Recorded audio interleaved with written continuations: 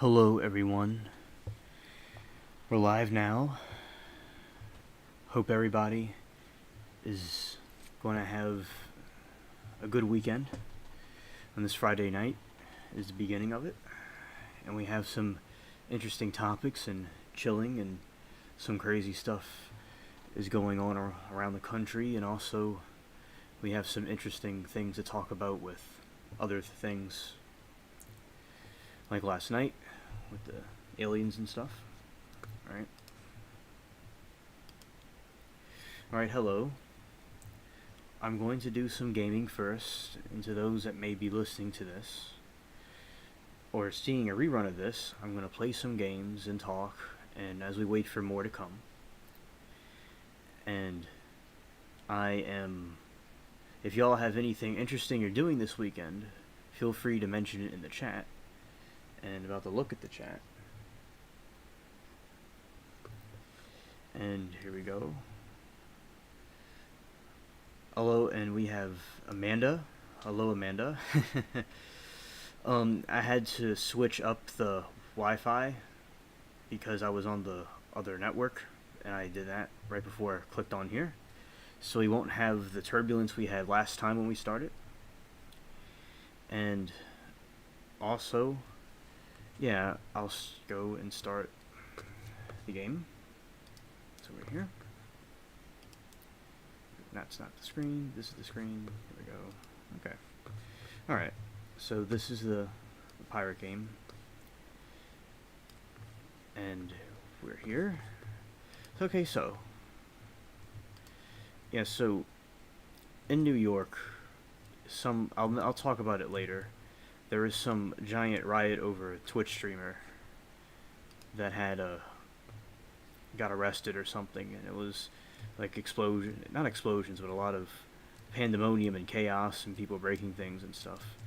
And yeah, that was pretty intense. From Georgia Peach told me about it. Yeah, it's pretty intense.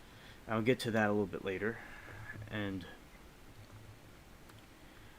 I'll talk about different things with the aliens, elaborate on some things I talked about yesterday.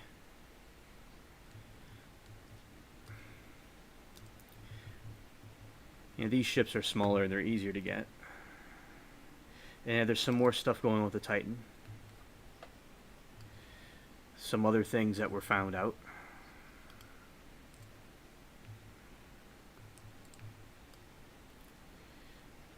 With the Titan, yeah, so, yeah, that is with the thing that's going on in New York, yeah, I agree. And yeah, there's some, the news about Titan's kind of fading, but there's some stuff, some other statements that were made I'm going to talk about.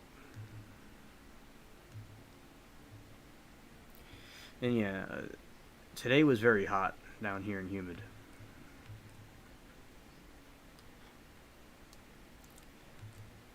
And also, I think, basically, it was interesting yesterday, we were talking about the flying cars again and the semiconductor, which is likely an alien technology. And this ship, it's a Navy, these are the Navy ships. And I'll talk about some more folklore things and some internet mysteries about some websites and stuff, like some mysteries on the internet. We'll talk about that too. Yeah, we got the treasure chest. They have some pretty cool things in here. Yes, Amanda. Yeah, me too. And turn some music on.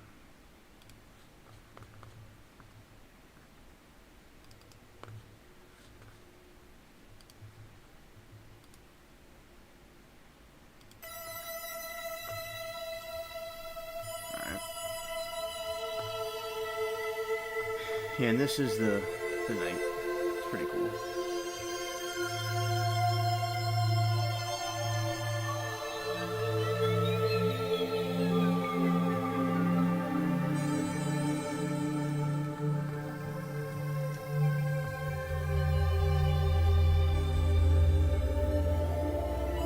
Oh yeah, exactly. Mary, Yeah, because Georgia Peach sent it to me like moments before, well, not moments, but like a little bit before I was about to go live. And the ship looks confused over here, and that's because it looks like a pirate knocked down its sails. That's why it looks like that. It's sunken.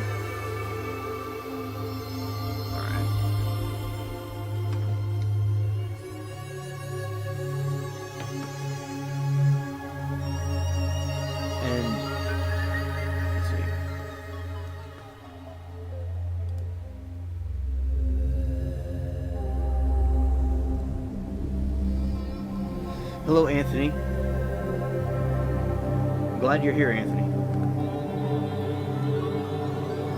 Always good to have you in chat. I'm playing a game and then I'm going to get into some topics like I was talking about yesterday. And I'll talk about some more critters.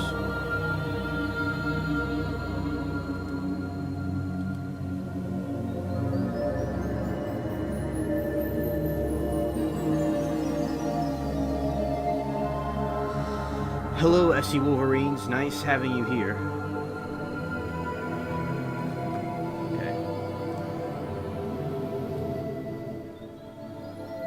Okay, and thank you, Anthony, for the feedback. And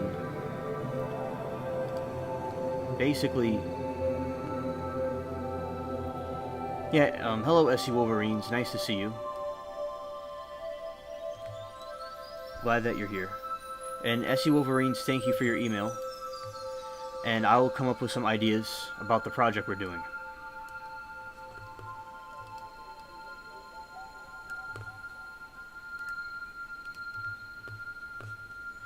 And I turned the volume a little bit lower.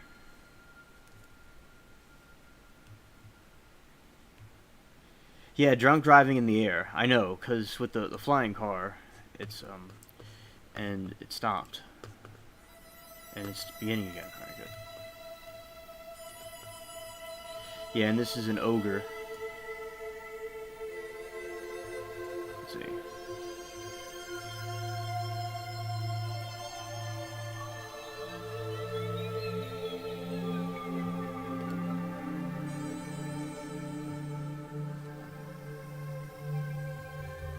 Yeah, and also this is the ogre. It's a pretty big.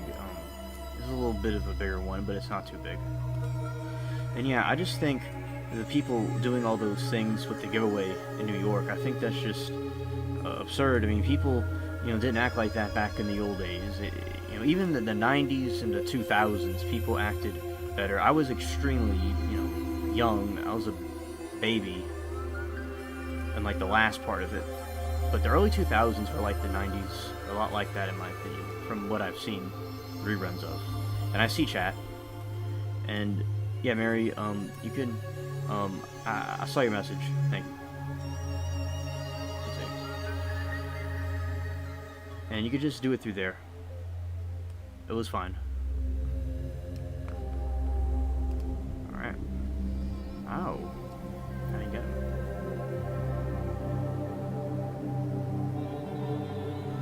That's alright, Mary, it's all good.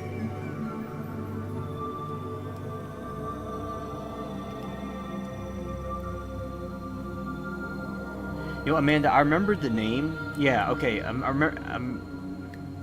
it's a tongue twister there. Alright, Amanda, I remember the name of the thing from that Toontown game. The enemies were called, Cogs.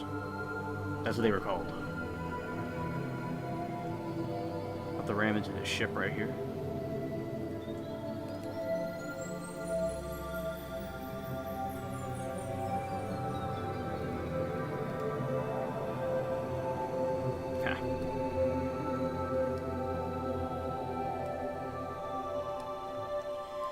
Yeah, and also there's cryptids, like the werewolf is a cryptid. Something like in Louisiana. And also another cryptid is from some Japanese ones I saw. Well, not personally, but I was reading about. And like, we were talking the vampires, those are cryptids. Yeah, all those things are cryptids. Like I was talking about yesterday.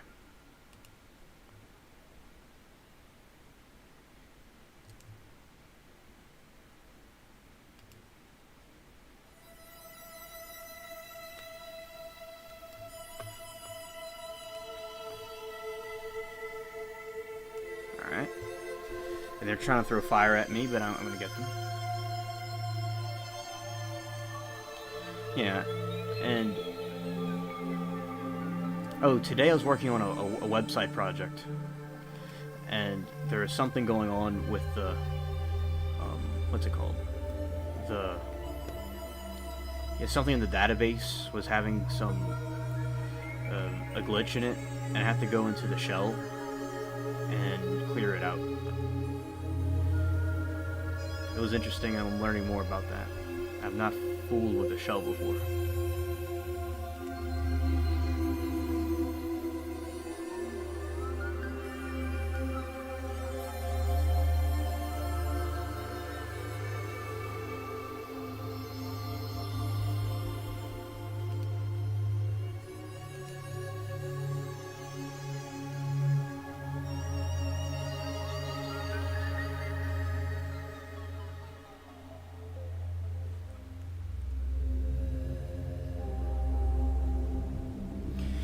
Alright, Amanda. Sounds good.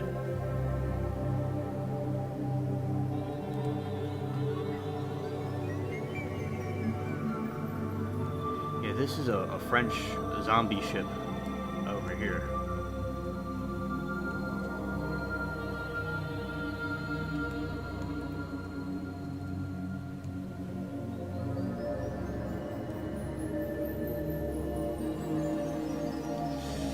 And yeah, so these are the zombie pirates right here, and they're causing some. I'm about to go and try to get them.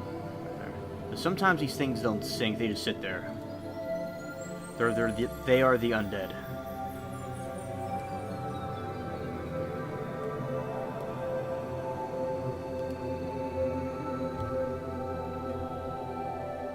Yeah, and you know, and then I want to turn around and you go into them.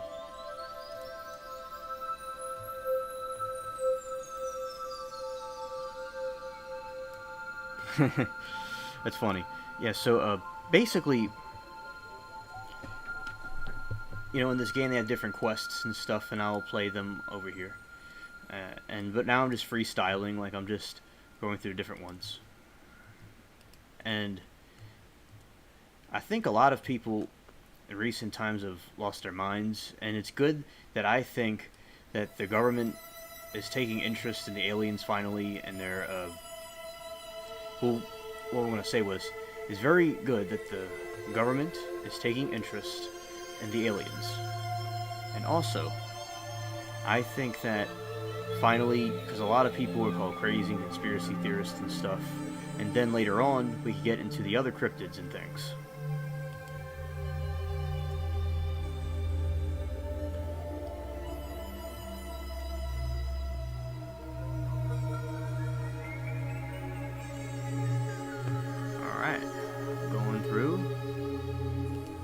And thank all y'all for y'all support of the channel.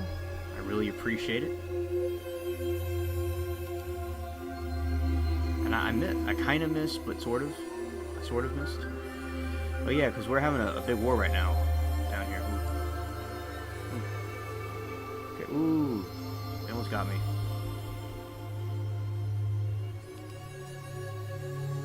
Ooh, yeah. I got him good. Yeah, their ship's on fire.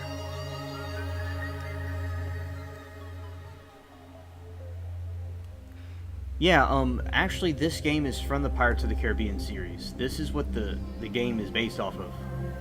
It's based off the same movie.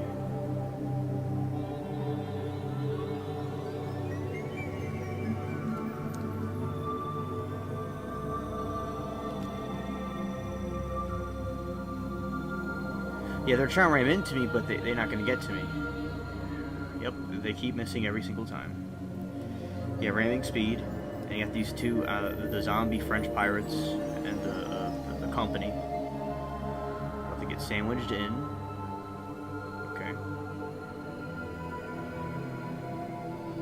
Well, that confused me for a second. Okay. Yeah.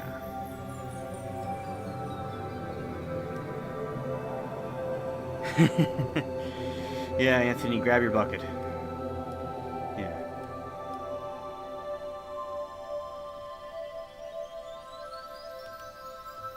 You see, these ships are firing at nothing, so I'm not even over there. What got me there for a second?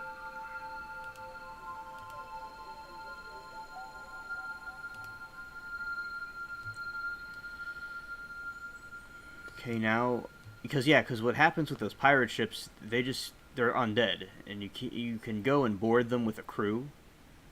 That's what you can do. And this is another island I didn't exactly go to yet.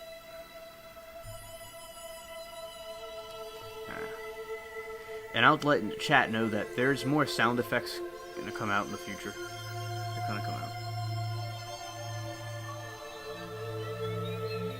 I was sliding around just for a second.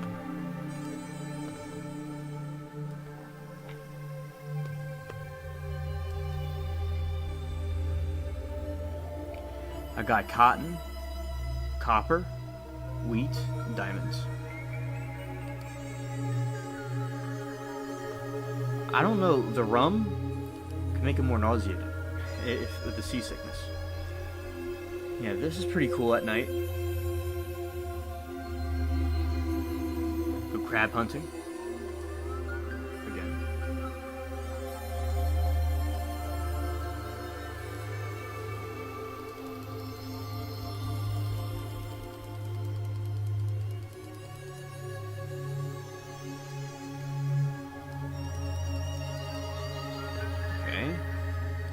Other sword.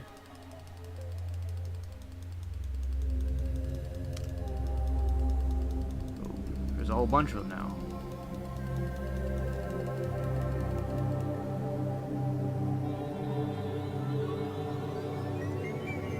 And there's all kinds of different races of alien that appear to us.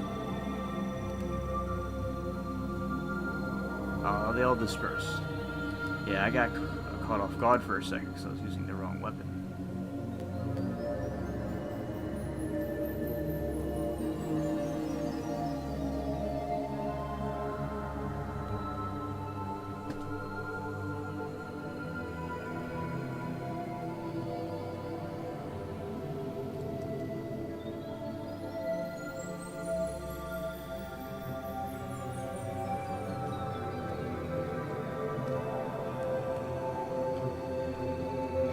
Yeah,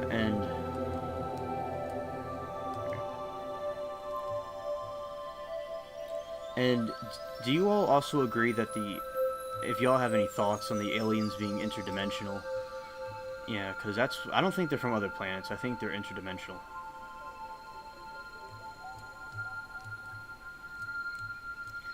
And I think it's cool with the different things like the hikers in the woods camping.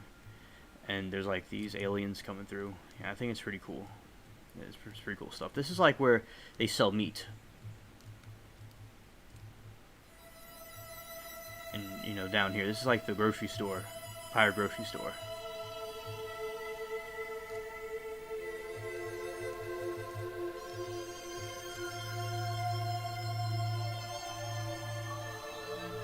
ASSV Wolverines, I know how you feel about it. And you and I think the same thing. I used to think they came from other planets and they were evil in conspiracy with Satan.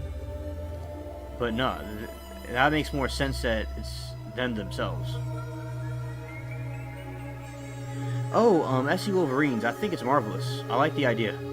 You know, like my old pal and we did a lot of stuff with.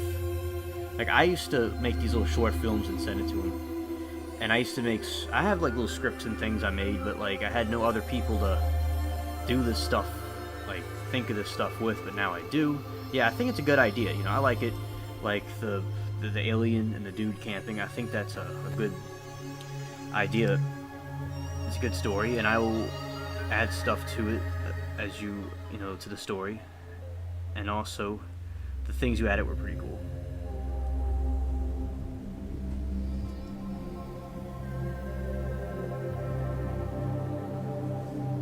Alright, Mary. Yeah, I definitely... Yeah, this is this is a locksmith store, chat. Let's see what's going on. Oh, this must be the bank. I know they have a bank here. This must be one of the banks. Alright. And... yeah, okay, Anthony McQuaid. That's a good point. Anybody coming through, I am going to get to the topics. Just doing this first while we wait for our friends to do their thing. And come through. I think... I mean, because there's a bank in here somewhere. Because I haven't been to these new buildings.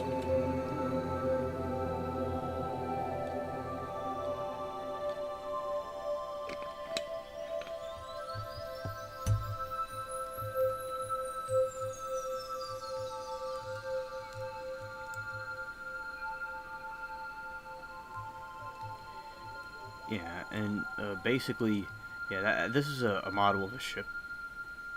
Yeah, it's a model of a ship. Oh yeah, yeah, Anthony has the key. That's right. Because this is the locksmith place over here, and it's Anthony's shop.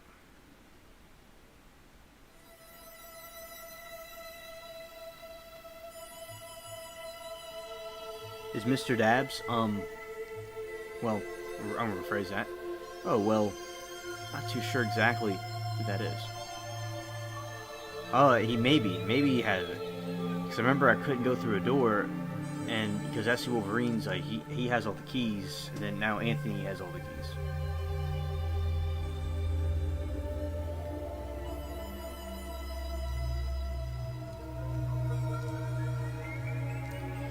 Alright, yeah, this is the store. They're not...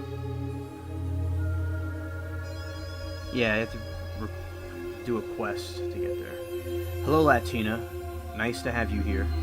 Yeah, this is like the Macy's of the 1700s, right here. This is their Macy's. All their, this is the different stuff that they have for, like, linens and things like that. Carpets.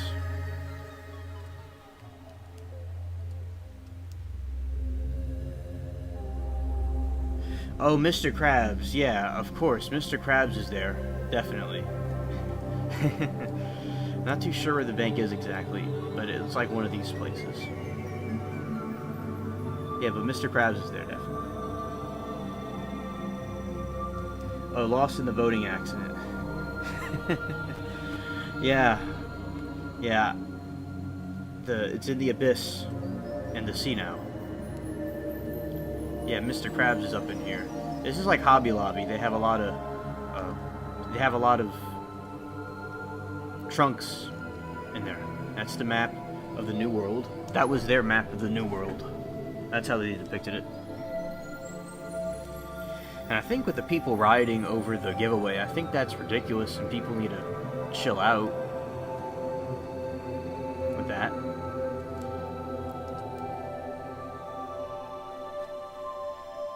And I think a lot of stuff is being exposed, and I do think the government is hiding a lot of things about the aliens. You know what's going to be next? After the alien thing is situated, they're going to be talking about the interdimensional beings. And yeah, this is the lock store where Anthony McQuaid and ASSV Wolverines chill out over here.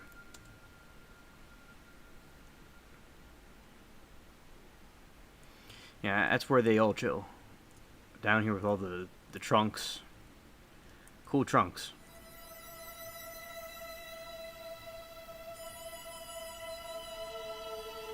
And I think, yeah, this is the lock store. You know, this is like a mall or a store back in the 1700s, is what it would look like back then.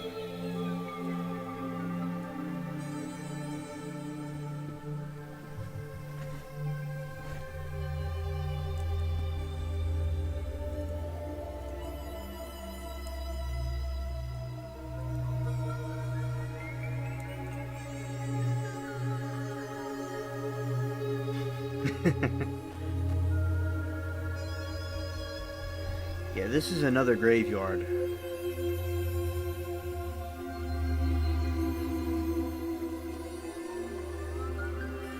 Yeah, this is a giant graveyard, kind of like New Orleans' graveyard, because it's the same kind of area. And this is a dude digging stuff. I mean, digging graves right here. He just does that all the time.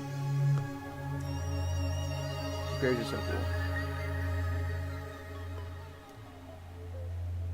Yeah, Amanda, so the interdimensional being is a being that exists from another dimension. Like, for example, say we're in the third dimension and there's a fourth dimension. So the theory is that our place where we are is some kind of a ground where both places intertwine like a highway. And they could cross into different areas. And that the aliens are coming from these other dimensions and acting like they're from different planets, but they're not. So interdimensional means they're coming from other dimensions rather than other planets. Like they were saying, the Greys aren't really designed to be in a other planet. Like the way they're designed and all, like, it doesn't really work. Time travel. Now, Dark Meta and we talked about time travel on the earlier stream before, and we both kind of confirmed, and I don't know enough about it, but basically, yeah, like, time travel does not exist. But I guess hypothetically it could be possible, but no. It's not about time travel. Basically, the situation with the aliens is, like, say they come from the heavens, or like an angel comes from heaven, or like a fallen angel comes from heaven and they fell here, things like that. So it's not time travel, but they can appear as time travelers to deceive people, probably. They exist in a place beyond time and space, so they can appear in different areas and things. Like, say, and this is an explanation for the existence of God. It's like, we live in a time, place, and a space, and God exists outside of time and a space and a place. So he's not limited to age, or here or there. And these interdimensional beings, we believe they're the fallen angels, and that they were the watchers and different things in the Bible and different things in the biblical scriptures that were included in the Bible. So that's what it basically is. It's these things from these other dimensions. Like, say somebody in another room, two different rooms, and there's a door, and you walk into another room, and there's like a hallway. That's a way to look at it. I read more about the interdimensional beings, and like with the occultist people, they were saying that the aliens are interdimensional.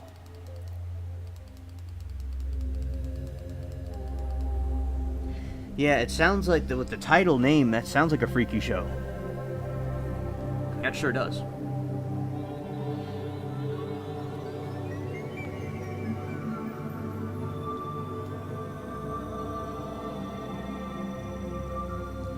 Because the aliens, you would think they're from another planet, but the new theory is that they're not from another planet.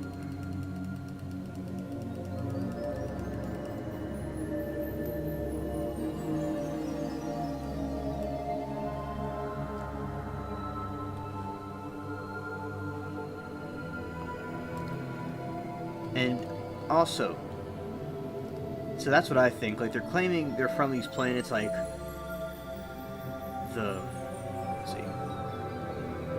Cyrus and planets like that, but there's no way that they're from different planets. It would take so long to get here, but they could still do it hypothetically. And why would they come all the way down here for billions of years? Why would they travel for billions of years to come here? Now, their technology would be so advanced. But basically, they're the fallen angels disguising themselves as different things. That's what we think.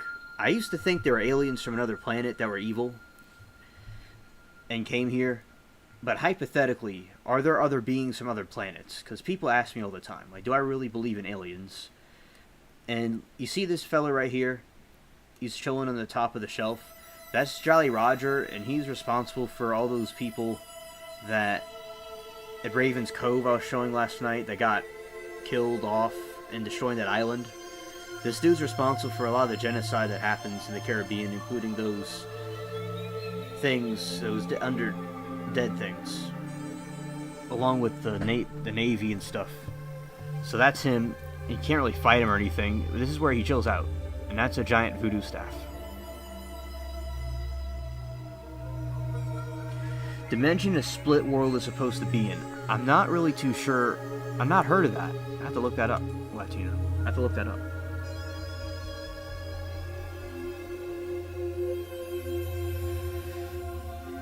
Right, because there's movie shows, there's TV shows and movies.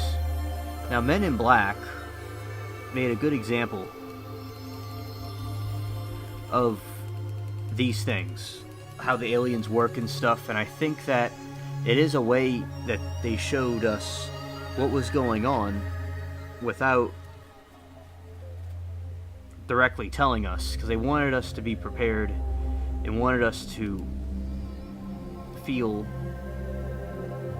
that we were doing the right thing in that sense. But in reality,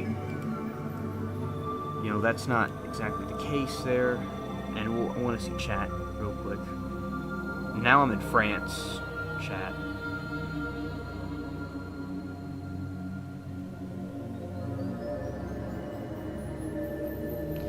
And yeah, yes, what I meant to say was, yeah, and I think that's what I was saying, with the distance, with the aliens, with their technology and stuff they would have, the time travel would be nothing to them. I know.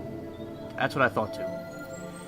But in my opinion, I do think some of them, at least some of them, are interdimensional beings that are from the fallen angels, that are appearing as aliens, and the angels have that kind of technology, I would think.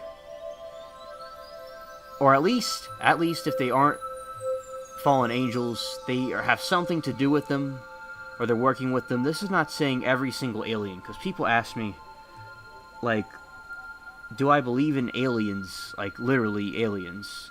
And the answer is, I do believe in aliens, but a lot of these aliens we see are just fallen angels, or working with them some kind of a way. But people on other planets, yeah, I think it's very likely. Very likely. I don't know if we would have contact with them, or if they're fallen like we are. I don't know about that part, but that would be interesting to see. But a lot of the Greys and stuff, some of these things are not what they claim to be. Alright. Now let's see what chat says.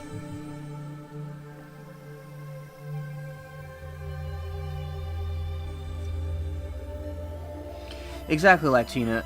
And a lot of the people from those occults and stuff are correct about that. And we got a shout out to Dark Meta that came through in the chat. It's nice that he's here. Okay, so basically Latina says alien spaceship sound effects. Supposedly psychic Danian Rickley said some folks get involved with ancient darkness that is evil, lack of light, and love. Exactly. And I will read the thing again about the interdimensional being argument, and that them being aliens is a disguise, but they're like the fallen gods, like those false gods in the old religions, and now they've transformed into these, some of the aliens at least, to deceive us, and people in the occults. There's people, for example, that do occultic things, and they talk to spirits, and they see alien sightings and things while they're doing meditation. Not meditation isn't bad, but these occultic meditations that they talk to these beings and these entities from these other realms that aren't from God. And yeah, that's the fallen angels disguising themselves as an alien in my opinion. And the occultists themselves believe that. And also I think they've come here to try to turn people away from God. And another thing I want to point out is a lot of people that had these alien abductions, nothing good came out of it. They had bad experiences with them. And we all have, some of us will have our different opinions, and opinions can vary, and it's good to hear different opinions about them, and I've had a variety of different opinions throughout my life. I'm at the point where I think most of them are fallen angels. And I think it's pretty cool how there's like a snail on Pluto. He's just chilling by himself.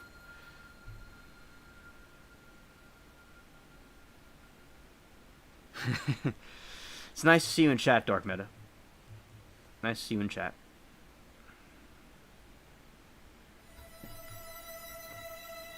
Dark Meta could call in if he wants to.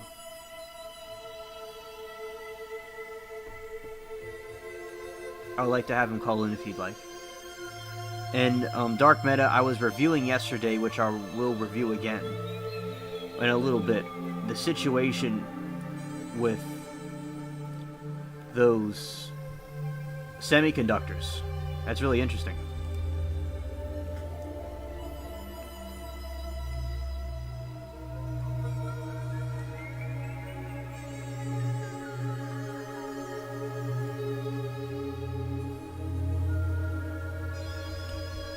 Well, the ship needs to be repaired first.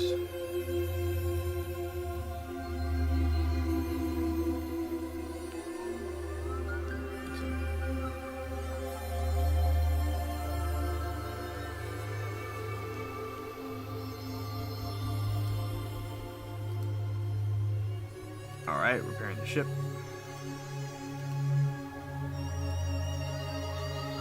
Alright, now we're going out. Yeah, shout out to Dark Meta. And I think it's interesting with the stuff that's coming out about the alien technology, because I think it's like levitating cars and stuff. I definitely think that this is alien technology that they're coming out with, and they're showing it to all of us. And with the congressional hearings, it's a big moment.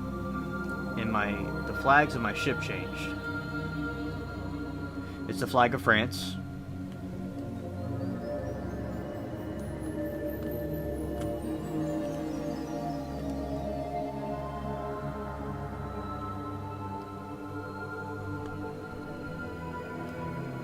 Oh.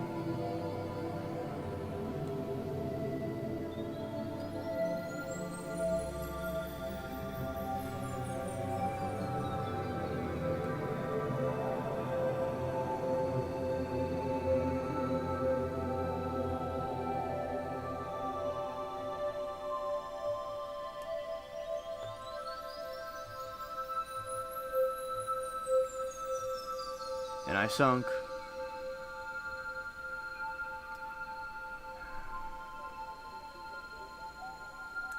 So that's what happens when your ship sinks.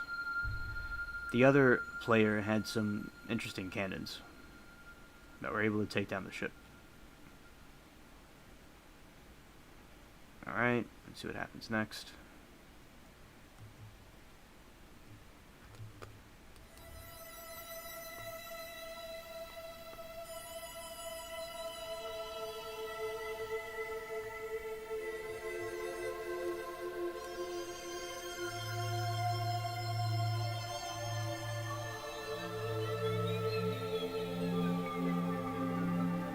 Trying to find him. Let's see where he goes. Anyway. Yeah, Meta is a cool channel.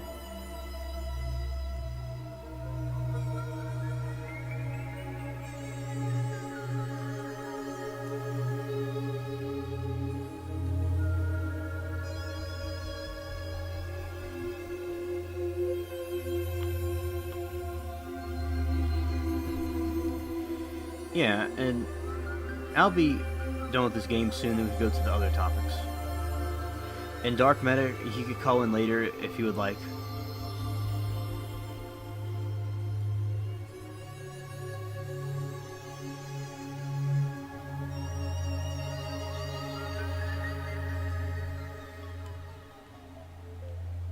I like how when I went to go back to get that other player, he just ran away.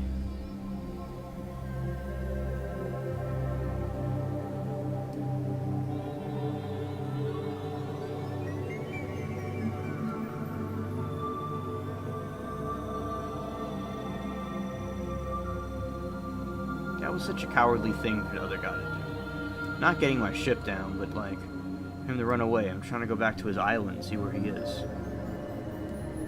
I'm up at his crib. I pulled up at his crib. Yeah, chat. I'm at the crib now.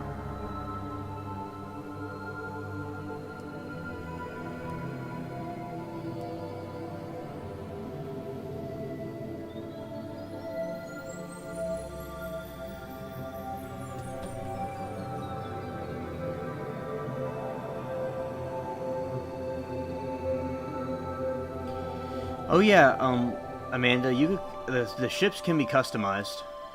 Yeah, you could add armor to it. I could show you all what that's like. I'll go here and show y'all. And I want to get a bigger ship. That's like the one I want to get. But this one's fine. It's a nice little ship.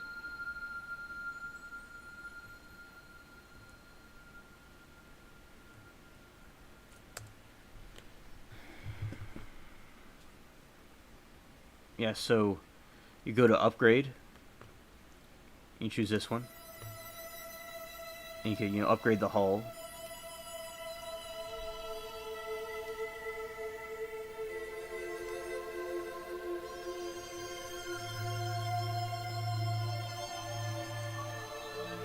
Yeah, so you would need different trees. So we have elements and things that we get from... So basically we have things here with the different armor and stuff.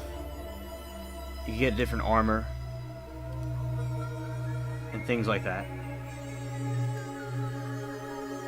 So that's basically because you have like pine and different things that 333 that you get. So yeah, that's basically, you can customize it. Like the sail color. And Amanda, thank you for the suggestion. Thank you. You have the sails. You can change the sail colors.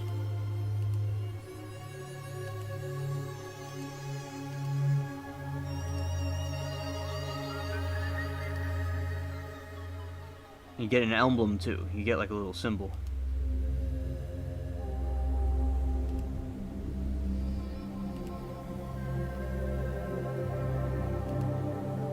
Yes, so that's what you can do with the ship. And thank you, yes, Amanda. That's yes. I think I already answered that already. Yes, thank you for the suggestion.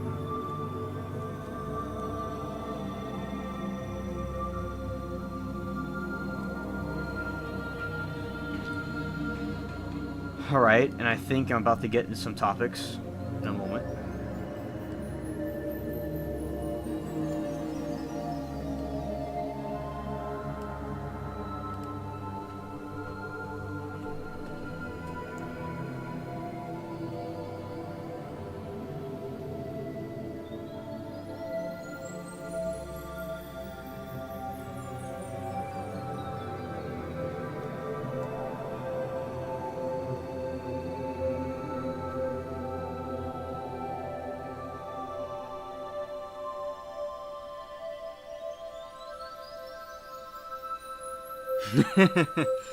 Yeah, Darkman, that sounds funny. Yeah. I know. That's hilarious. So if I called in on this live and you ask what I'm doing and I send you a link to my live and I start it, you open it and then you're like broadcasting it on your live while commenting on mine. What? Yeah, where would the audio end up? Yeah, that would be an interesting question. Yeah, that would be an interesting question. To see what would happen with that.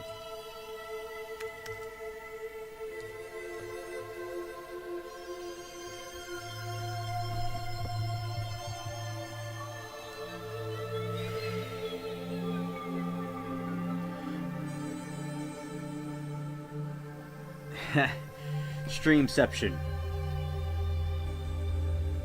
Yeah, that would be... It would be interdimensional. It would be like the Twilight Zone. That's what it would be. Dark Meta. Yeah, we have to see what that would be like. Try that out, yeah.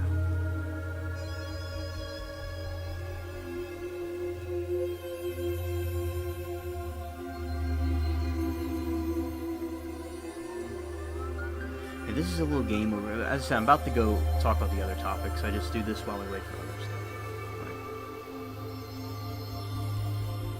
Yeah, this is another game. This is getting barnacles.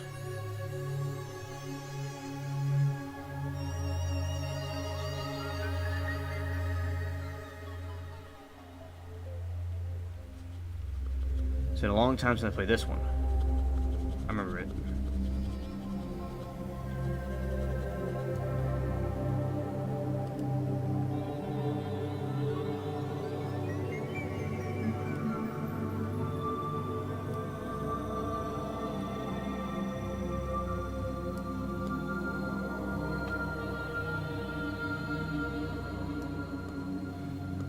See, look at this. Yeah, Dark Meta. He messed around with his own live before. And he's never live streamed before. Yeah.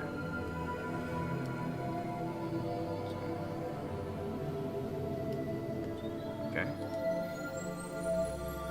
He said he messed around with his own live stream before. He rebroadcasted endless audios. It's awesome effects you can get. Yeah, that sounds pretty cool.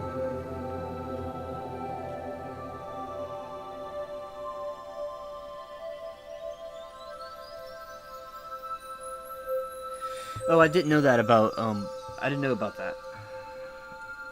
About those streaming issues.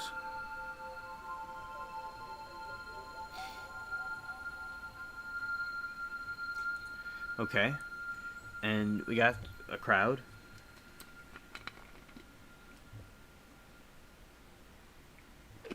And now, I'm going to go into the topics. We'll go into the topics. We got a good crowd. Okay.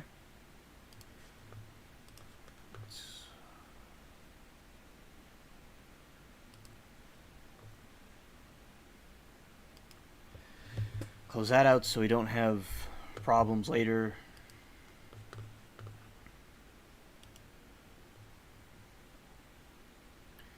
Not that. Alright, okay.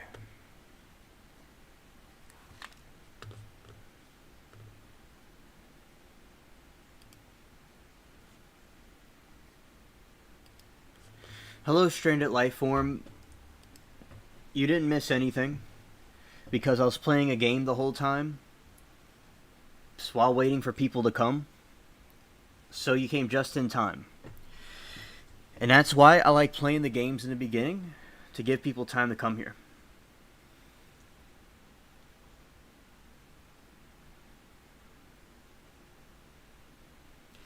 And now we're going to begin and talk about these different things. Let's see, is chat there? Chat's going to be there in a moment, and chat will be there in a second. On the oh no, that's not what I want to press. Over here, we're going to go there and go down there.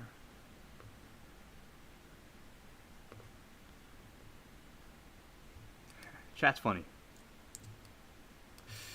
And press the wrong button. He pressed the wrong button, but now he has the right button. Okay. Now we're in business. Okay, so all the windows together. Later on, I'll have the calls open in a little bit. Get everything together. Okay, perfect. So, some things have been going on. And also there is a situation where there is a riot in New York over a giveaway, which I'm going to get to in a little bit while we go through these sci-fi topics. And it's pretty good. Put that up in a little bit.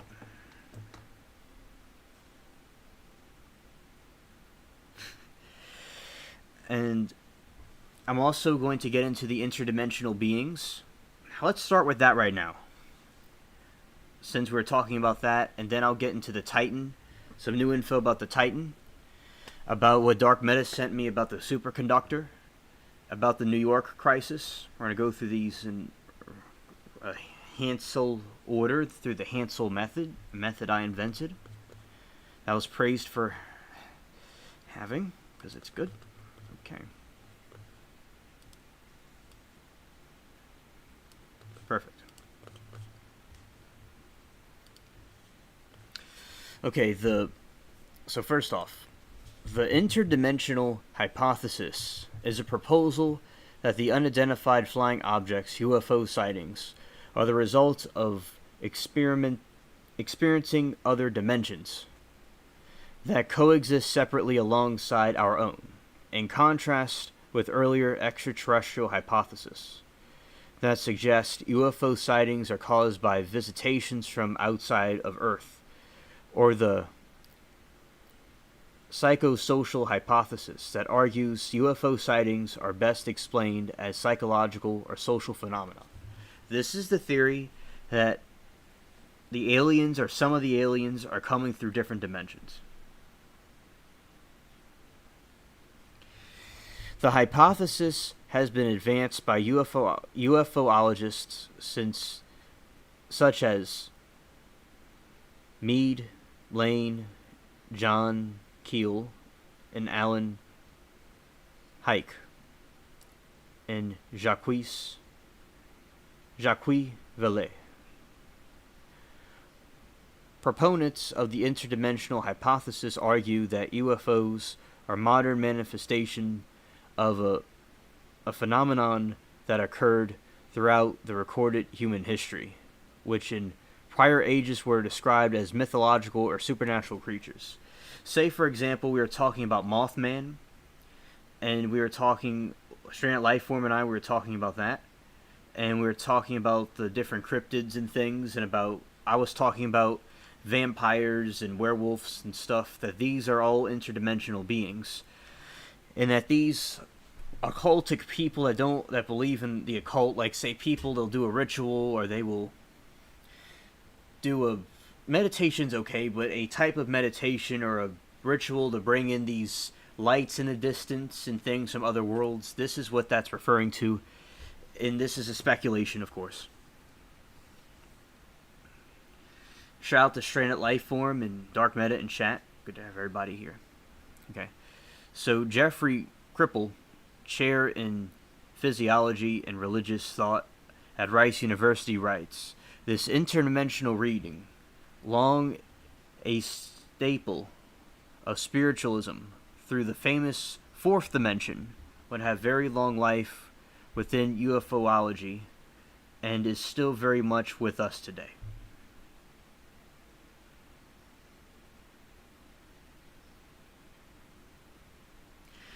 Oh, well, Stranded Lifeform, hope you feel better soon. I'll be praying for you. As always pray for all the chat, everybody in the world I'm friends with and stuff. And hope that, because I know the dentist can be a tedious thing. In the 19th century, various spiritualists. So spiritualism was a social religious movement in the 19th century according to which individuals' awareness persists after the death and may be contacted by the living. So the different tarot cards and things like that, those things you're not supposed to mess with, believed that other dimensions. During the summer of 1947, spiritualists adapted the other dimensions folklore to explain recent tales of flying discs. So in 1947, that's how I explained it.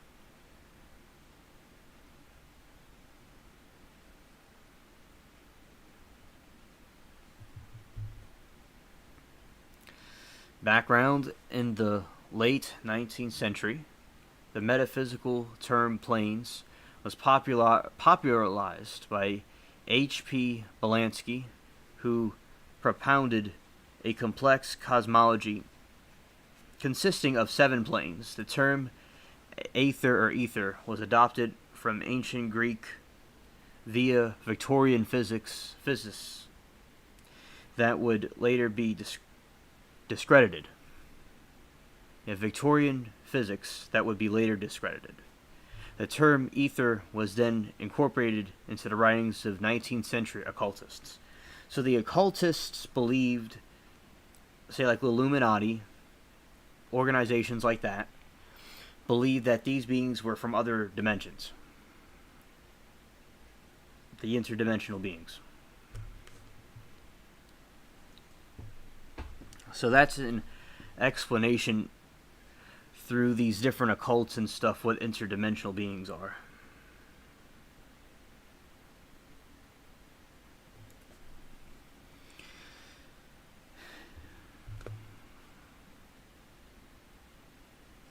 UFO enthusiast John Keel wrote in the 1970s, "I abandoned the extraterrestrial hypothesis in 1967 when my own field of investigations disclosed an astonishing overlap between psychic phenomena and UFOs. The objects' appropriations do not necessarily originate on other planets and may not exist as a permanent constructions of matter. It is more likely that we see what we want to see and interpret such visions according to our contemporary beliefs." Contemporary beliefs, rather.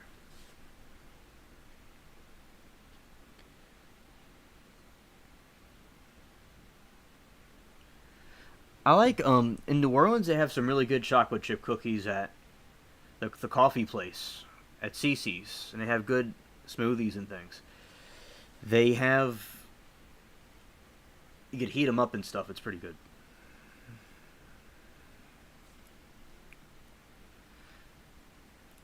And we have Heineck and Vallée. And he was an American astronomer who served as scientific advisor to the U.S. Air Force in UFO studies. The Project Sign and Project Grudge and Project Blue Book. Heineck pioneered the close encounter classification system. Heineck had a cameo on Steven Spielberg's film Close Encounter. And that is very interesting that this person was involved in that. And Vallée was like, what other wild hypothesis could we make? And Heineck said there could be other universes with different quantum rules of vibration rates if you want. Our own space. So this is explaining what interdimensional beings are. Our own space-time continuum could be a cross-section through a universe with many more dimensions. Think what a hard time you would have convincing Aborigine that right now. Through this room. TV pictures in passing. Yet they're here. You have to have transducer to see them. Transducer to see them. Namely a TV set.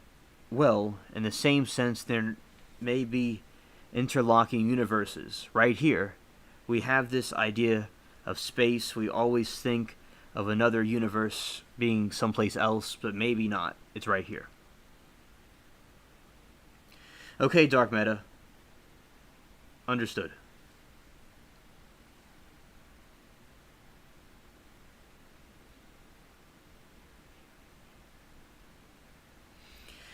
And yeah, Latina, I do agree with your statement. The inflation being so high, it's making the things difficult for people, yeah. In his landmark 1969 book, The Passport of Magonia.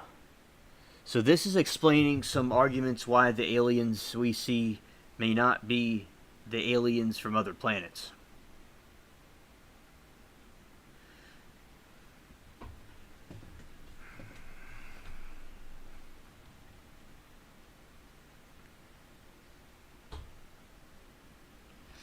Alright, so in his landmark in 1969, The Passport, the magazine, UFO folklore, parallel works. So I'm going to cut to the chase and get to the 5 theories. So this is an argument for the interdimensional beings.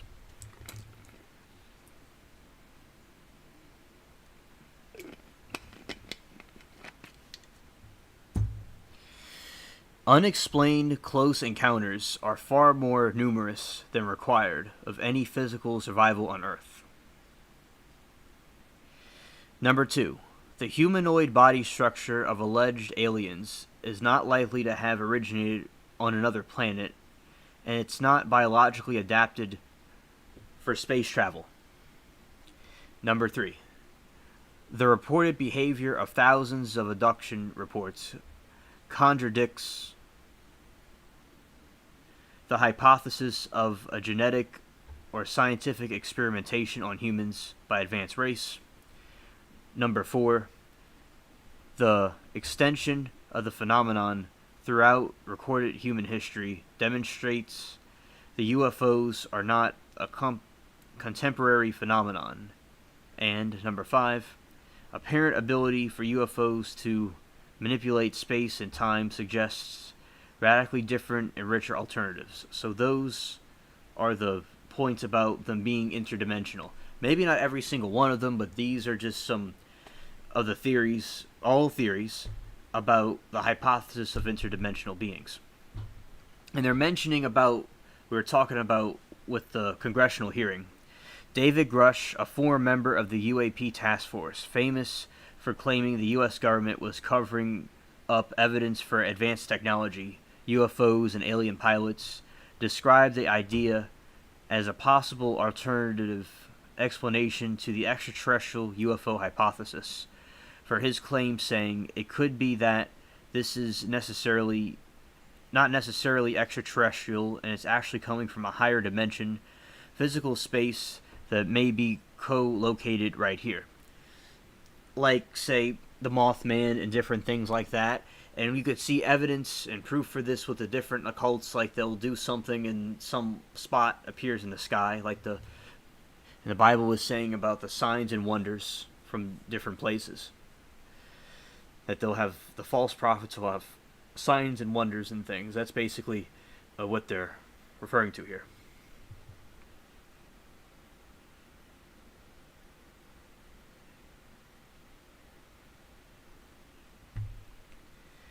And in pop culture, the 2008 action-adventure film Indiana Jones and Kingdom of Crystal Skull uses interdimensional hypothesis as a plot device, with ancient aliens not flying in space but space between spaces. So this goes to what Stranded Lifeform and I were talking about through different streams, and we were talking about with chat also, how these beings, aliens, were being shown in movies and TV shows to get people prepared mentally and psychologically to see that these aliens are real and that the truth was going to come out, but they wanted people to be prepared for it by introducing it through various TV shows and movies. And you can see it right here that Indiana Jones used the concept of them going through different dimensions. And I think that very interesting, very good. This is a very good read. So if y'all have any other questions about the interdimensional theory, just let me know and we can talk about it.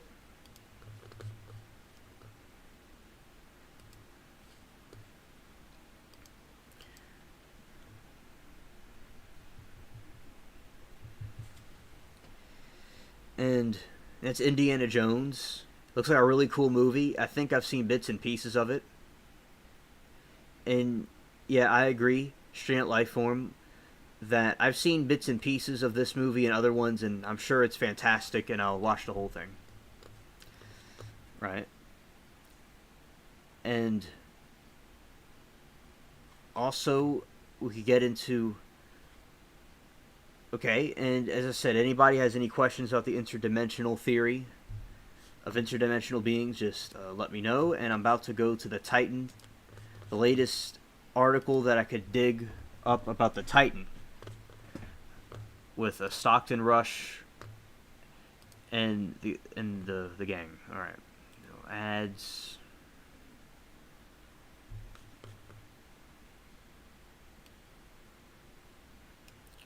And this thing's going fast, and it's going fast. Alright.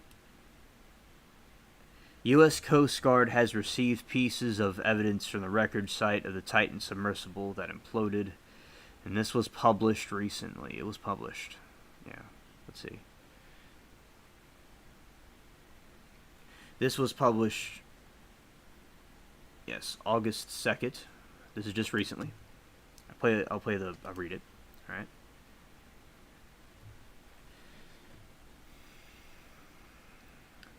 According to the release from the military branch, the evidence includes debris, presumed human remains that to be analyzed by the Marine Board of Investigation.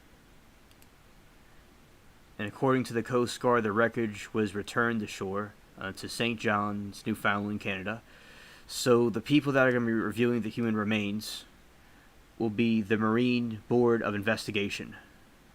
It's going to be analyzed. That's what the human remains can be analyzed by.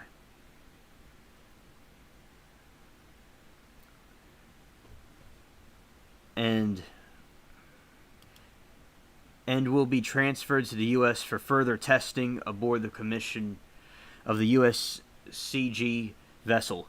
So the Navy Board of Investigation is going to look over the human remains, and it's going to be then transferred to the U.S. for further testing aboard the commissioned USCG vessel. I am not too sure about why there's so much, they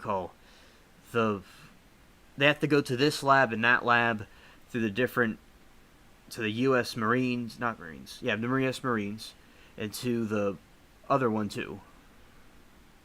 Transferred to the U.S. in general, aboard a commissioned vessel. So it's going to be the remains of the people that died in the Titan are going to be first analyzed by the Marine Board of Investigation, and then it's going to be on the vessel, on the U.S. vessel.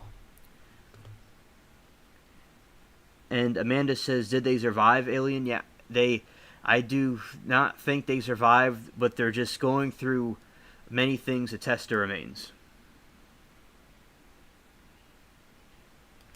U.S. medical professional will conduct formal analysis on presumed human remains.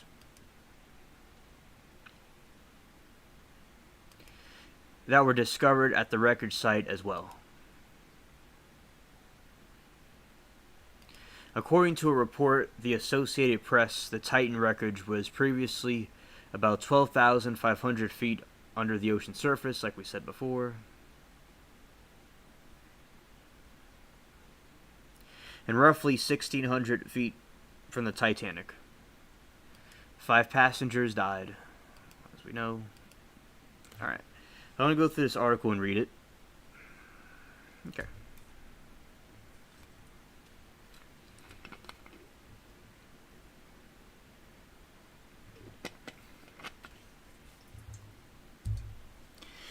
It is more than a month since the U.S. Coast Guard revealed that it had found presumed human remains among the debris recovered from the Titan submersible. The Search and Rescue Agency is leading a multinational investigation into the sub's implosion, which took place during the trip June to the wreckage of Titanic. Its 5 passengers all died in the implosion. The Coast Guard has declined to comment on when its analysis of the remains will be released. The passengers' families and public. So they're not going to tell us when they're going to give us the information about it. But a Forsynic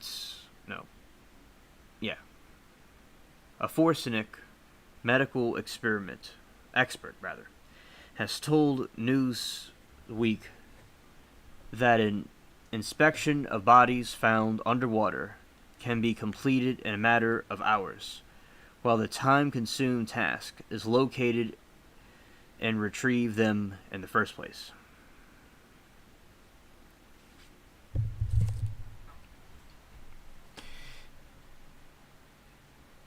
Pelagic Research Services CEO Edward displays images of the search and recovery operations for the OceanGate Titan submersible during a press conference in East Aura, New York, on June 30, 2023. Experts have recovered presumed human remains from the Titan, as we know, and that's them talking about it. about the implosion. The Coast Guard said on June 28, the evidence it had gathered had been sent to St. John's, Newfoundland, Canada, and would then be taken to a U.S. port for further analysis and testing. American medical professionals would conduct a formal analysis on the presumed human remains that had been carefully recovered within the wreckage at the site of the incident, the agency added. So we're not going to really know what's going on here until way later, as I said. So now they're investigating the human remains, and they're going to do testing and stuff and tell us things about the human remains. And I would like to know exactly what they are. One person said it could be a filling, it could be a piece of a surgery metal, but it's likely a bone fragment or something. Or maybe even something alien. Due to the ongoing nature of the investigation and out of respect for the families and friends of those involved in the tragedy, we will not provide specifics about evidence recovered, a Coast Guard spokesperson told Newsweek. The investigation aims to find out whether an act of misconduct, incompetence, or negligence, unskillfulness, or willful violation of law contributed to the passenger's death. Like we were talking before about Stockton Rush was very irresponsible in the waiver he had people sign and the terrible submersible he built, and that he definitely neglected it, and they're going to test the remains and see what they can find out about that. But besides that, I think, in my opinion, it was poor conduct on his part. Soon after the Titan reported missing on June 18, questions arising about the safety of the deep-sea exploration vehicle, like what we were talking about for a long time going live, which was not certified and had unconventional design and was constructed out of some of the shelf parts. Yeah, some of the shelf parts. It was built out of shelves.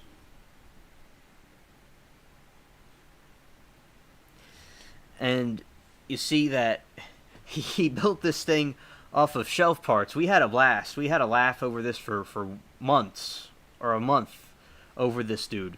That the shelf parts, and we're still laughing over it. Not being creative or trying to do something new, just he BS'd the thing together.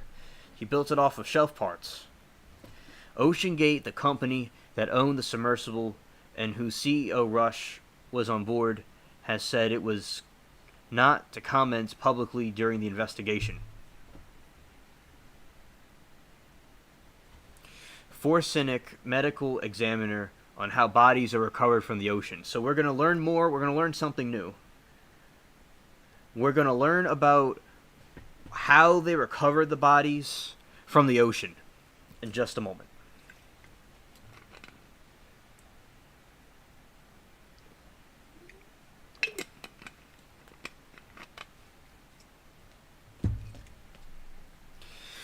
Dr. Pirish, a forensic medical examiner at a hospital in the French city of Marseille, told Newsweek about two of his cases where in 2009, bodies were recovered from planes that had crashed into the ocean. He explained that several phases of research and a heavy technical investment had been required to retrieve the passengers' bodies. In itself, the time taken to examine a body, including samples for analysts, rarely exceeds 2 hours, Pirish said. The problem is essentially finding the bodies and bringing them to the surface of the water, where they may be frozen as soon as possible because their degradation is then very rapid. Yeah, I would definitely imagine that, because basically, decay would happen because when, like in New Orleans or down here, when something's hot outside, it gets rotten. Anything, including the deceased meat. And yes, trigger warning. And they freeze it and they examine it. And it's interesting how they recovered bodies from the ocean in a plane crash.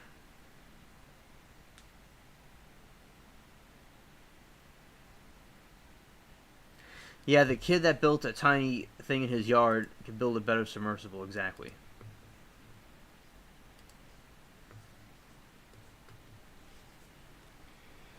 In both 2009 case, Air France,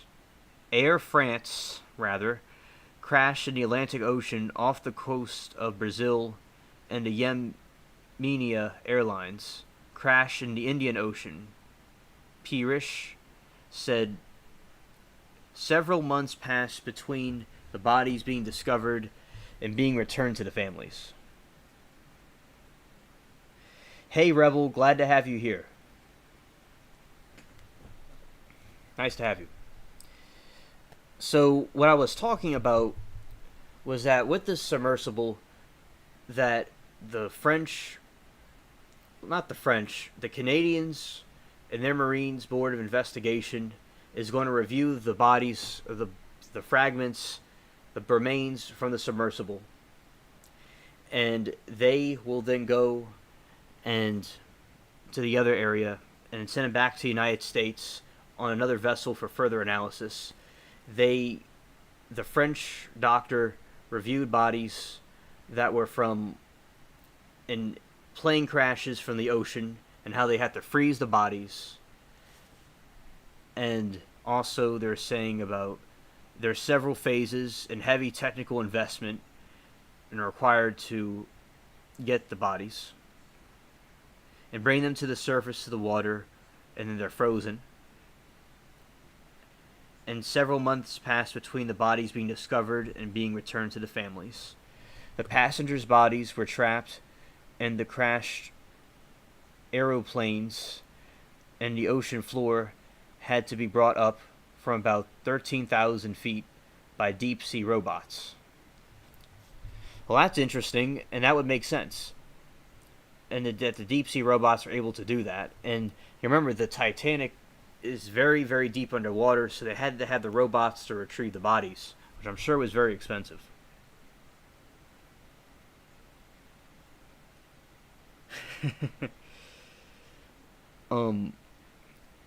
Well, Amanda, that's because I'm an interdimensional alien and I'm able to travel around and get things together. Because you have a very nice vacation home. And then also, and it took the robots a minimum of 3 hours to make trips to that depth of 13,000 feet. The Titanic's 12,500 feet. So it would take the robots 3 hours to get down to that depth. And the Titanic, a similar depth in the Atlantic Ocean.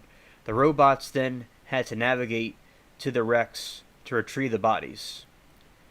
In the Yemenia case, Parich said it took the team about 10 days to complete the autopsy. So what happened to the Titan on June 18?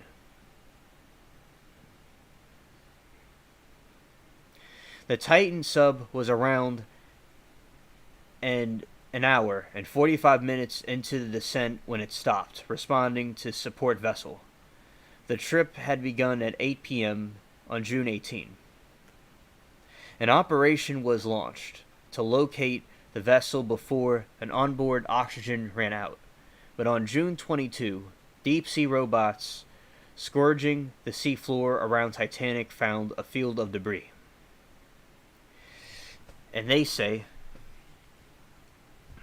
the evidence will provide investigators from several international jurisdictions with critical insights into the case of the tragedy, said Coast Guard Captain Jason Niboir,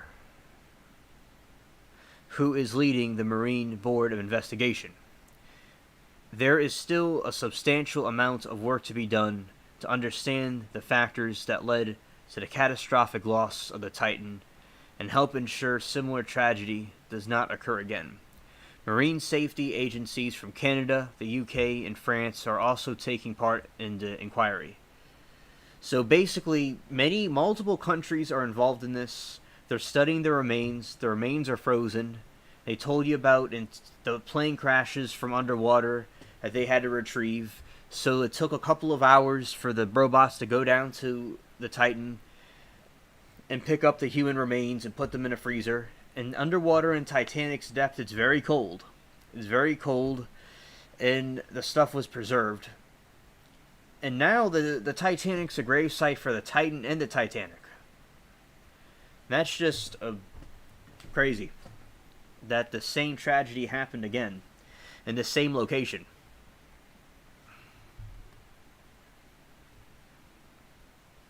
And now, chat, we're going to learn about what happens to bodies in the ocean water.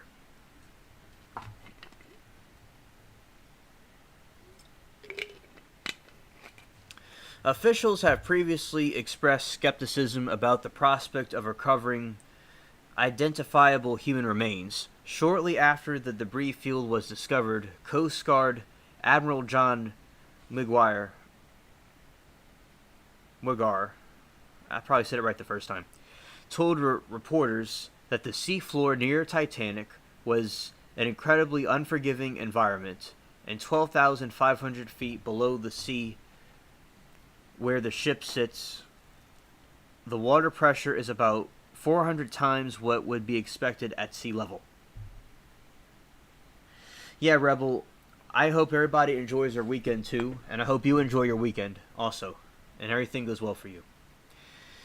The factors affecting bodies in the sea are still largely understood because research of the area has been scarce. It's not an occurrence that happens often, chat. This doesn't happen often, so they don't know a lot about these situations.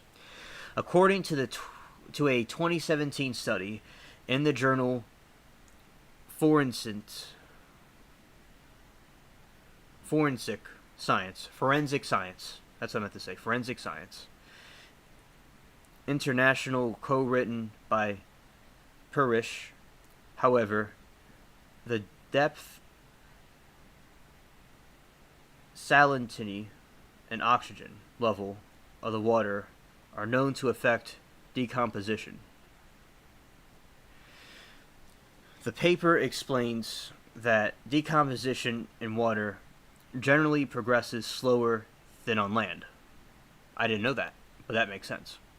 Due to the cooler temperature, like I was just saying, and the lack of feeding insects, it works after even further deceleration rate of the salt water. So as I was saying, the cold water, the pressure, and everything preserves things.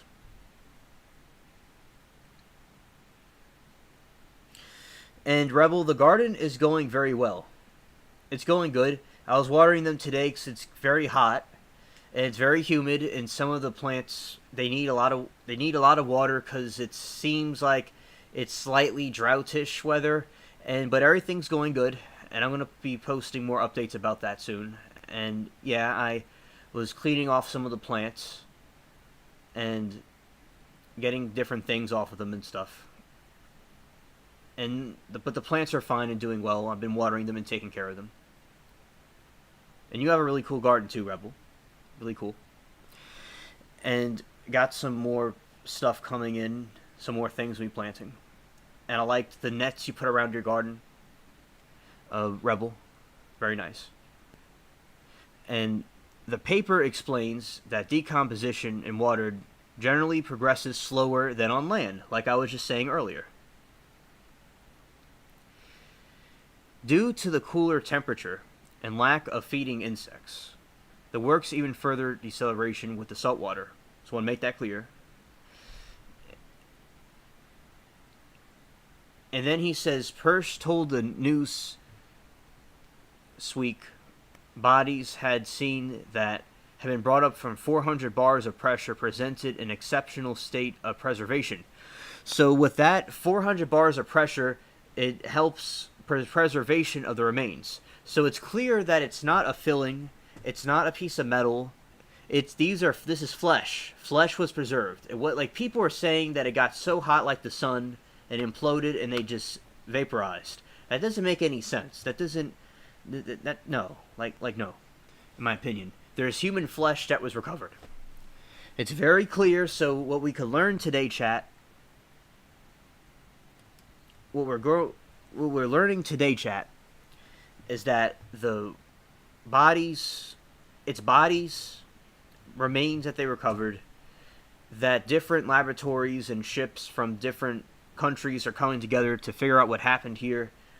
Further evidence of Stockton Rush's downfall into stupid land. Before I continue to the next part, I will say that I'm growing some pumpkins and I'm going to be growing some strawberries. That's new. And I'll be growing some other cash crop type plants for fun. And I'll be growing some more radishes again like I did before, and spinach. And I'm going to be adding some more plants. Like, I'm going to add some tomatoes also. A variety of vegetables.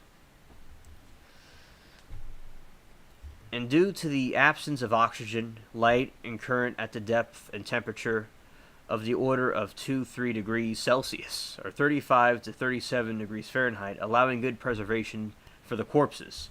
So we're not talking about fragments, we're talking about corpses. So that's a lot.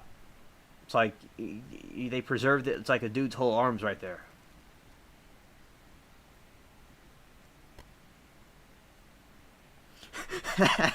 Right, Stranded Life Form. I didn't get it either, because I remember when we were playing that, and that was fine. I liked playing those different things, and it was like, it didn't make any sense to me either.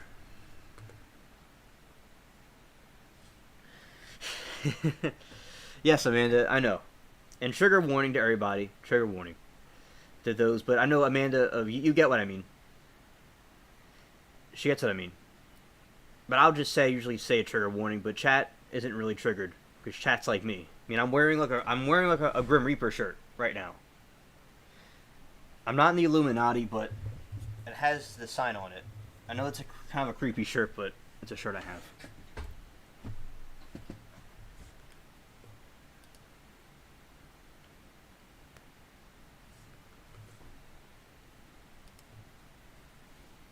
And I will say, however, studies suggest that some scavengers can be found, and deep sea researchers at Simon Fraser's University at British Columbia, Canada, wrote in 2009 that remains at depth of 30 meters, about 985 feet, immediately attracted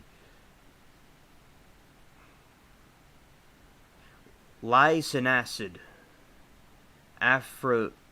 arthropods, a type of small crustacean that could completely skeletonize remains within 4 days, and arthropods can also be found at much greater depth.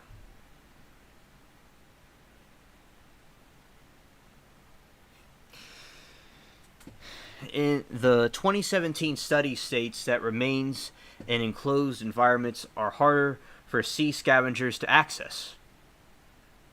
That's very interesting. So something enclosed environment, it's harder for them to get. Like, say, bodies in the Titanic. They were preserved without being eaten by anything. So there must be some parts of the Titanic that still have corpses. Well, I doubt that. They're probably decomposed to death by now. But so there would be some parts of the Titanic that would still have them. Because there's parts that are locked, that are like sealed. And this is very interesting because we didn't know this information before.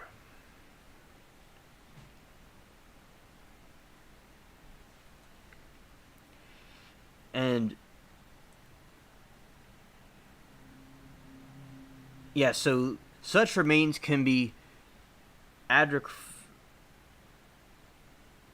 adipocrate, a waxy substance formed interaction of the fat and soft tissue of water inhabitation skeletization. So what these crustaceans do, in 4 days they'll make you and me into like a skeleton. And this was from a 2017 study. There remains, enclosed the environment, like I just said, right?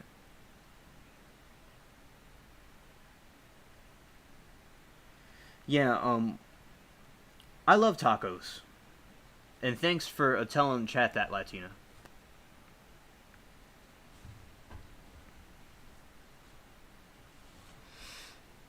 Adipocere tend to occur during the prolonged stay in water, according to Parrish, and the damage he had seen was largely from predatory action of underwater fauna.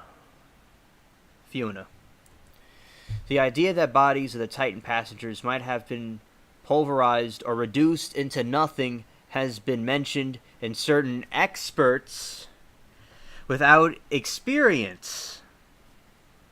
Let's clap, because I was stranded life form and I were right once again.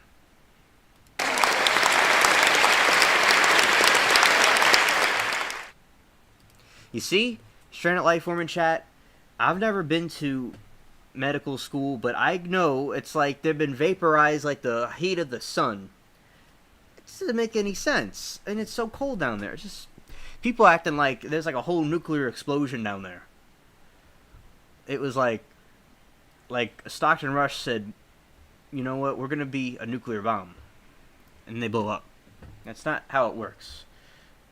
It's I knew it. Shout out to chat and myself that we came up with that. Yes. And was incorrect, and he said this is because the human body is essentially composed of water, which is an incompressible liquid. We're going to read that again. The human body is essentially composed of water, which is an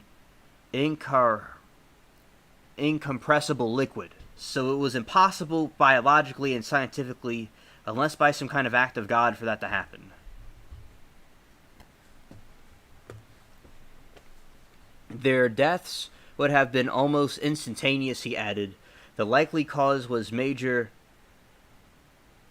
barotrauma, a sudden increase in pressure, as well as a possible drowning and mechanical trauma. Like we were saying, and Stockton Rush was saying, and he was smart. Remember, he was saying, chat, in the video, how the thing compresses and it leaks, that they would be leaking. He said it would be leaking. And then it would crumple and explode, so he would know that something's about to happen. So that's what happened. They were chilling there, and a little, like, pew.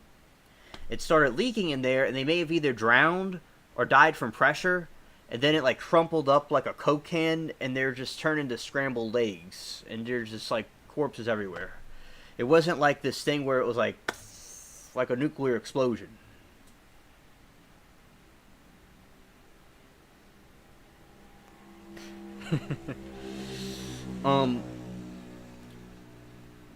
Also, but basically, chat, it's like stranded life form. Yeah, exactly. Now, I was always an enthusiast of biology, and I studied about it a lot in school, from the private school I went to, but there's other good schools too, I don't think, but like, and it's like I was always, and I've done, like myself on my own, I've studied nature, and I've studied different creatures and insects and things, and seen how things work, and I've tinkered with things.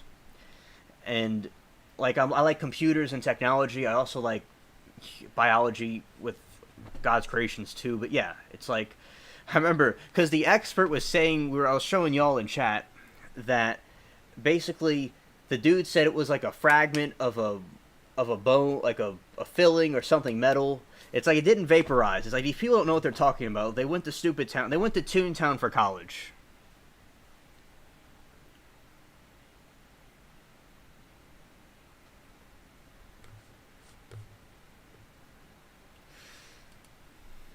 Thanks, Rebel. That's nice.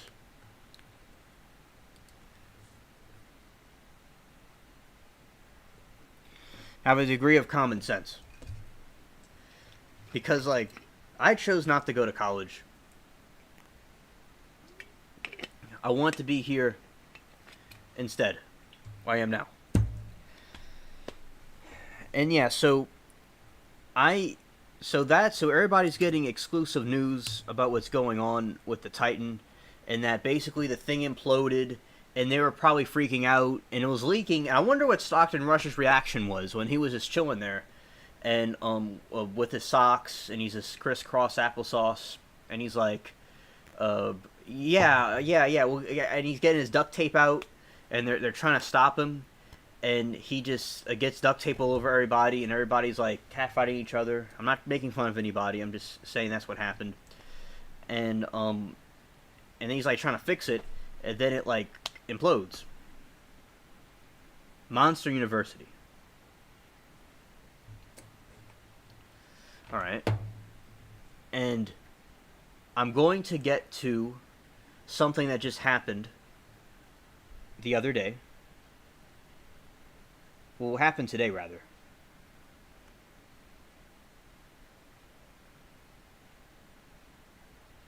You could go to bed. Let's see.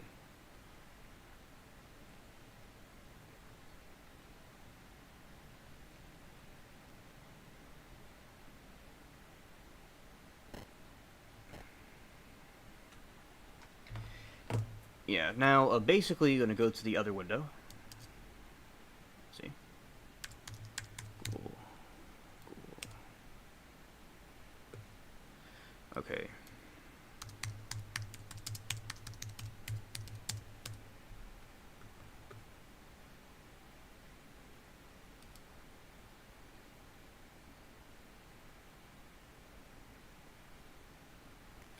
Alright, so I'm going to get to another thing that Dark Meta sent me about the semiconductors. But now what I'm going to do is I'm going to read you all another article about what's going on. So Twitch streamer and CNET to be charged with after New York giveaway chaos in Union Square Park. Kennat, a popular personality on Twitch and YouTube, was in law enforcement custody after a crowd turned to an event that police say wasn't permitted or sanctioned by the city. Get to that in a moment. I'm going to read the article.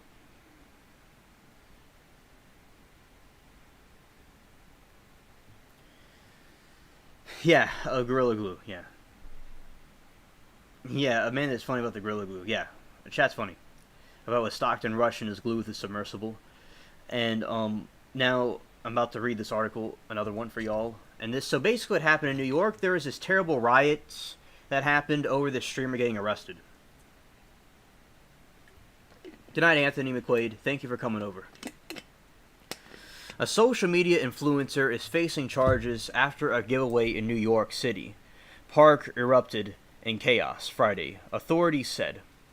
New York City Police Chief Jeffrey Madurai told reporters that the video game live streamer I don't know if I'm saying his name right,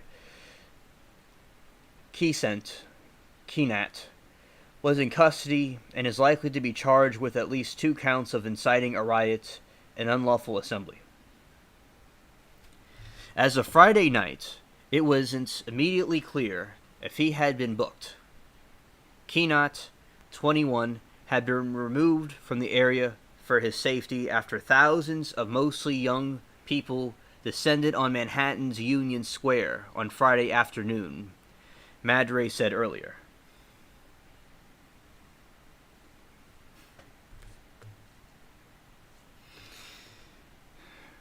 Madurai said that 65 people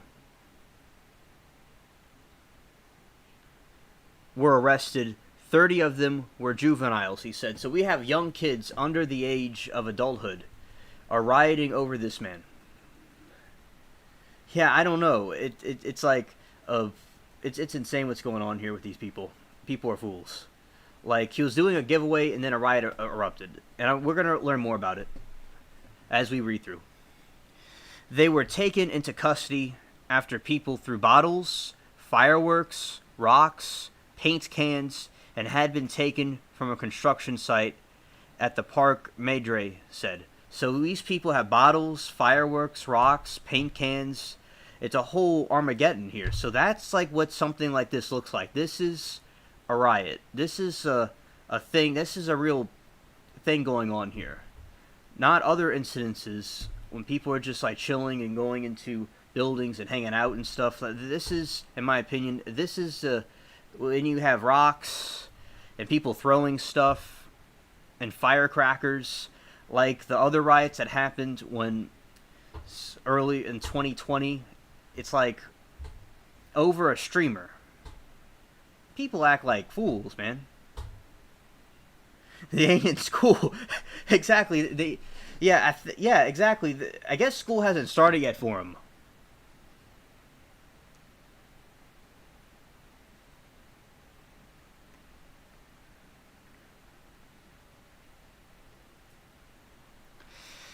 Yeah, and also, and then they say that CNAT had been removed for his safety. In Madrid, 65 people were arrested, and they were juveniles. You read that right. And they were taken into custody after people threw bottles, fireworks, rocks, and paint cans, and taken to construction site at a park. And 3 officers were injured, he said, and Sergeant suffered a broken hand. A sergeant, rather, not a sergeant. A sergeant suffered a broken hand. So the sergeant suffered a broken hand. Officers were attacked, were crushed, he said, adding that had been hit with multiple objects.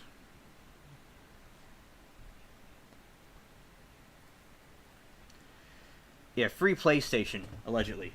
Okay. Thanks, Rebel.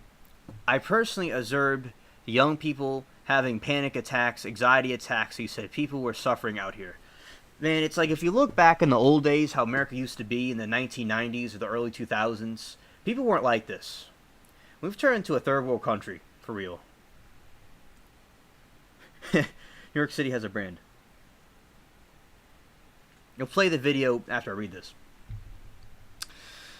On Wednesday, Keynote announced on his Twitch channel that he would host a huge giveaway with video game console and PCs, keyboards, and gaming chairs, headphones, and other items. So Rebel was right, but additionally to what Rebel said, there was PCs, keyboards, gaming chairs, and headphones, and other items. Hello, Miss Madam. Nice to have you here. The event was supposed to begin at 4 p.m., but by 3 p.m. the park was filled, NBC News New York reported. Madre said that the event wasn't permitted or sanctioned by the city. So the dude didn't have permission from the city to do this.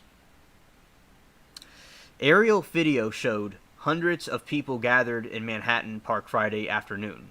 The video appeared to capture a skirmish island. People could be seen standing on cars. I remember when LA won the championship last year, or a couple of months ago, people were like jumping up and down on buses that they blew up with firecrackers, and they're acting like, I'm not saying a racial thing, it has nothing to do with race, but like they're acting like monkeys, as white people. They're just jumping up and down on it, and people were breaking and rioting and looting over a game. Right? Over a game, they won the game, and people are acting crazy. It was like a Armageddon, and this situation brings Armageddon. It's like these days people just riot over anything. Chat, what do y'all think? What do y'all think of this? I know chat is saying good opinions. I see the chat, but these people just riot over anything.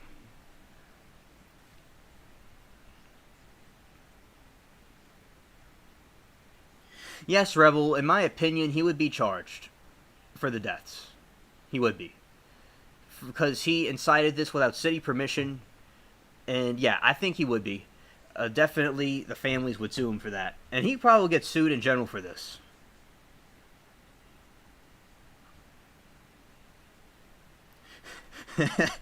Dark meta. I always have panic attacks when I'm destroying property and maiming people. Yes, Rebel, and we've talked about this before about mob mentality and how dangerous it can be. Facts. That mob mentality has caused people to have problems.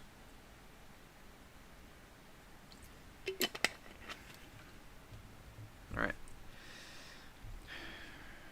In plain clothes and uniforms, officers could be seen surrounding the crowd, and a loud bang could be heard at one point. By 5:30 p.m., the area had begun emptying out. The police officers were blocking every entrance, and clusters of teens were laughing and joking and said they didn't fear for their safety. Yeah, that's a crazy situation to be in. Yeah, stranded life form, exactly. They have empty lives and no purpose. They got bored at their job. When they're working over there, as a joke, I'm not putting down anybody that works at McDonald's, but I'm just saying this: they're bored at their job at McDonald's is a joke. Nothing wrong with. They should be working, doing something productive. That would be a productive thing they should be doing. But like they got bored at their job, or bored of trading their cryptocurrency. They're gambling cryptocurrency, and they lost everything, and they had no purpose in life anymore. So they just, Bojack and his friends decided to just go over here and cause a ruckus to get some game. Yeah, but they should be working or doing something productive, though.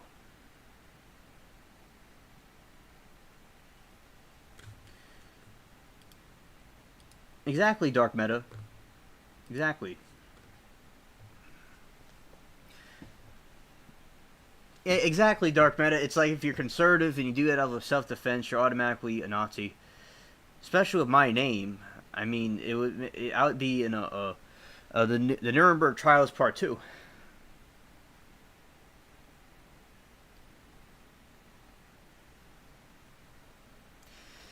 And straight life forms like Chop. And okay, so fear for their safety. Get this chat, get a load of this chat. So I remember in 2016 when it was August, and I was going down that street, doing my, seeing my friends, doing my entrepreneurial things and business stuff. And I remember it was before school started, and I was being productive, not to my own horn here, but I was not going out and rioting, but I know, like, there's a Point Rebel where they're not in school because of summer break. And we're already in August. Time flies. And I have my own little class right here. I'm the teacher now. Ha. Get a load of this chat. One 16-year-old who identified himself as Rodrigo said he was a fan of CNAT. As I said, I don't know how to say his name. I'm probably butchering it. And came hoping to win money or perhaps a council. Yeah, everybody's going to go there to win something. Exactly. Latina was like, maybe if the wizard came and gave them a brain, grabbed them one for Joe, Jill, and Hunter Biden. Exactly. I totally agree, Latina. Exactly.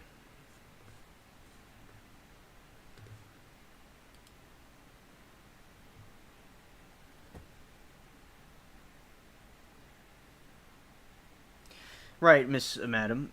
Exactly. That we have to follow God's rule, and these people aren't being godly. And then a big storm of people started running, and there were cops everywhere, he said. Two other teens said they came for vibes. So some teams came there for vibes. They whatever that. I know what that means. Yeah, two of the teens came there for vibes and to see Kennat, who one described as best person in the world, but saw pushing, crowding, and people throwing things, and child almost passed out. So a child almost passed out. And I'll play the videos of this in a little bit.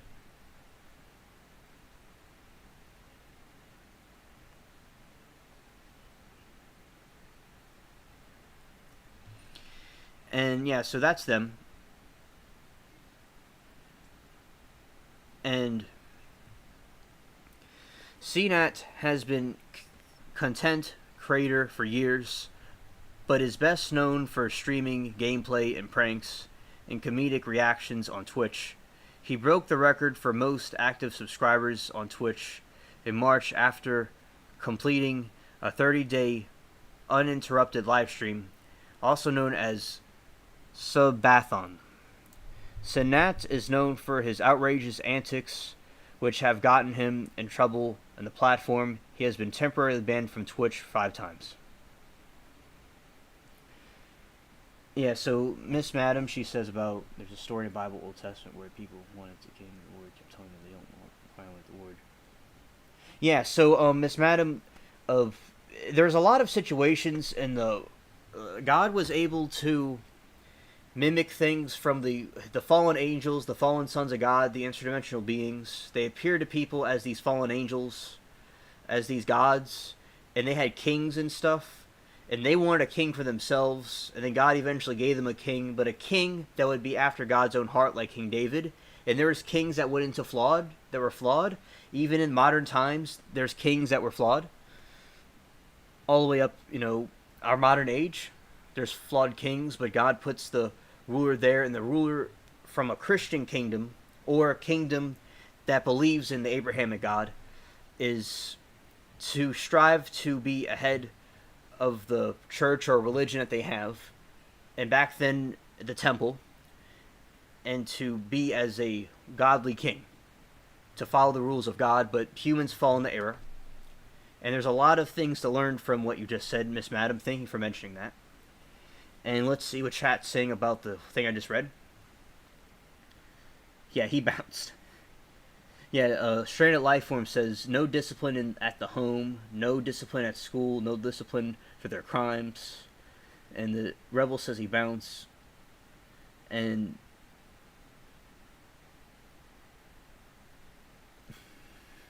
yeah, Amanda, that sounds funny. What you're saying, SU Wolverines. And children, let's say Latina says children of the Strags, Maggles of the Traggles. I never heard of that. That's funny. And yeah, and you're right, SU Wolverines. It's causing a lot of problems. And some might be back later. She was talking to SU Wolverines about something. So that wasn't about this, probably.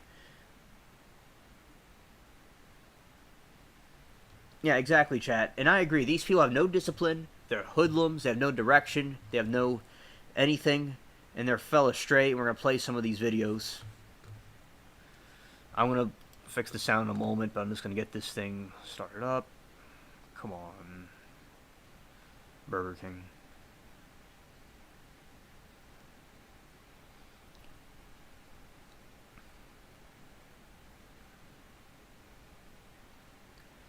Alright. And there's Burger King. Well, look at all these people, chat. All of them rioting. And as I said, I am going to review this in a little bit of parts. And look at all these people that are standing on top of this. Fair use, as I said. Fair use.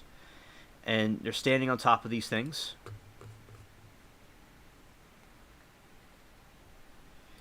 And yeah, we could see here. Look at them. Look at all those people. All for some council. Gaming council and whatever else. Oh my goodness. Oh wow, that's crazy what they're doing. Just hordes of people have no discipline. So many people lost. So many people rioting and doing goofy things. What are they, on top of a car or something? Wow, look at all them taking to the streets. That's wild, chat. This is pandemonium. Oh my goodness. Look at them running. Wow, and they were rioting and looting over a game console, over some money, and some things like that. Yeah, try that in a small town. Yeah, yep. Facts. Man, look at these people.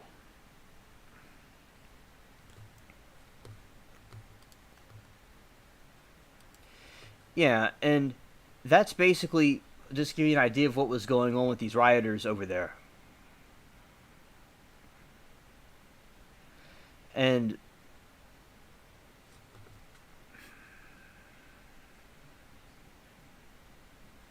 yeah, they need that. Yes, Rebel, exactly. Oh, yeah, Miss Madam, I'm sure you would have ended their whole career.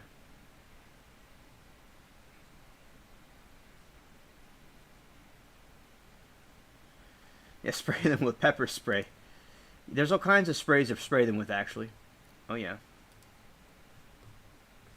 ASSV Wolverines, this is in New York.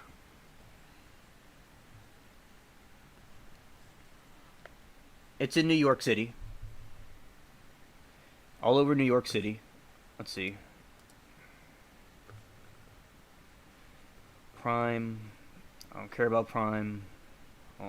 You know, we're on Alien Prime right now.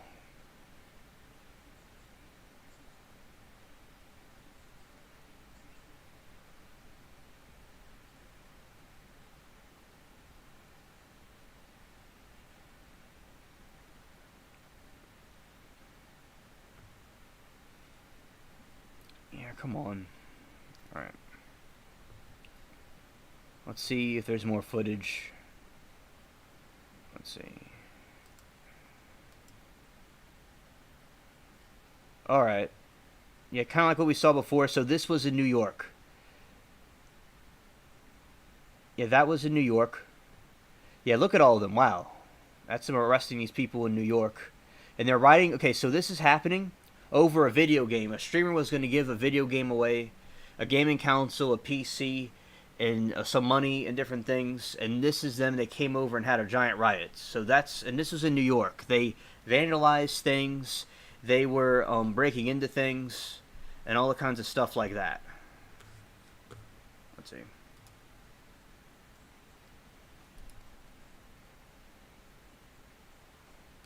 After a social media influencer known as Kai Sanat planned an event to give away PlayStations at 4 o'clock this afternoon. We just decided to come not knowing what we were going to expect or whatever. By 3:30, hundreds of people had already gathered.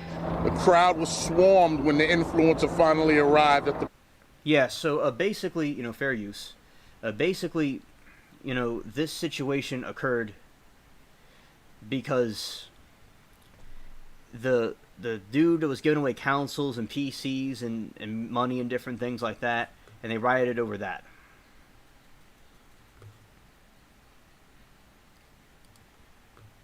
And that's just wild. I mean, it's absolutely absurd.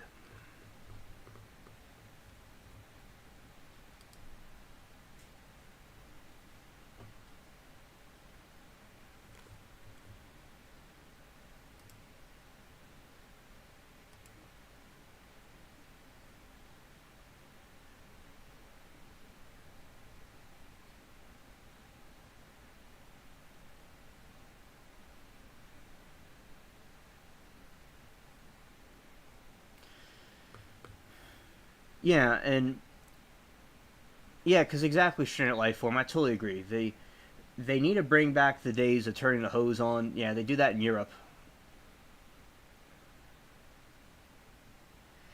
Yeah, I know ASSV Wolverines. How many things was he giving away exactly? And yeah, it's pretty cool how they're, you know, that one streamer was able to bring all those people together. But then again, it's bad what they were doing. Another little part. Yeah, and that's them interviewing people, and that's what the police they were doing. Yeah, so that's basically what was going on with that. They kept on doing the riots with the over the video game and stuff, and people didn't really know what they're coming out for. And then they all came out and rioted and did all kinds of things. Yeah, that was crazy.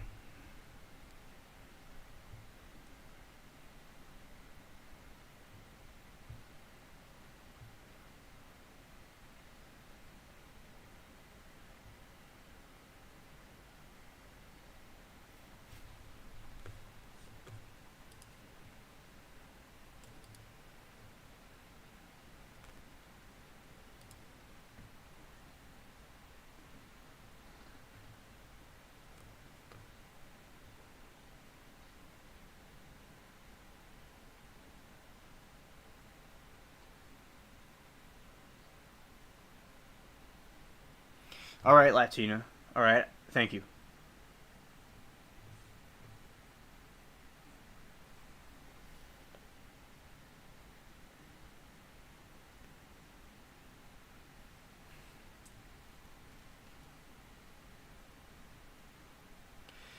And basically, they're doing a PlayStation giveaway. They're doing a PC giveaway, and exactly what Amanda's saying. Like, it's best to do these things online. That's what I would think the best thing to do would be, is to give it away online.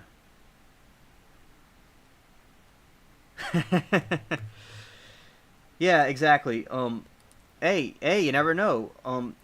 There would definitely be everybody come to New Orleans for the corn giveaway. Yeah. I mean, we'd have the people coming from all over for that one. Yeah.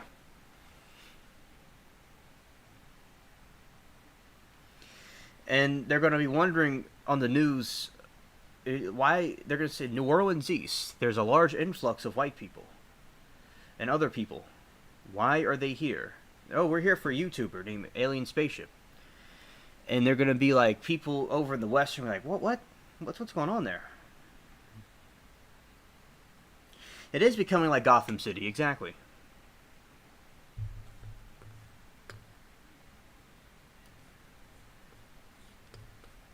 Exactly, I totally agree. Yeah, and also, yeah, all the streamers and people coming over to do that, yeah, that would be crazy. Exactly.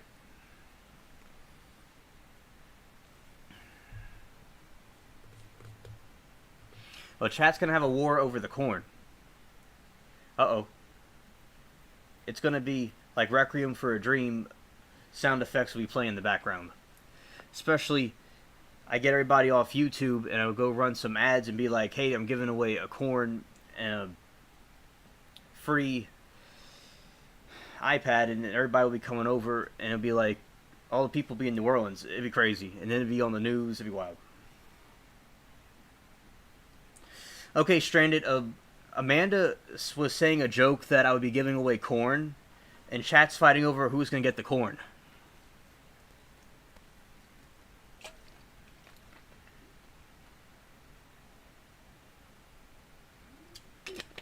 Alright.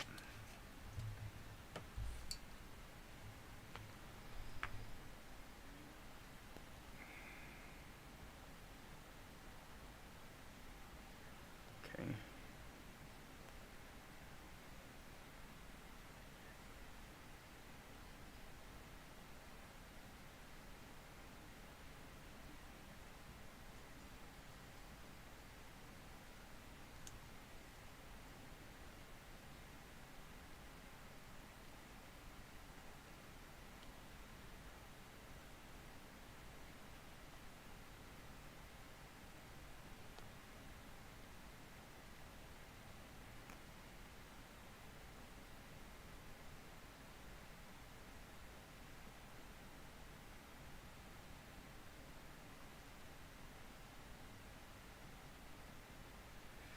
Alright. Yeah, corn makes whiskey. Yeah, that's pretty cool.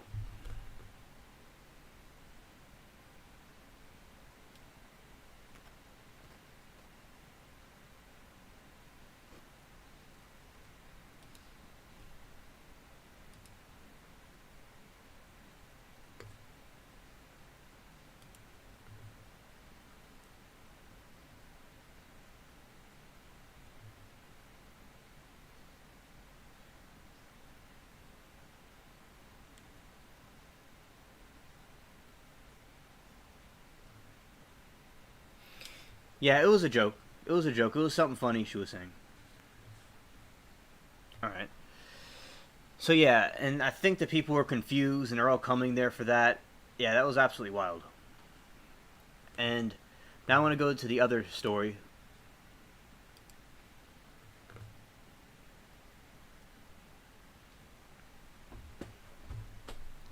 So, Dark Meta was telling me about a new semiconductor that is a lot like alien technology. So the LK99 semiconductor, it went viral, and here's the information about it. So right when the stuff's coming out with Congress about the UFOs, the UAPs, there's this new information that's coming out about this new technology that can be used for flying cars. Because we were talking about the flying cars before.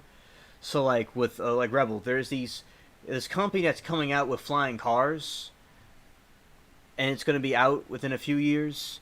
And this is kind of like the technology that's similar to that, and it's very interesting.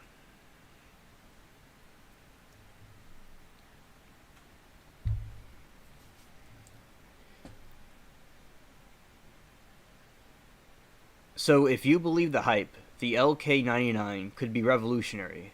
It's supposed to be a perfect superconductor that could help nuclear fusion become reality and make levitating trains an easy way to commute. At least that's the story that's drummed up on social media. But it's not what many experts think for new discovery. And this is like probably criticism about it, but so basically this new semiconductor can cause levitating cars and things and stuff. And I'll read different articles about this. But here we'll go through different things.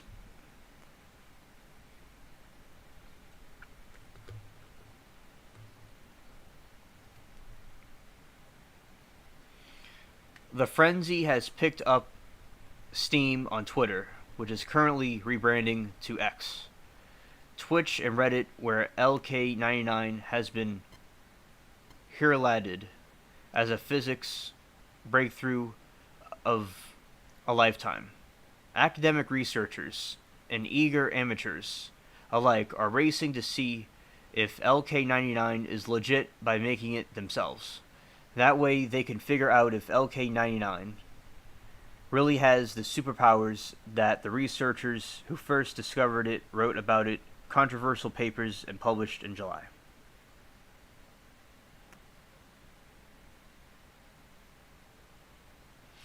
Exactly, Rebel. I think it's a frightening thing to think about a flying car.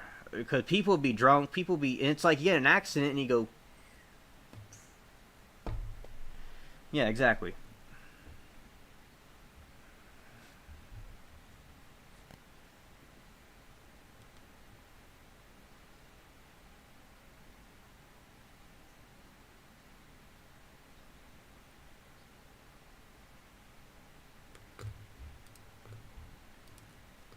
Thank you.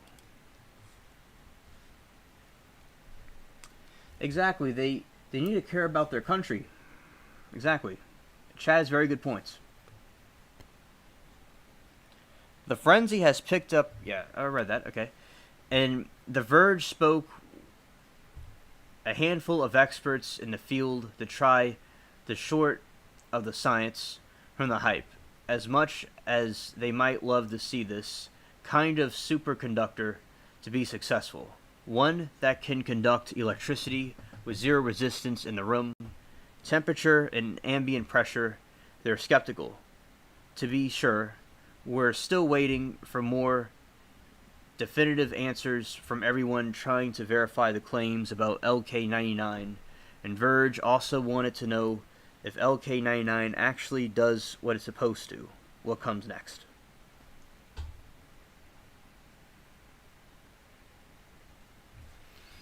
That's the story that's drummed up on social media, but it's not what many experts think.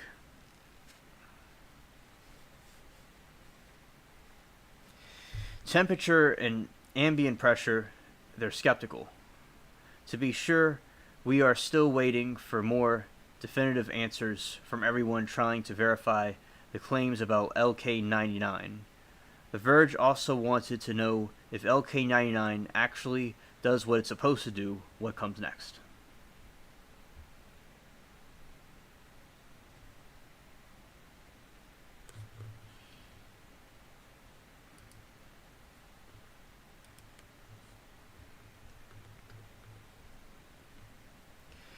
Back up, what is LK99?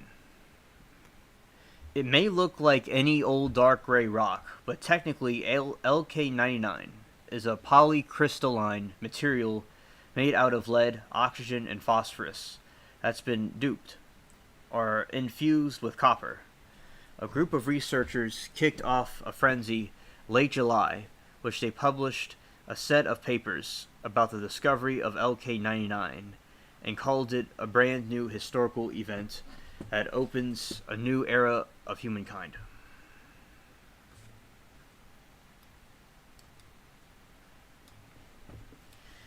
Dark Meta says, room temperature fucking superconductor at ambient temp. It's holy grail of physics and material science. Though thought to be impossible, this isn't some normal discovery. It's suspicious as fuck. I agree, Dark Meta. And a lot of this stuff coming out, as you pointed out with my comment before, about the alien technology, with the alien hearings the Congress is having about the UFOs, the UAPs, and this is coming out at the same time, perhaps, in my opinion, this could be a conductor. That this conductor could be from alien technology.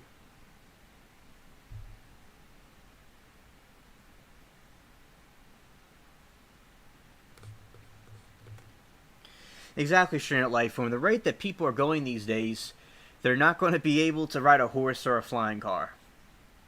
I'll get to that, the flying car thing. It's funny.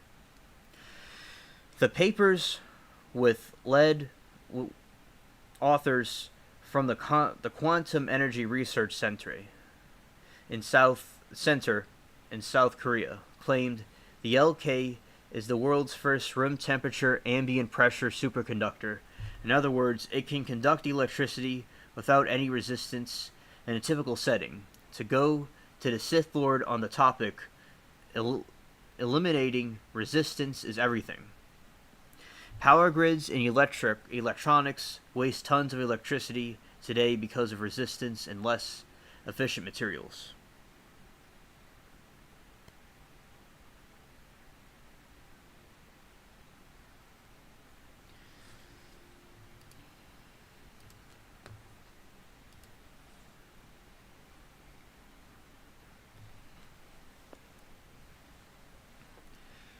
Why is the LK99 potentially so important? There are other superconductors today. They're used in magnetic resonance. Yeah, I said it right. Reconnaissance. Imagining MRI machines. Yeah, the MRI machines. Quantum computers and nuclear fusion devices. But those superconductors only work under very low temperatures or high pressures that makes them too difficult and expensive to use in most everyday applications. A technology available room temperature superconductor isn't just a Nobel Peace Prize territory. If you're patient to it, it's incalculable, viable, essentially, says Chris Grover, professional of materials at the University of Oxford and director of Center for Applied Superconductivity. It's transformational on so many things.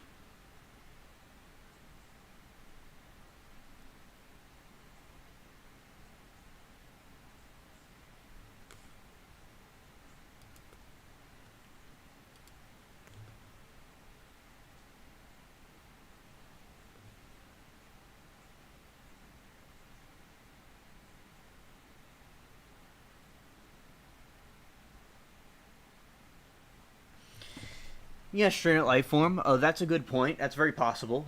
It may be more delayed than what we have now, but it would come out eventually, probably, if it's real.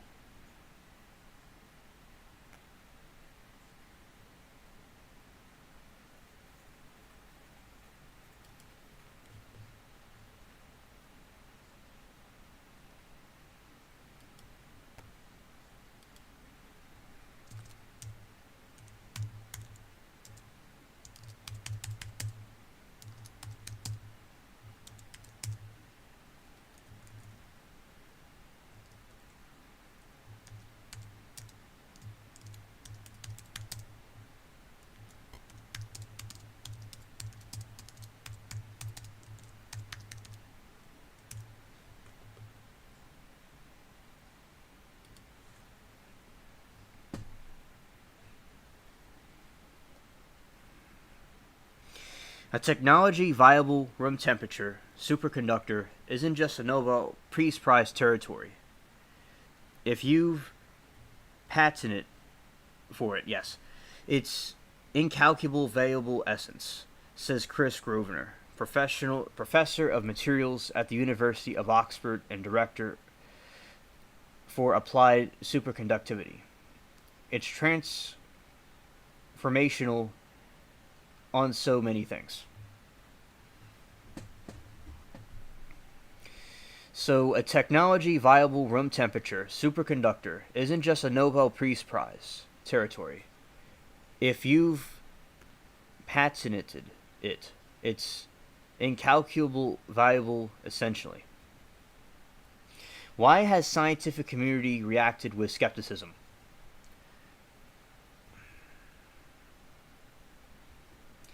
To start, LK99 rose to fame after it was described in a preprint research papers that haven't been subject to peer review.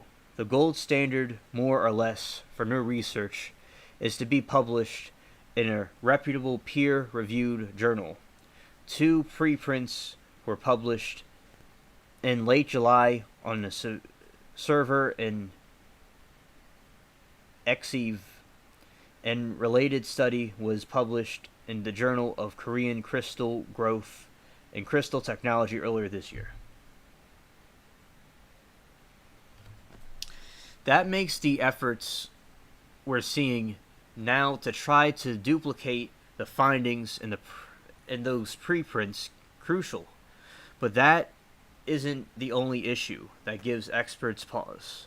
They raised a range of concerns in interviews with The Verge. To start, there were inconsistencies in the data. 2 preprints disagree with other. There is reportedly also conflicted between the authors. There are 3 authors named on one paper and 6 on the other. Preprint with fewer authors contains many defects. Right. Author of the paper told The New Scientist. The author, William and Mary physics research professor Hyun Tae Kim, also said that the preprint was uploaded to a ASSV without his permission. Kim reached out to him.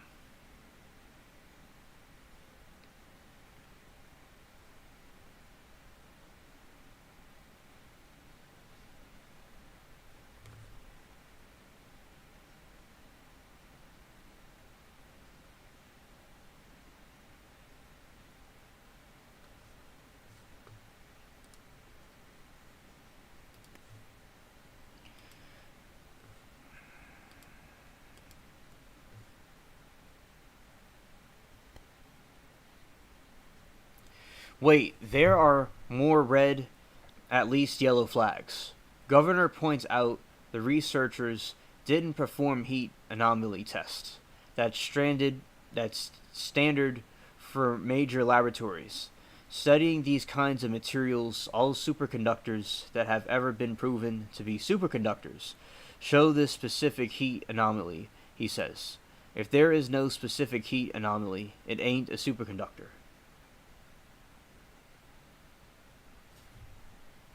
Yeah, dark matter with crypto mining, that can go insane. That sounds like it could go very insane with that. And no more computer fans, no more heat. Data centers spend billions in power for cooling. Yeah, now my computer is advanced where it doesn't have heat. It doesn't have, like, the fans and the heat. It's built a certain way where it circulates out and it doesn't make any noise. Yeah, y'all don't even hear the computer.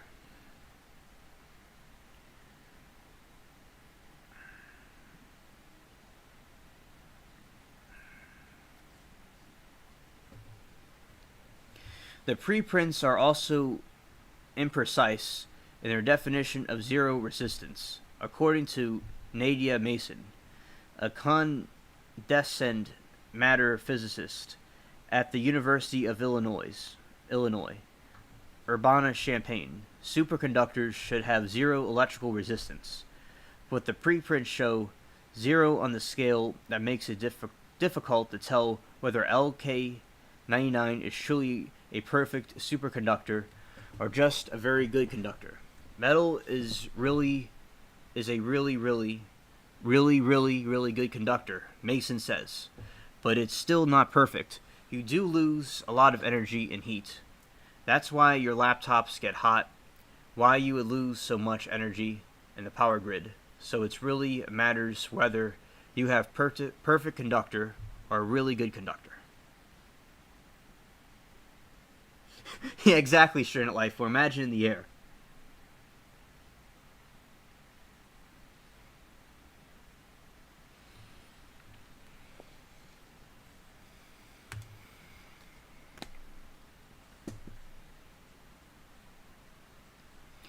The building blocks for LK99 raised some eyebrows too, unlike many superconductors made from metal.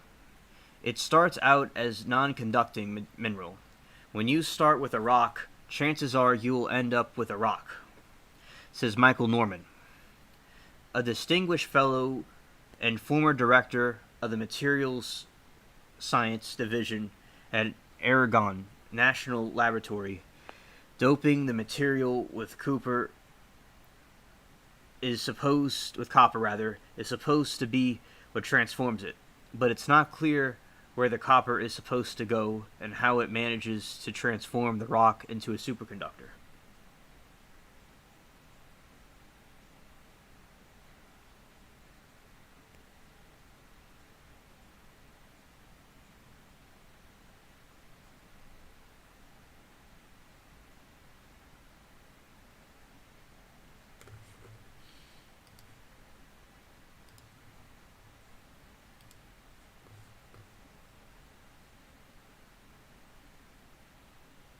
Alright, moving on.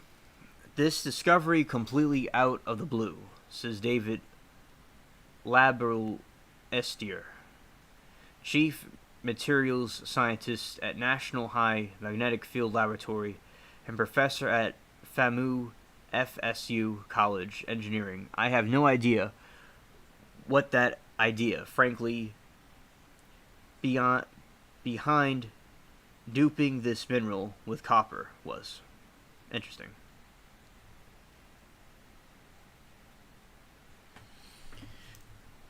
That's true, Dark Meta. That's true. Didn't we hear about the same drama over a room temperature superconductor before LK99?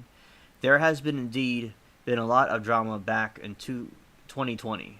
A team of researchers from the University of Rochester said they have found a room temperature superconductor made from hydrogen, sulfur, and carbon. What the researchers published, a prestigious journal Nature, was later retracted after editors pointed out to the issue with how the study's data was processed. It makes most of us very, very wary of the claims in cases where people can't reproduce their data. The Rochester researchers tried again. In March, they published another paper on room temperature superconductor made from nitrogen, hydrogen, and the rare earth metal lutetium. They called it red matter. After the fictional material in Star Trek that forms black holes, that paper is still under scrutiny, especially since one of the key researchers from Rochester's faces separate allegations of plagiarism and data fabrications in his other work.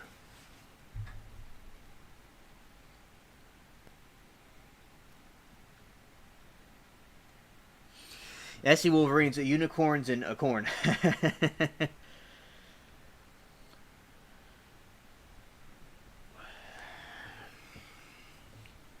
How successful have efforts been to replicate the LK99 and show whether it's superconducting? And that's interesting stranded life form about the person that disappeared that invented the car that ran in water. That's very interesting. It's just a big research labs that are working to see whether LK99 can live up to the hype, since LK99 is made from relatively simple ingredients and doesn't require extreme temperatures or pressures. Other folks with access to it and right equipment are trying their hand in engineering at a space research startup. Has been live streaming his efforts on Twitch.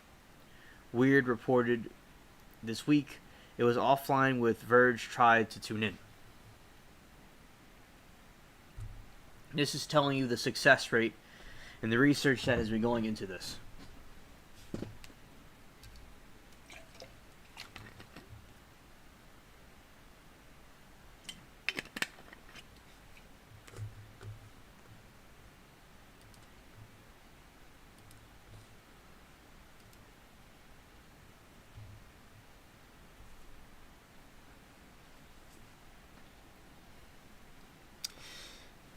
Experts tell The Verge it's still too soon to make a final call on LK99. Nevertheless, some early results have captured people's imaginations on social media. A video has been making the rounds online for a piece of LK99 made by a research team from Hazehong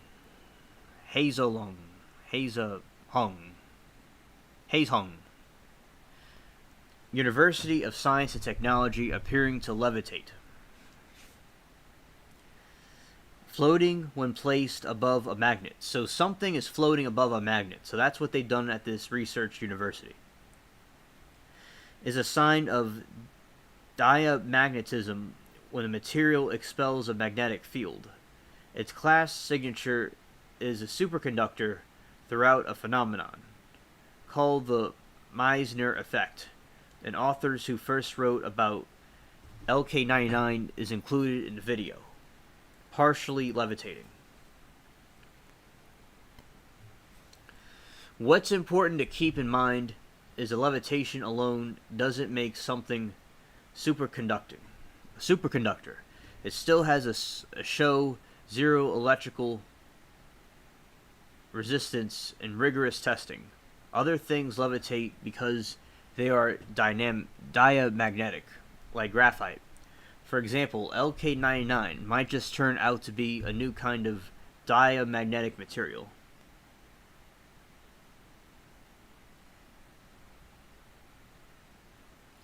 Yeah, strain of life form, I agree with you. That makes sense. It's all rigged. The system's a rigged system, in my opinion, also.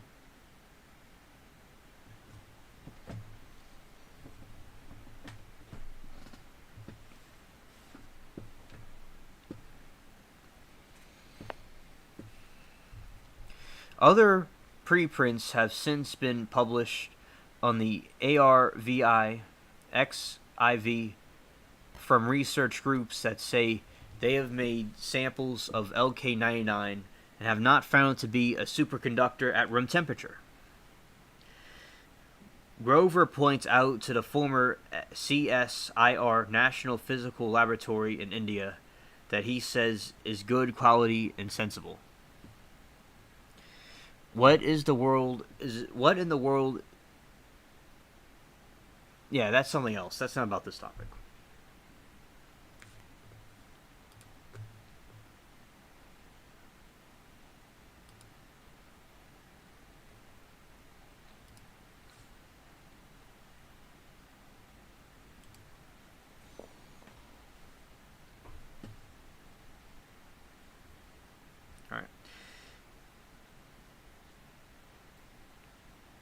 Yeah, so I'll say it again. To one of the, he points out, says it's a good quality and sensible. After Lawrence Berkeley, materials scientist Sinead Griffin posted her own analysis on Twitter with a GIF of Barack Obama dropping a mic. Other people interpreted the results as evidence that LK99 might actually work as a superconductor. Only that wasn't what Griffin was trying to say with the paper. TLDR, my paper did not prove nor give evidence of superconductivity. She later clarified, It merely said that the material showed a promise if copper was put into the specific place while duping the LK99, but that is nothing special really happens if the copper is in the wrong place. So that, because I remember like with math, or with coding, if something is off just slightly, a comma or something's missing or not done right, the whole thing won't work. But this is a very interesting technology, and Vlad Meta sent this to me. Well, not the article, but told me about it, because this is some very interesting information.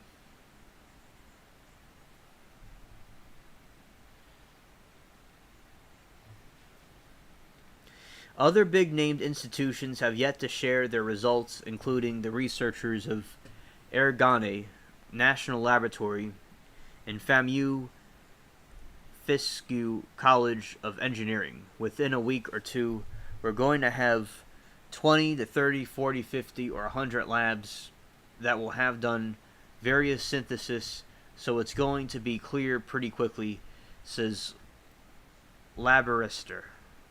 What if LK99 actually turns out to be room temperature? Superconductor. Is that going to change lives right away?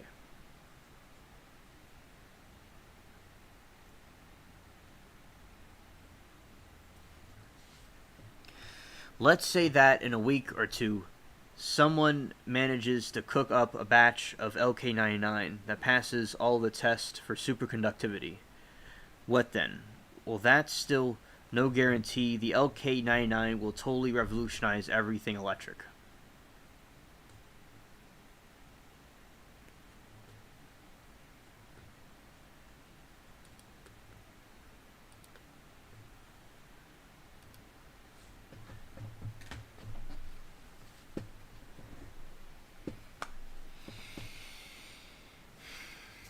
If it can't be manufactured, it's a laboratory curiosity.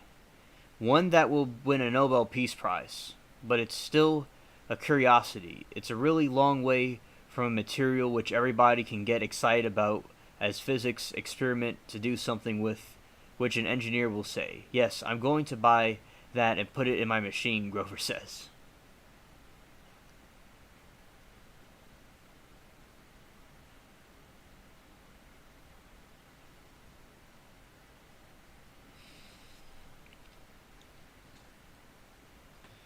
There are thousands of known superconductors we use because they're the ones that can be engineered, mass-produced at a cost point which allows them to be applied in real systems that people will pay for.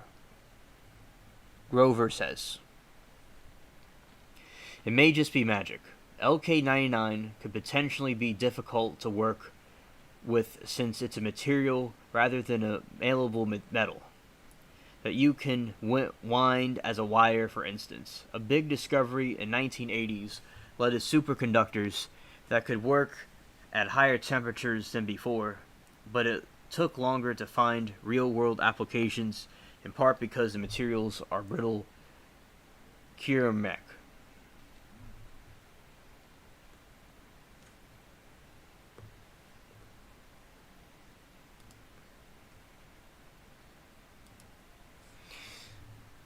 Yeah, exactly, Amanda. I do get the best ads. And we were talking about that at one time. About the candy. About these kind of candies. Kind of like the alien candies. Pretty cool.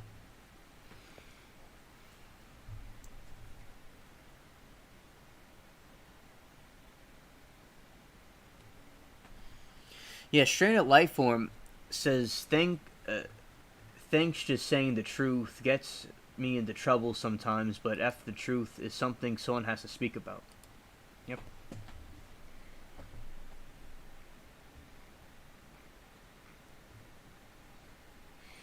It may just be magic. The LK99 could potentially be difficult to work with, since it's a material rather than a malleable metal. Line wire from 1980s, yeah. Superconductors that could work at higher temperatures than before, but it took longer to find real-world applications, in part because of the materials are brittle ceramic.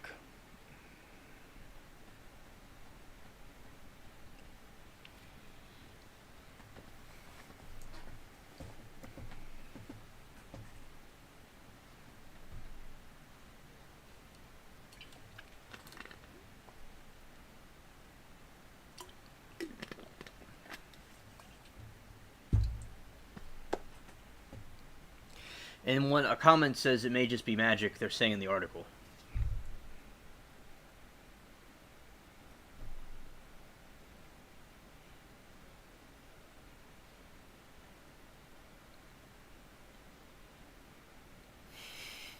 Hesse Wolverine says he gets the books for dummies. Yeah, that was funny.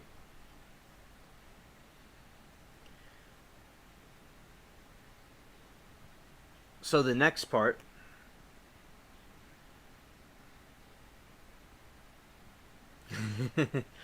Is it my hint water? LOL.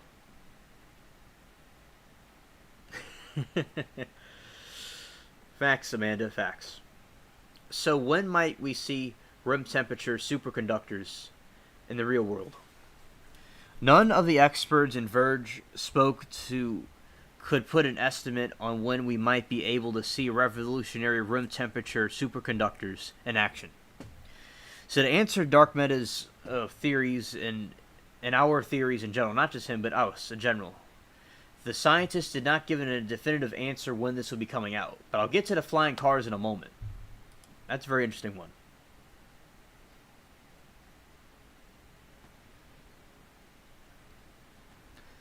So, on when we might be able to see revolutionary room temperature semiconductor in action. It may just be magic, a magic unicorn not exist. Hey, a synchronicity right here. It may just be magic, or it may be a magic unicorn and not exist. Because SE Wolverines accidentally put unicorn emojis in the chat earlier, so we're going to play the applause for synchronicity.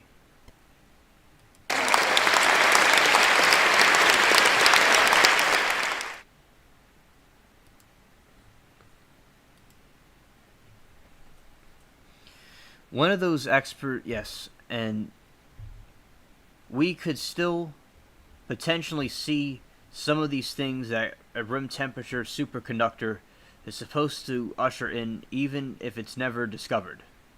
Think of a perfectly efficient superconducting electrical grids, and more powerful medical imaging machines. Those developments might depend on more incriminating improvements to make existing superconducting materials cheaper to manufacture and easy to deploy. There are big improvements that can be made, but they are not with inventing room temperature. Superconductor, Grover says. They're just using the ones more efficiently.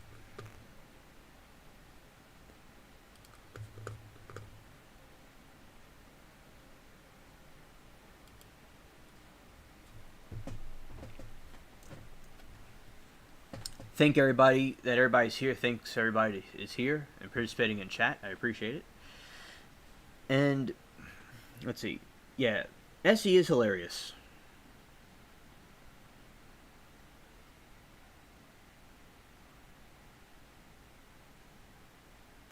Yeah. So the flying car, that's a funny one.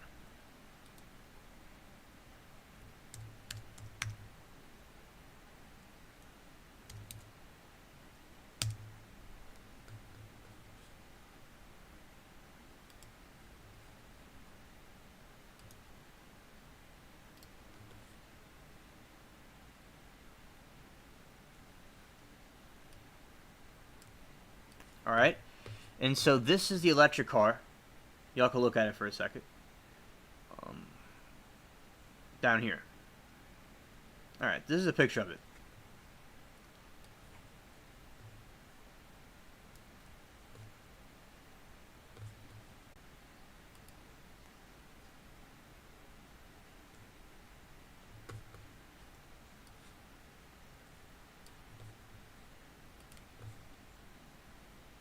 Okay, so what do y'all think of this one? Thanks, Amanda. Thank you. Alright. So this is the flying car. And this is the thing that's going to be flying around your house soon. And we have it here. This is an example of it flying around. You know, just going on vacation or going to work or going to the grocery store, hanging out. You're just going to be flying through the air.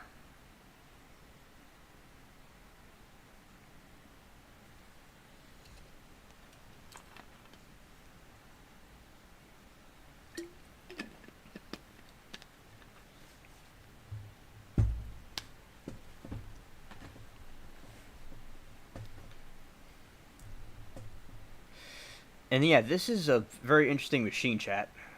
And I'll read more about it.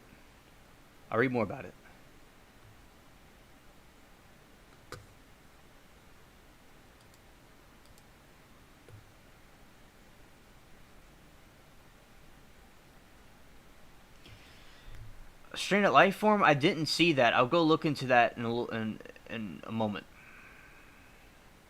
Thanks for bringing that up. Alright, under experimental status, the first flying electrical car has officially been cleared for takeoff. This week, Aleph Aeronautics revealed its flying car. Model A was granted legal permission from Federal Aviation Administration to test run the vehicle on the road and the sky.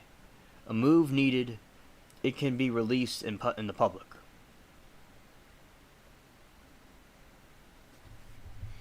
I asked this last night. I'm going to ask it again for the people that are here.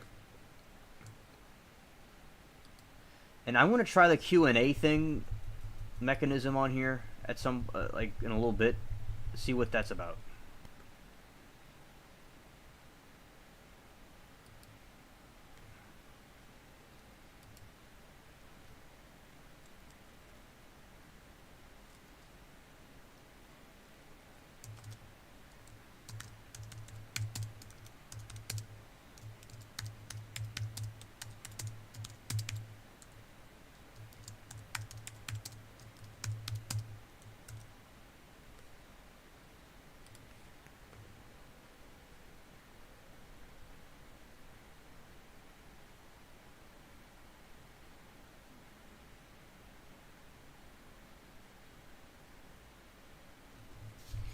Alright, so getting back to the article.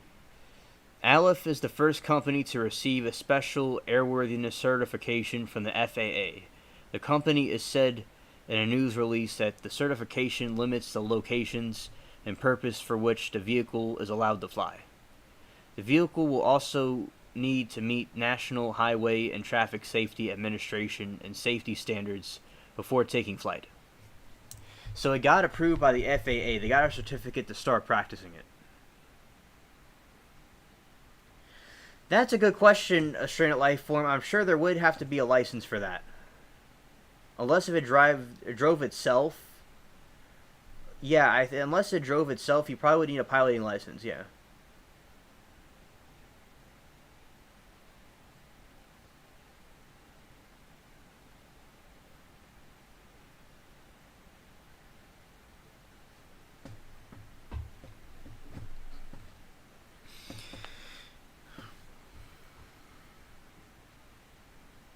But the company's CEO, Jim Duquesne, says the company is hopeful that certification will be our next step.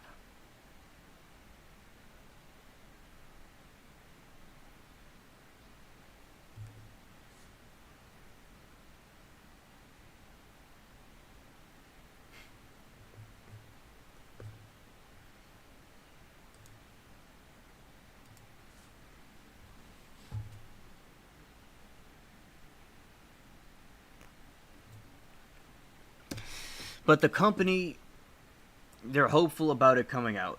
And the historical significance of this cannot be overstated. Duquesne told the USA Today Friday, while there have been pioneers like Turavacchia, Paul Mueller, and Henry Ford, that is the first time a vehicle in the traditional sense parks and drives like a car, functions like a car, looks like a car, has received permission to fly. It's also important that Aleph is the first electrical car which received permission to fly. And last but not least, the ability to vertically take off is essential to the most important people's conception of a flying car.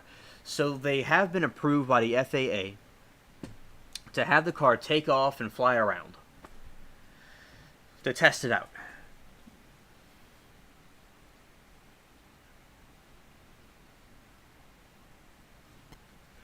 Ah, good point, Street Lifeform.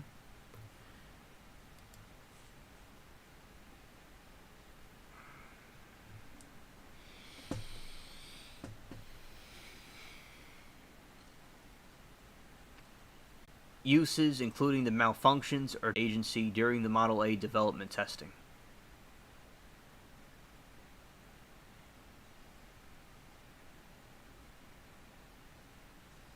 So that's it right there, chat.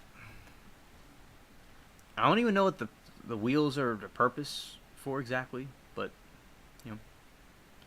So they're trying to make the world like the Jetsons.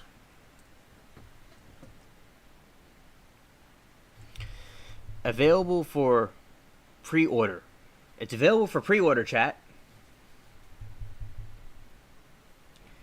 The flying car is now available for pre-order. The Santa Clara, California-based company posted on its website carrying one of the two occupants. The vehicle will sell for about $300,000. 300,000. Wow. The Model A is 100% electric, drivable. Oh, it's electric too, chat. It's electric. Drivable on public roads and has a vertical takeoff and landing capabilities. And the company wrote in its release, it's like you in Chicago somewhere, or some parts of New Orleans East, and there's like stray bullets, and the car just gets shot down. That'd suck.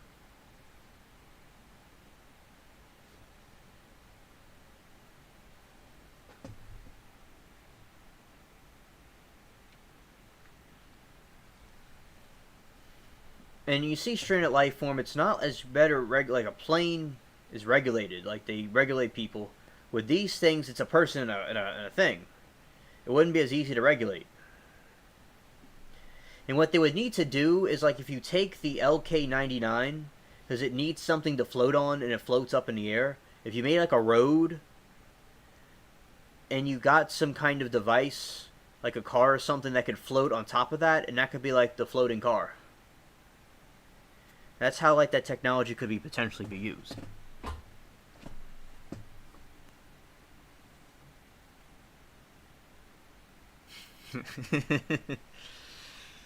The car will be a low-speed vehicle, meaning it won't go faster than about 25 miles per hour on a paved surface.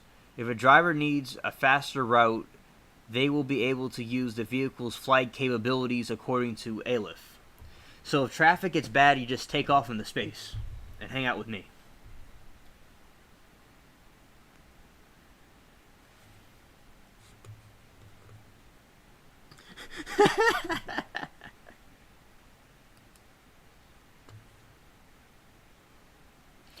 Dark Menace says when you don't pay your carbon tax and social credit score, they just go, it gets too low, they can just cut the power and you fall to your death.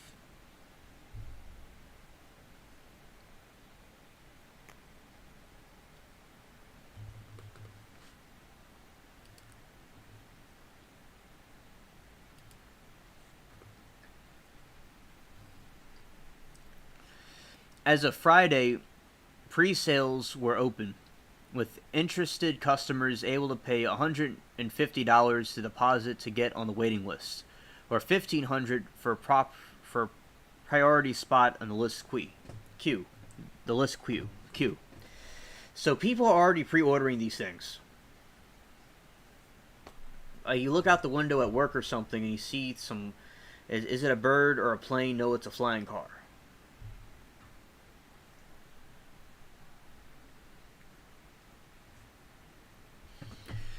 "4 years of test flying.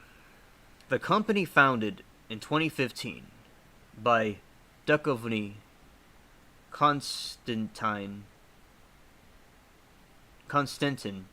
Kisley, and Pavel, and many other people in Palo Alto, California, has been test driving and flying these cars prototypes since 2019. So chat, there's already a prototype being tested right now. So there's a flying car right now being tested.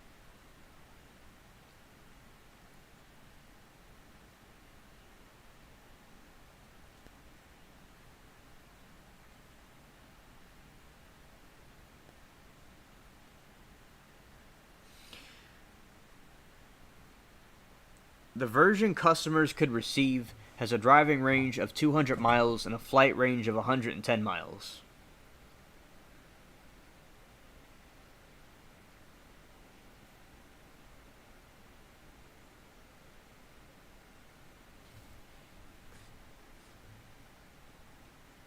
Amanda, I do.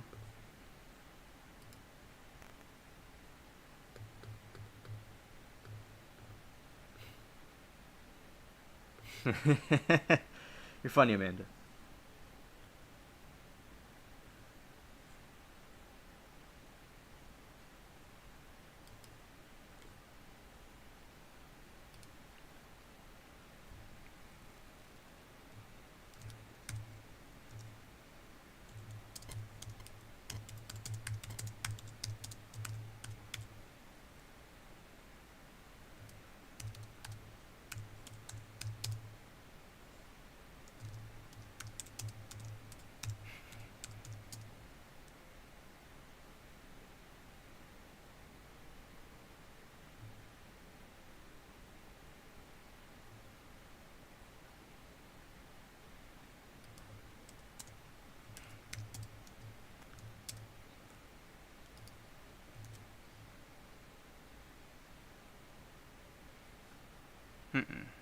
That's what I'm meant to do.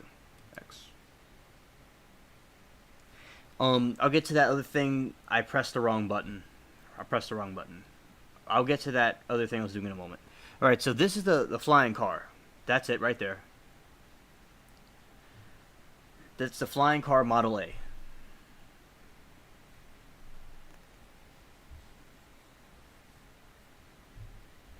Yeah, I see you're going to bolt us in.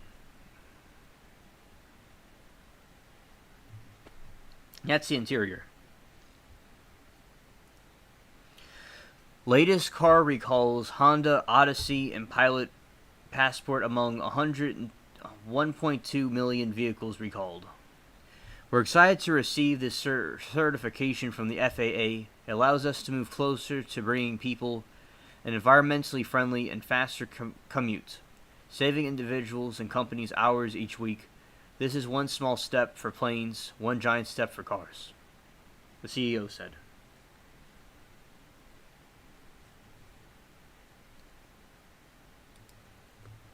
Yeah, I'm going in there too. I'd go with Amanda and y'all, of course.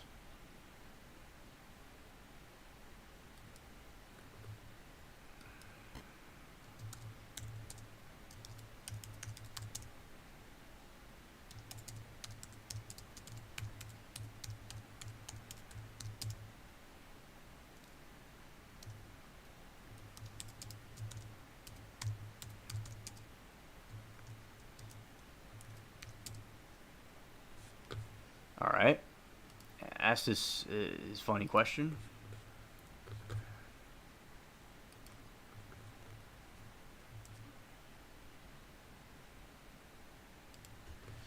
Alright.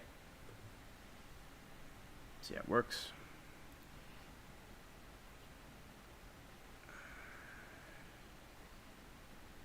The idea to get the vehicle on the road into the air happened the same year. So this has to do with the Marty McFly influence. The idea to get the vehicle on the road and into the air happened the same year Marty McFly, a character from Back to the Future, traveled to the future of October 2015, according to the company. During the science fiction lectures, Jim talked about how flying cars are finally possible in 2015. So Back to the Future movie, there is this flying car thing, and they base it off that. They gave him the idea for it.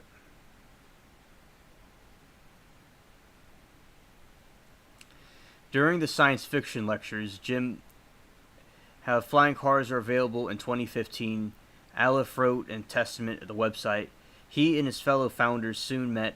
The first real flying car was drawn on a napkin in a cafe, the company said. The following year, the first subscale prototype was built in 2018. The first full-size skeleton took the skies in 2018.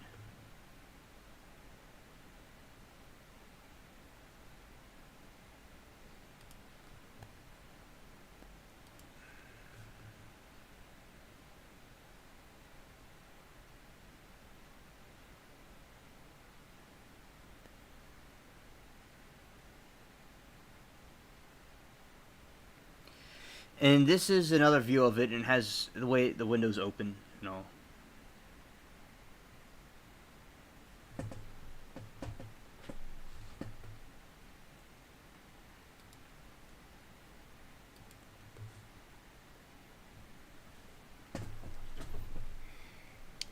Is July 4th a good day to travel? Well, that's not what we're talking about.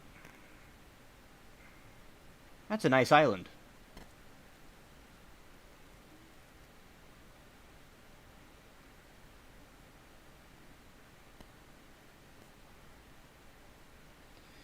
Okay, I'll ask the question again. Alright.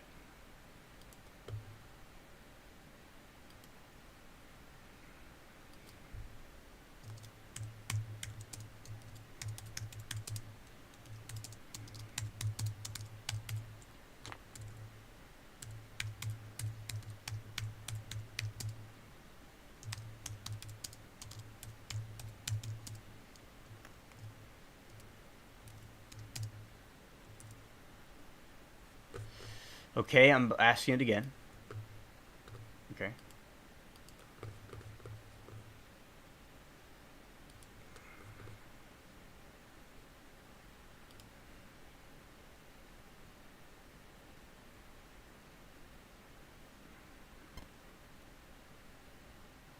I'll ask it again.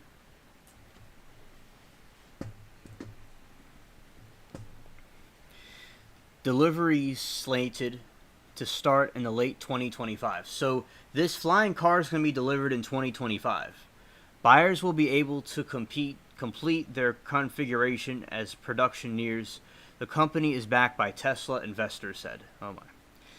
The company said it plans to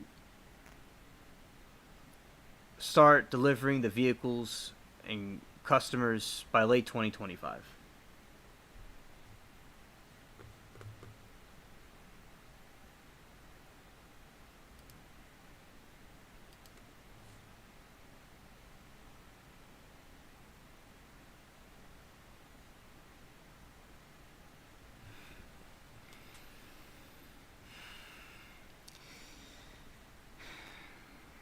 So, what do y'all think of that? In 2025 it's coming out.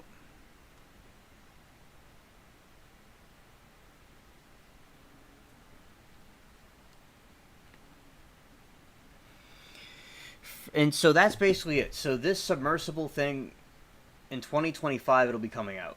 I mean, not the submersible, the this thing. The delivery.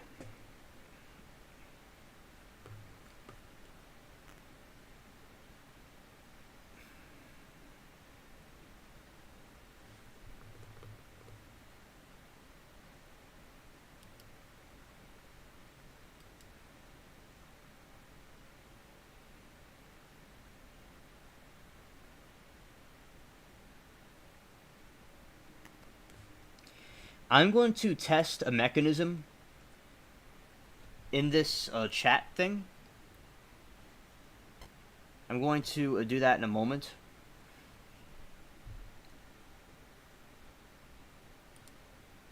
Yeah, SC Wolverines, that's a good question. That they need to do something where they're going to have a mechanism where you have to pass a test. I do agree.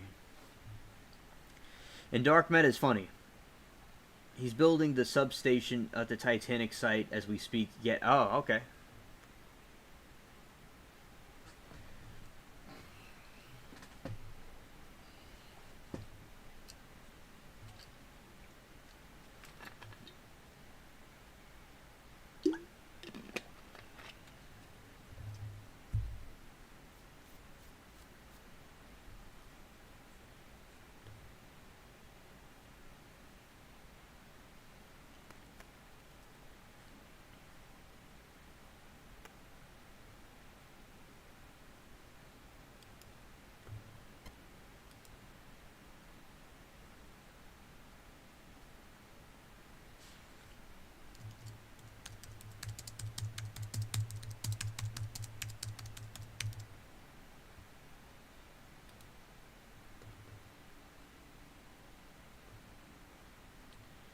Just trying something in chat.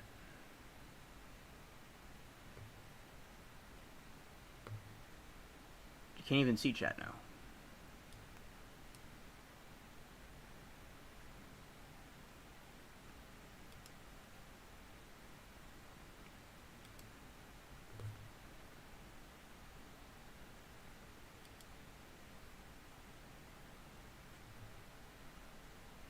Okay.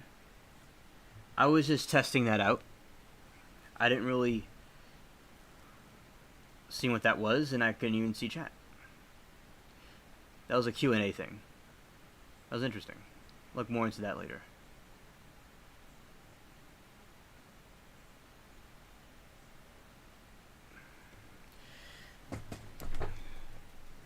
Now, I will say this. Okay, Stream Lifeform, good night. Nice having you with us.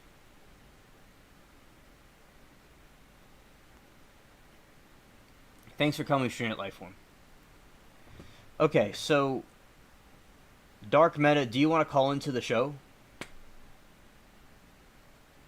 You don't have to.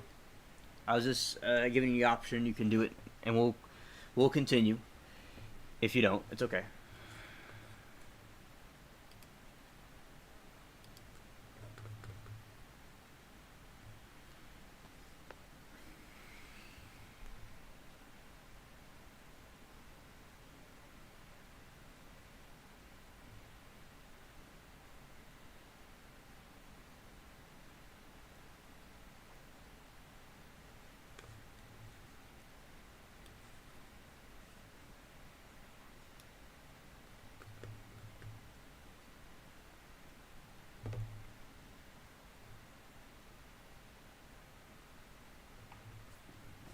Okay, I will see if he's interested in calling in.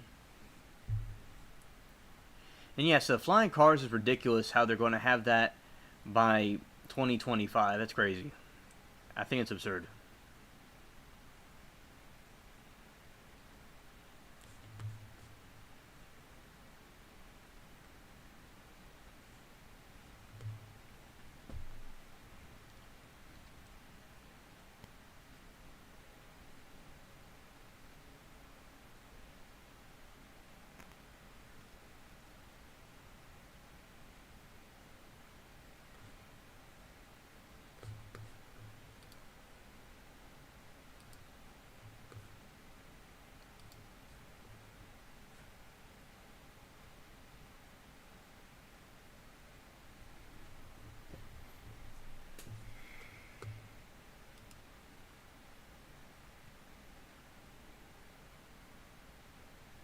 Hey, good night to Stream Lifeform. Nice having her in chat as always.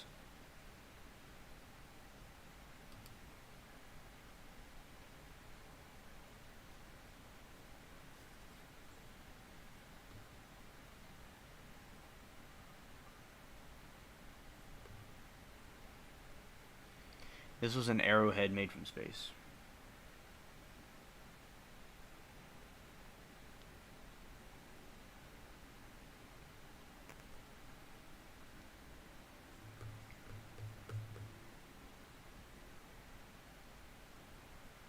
Alright. So, it seems that Dark Matter may not want to call in, so I'll continue. So this, and I might play some things later. I might have to go check them out first.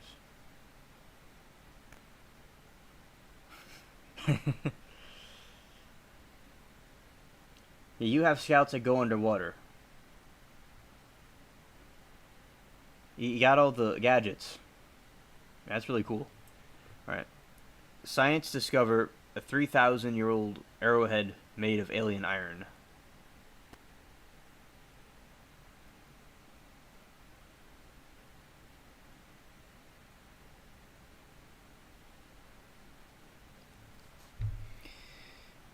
See, a 3,000-year-old arrowhead housed in Switzerland's Bern History Museum was made using iron from a meteorite. Scientists have said researchers described the features of the arrowhead and likely source of the iron meteorite in a new study published in the Journal of Archaeological Science. Previous research has found that iron from the meteorites was widely used by ancient human societies, with many such examples of the meteoric iron use discovered in Europe.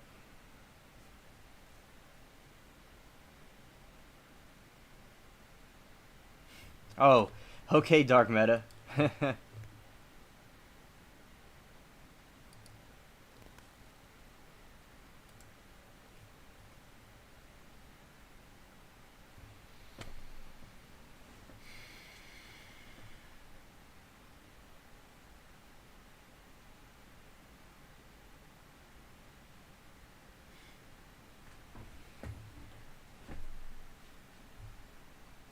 So they used ancient meteorites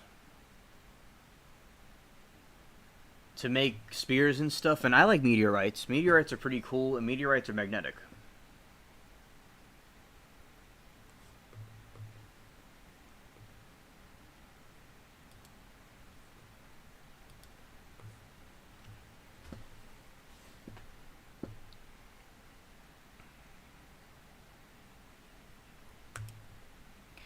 Previous researchers have found iron from meteorites was widely used by ancient human societies, with many such examples of the early meteoric iron used and discovered in Europe. In a new study, in Switzerland, this was found. In this arrowhead, researchers also found an iron and nickel alloy that has only been detected in meteorites. Chat's hilarious. SE Wolverine. Chat's hilarious. This arrowhead was discovered at a Bronze Age site called Morrigan, where early people are known to have lived between 900 and 800 BCE.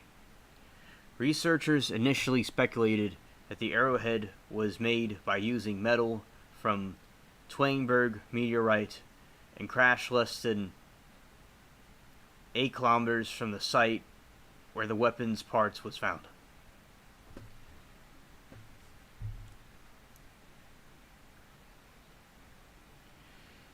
If you don't vote, you're a joke. You gotta vote.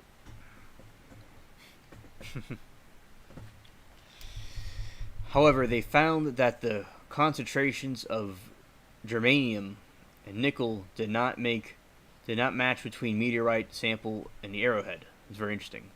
Looking at another source, the geological database of meteorites, scientists found that there are only 3 other meteorites previously discovered in Europe.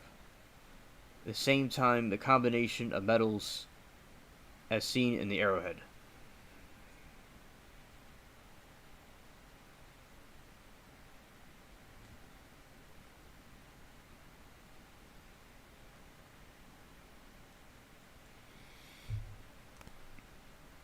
One was in Czech Republic, other in Spain, third in Estonia. Researchers now believe that Estonian meteorite would have been the most likely source for the arrowhead. The findings suggested there have been an extensive trade network between early locations in Estonia, Switzerland, during the Bronze Age in Central Europe. Okay, Dark Meta, take your time. Okay, thank you. I'll look forward to having you on later.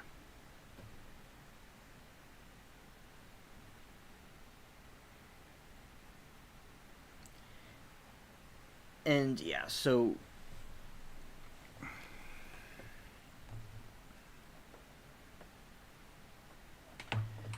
okay, doing too many things at once, Hansel.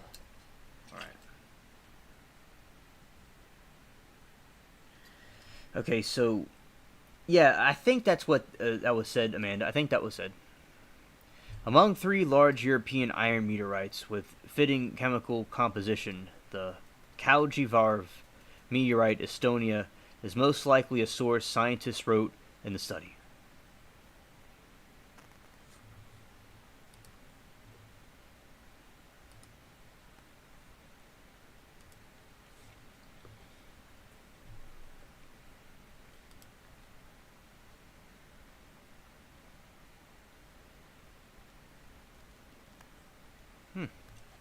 Alright.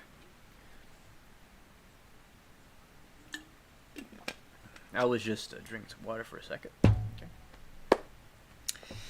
They noted that the meteorite's large crater-forming event in Estonia likely happened around 1500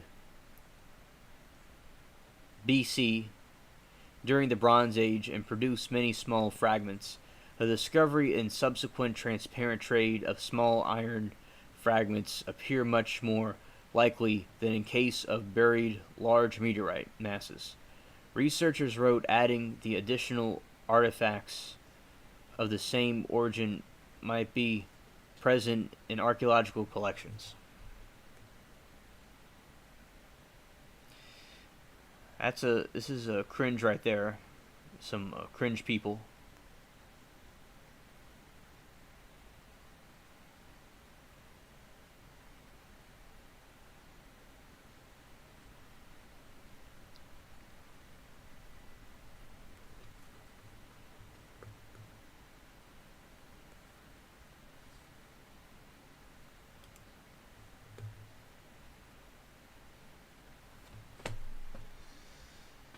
I remember they were saying at some point that he had a, no, not he, like the, apparently, like, if they had the aliens come to the president, it wouldn't go too well, and I think something like that may have occurred, in my opinion, and they weren't nice. That's what I was reading, but that could have just been satire. Yeah, I saw a meteorite. I saw tons of meteors last night. I saw tons of them fly through the sky. Oh, yeah, SC Wolverines. I remember. I do remember that one.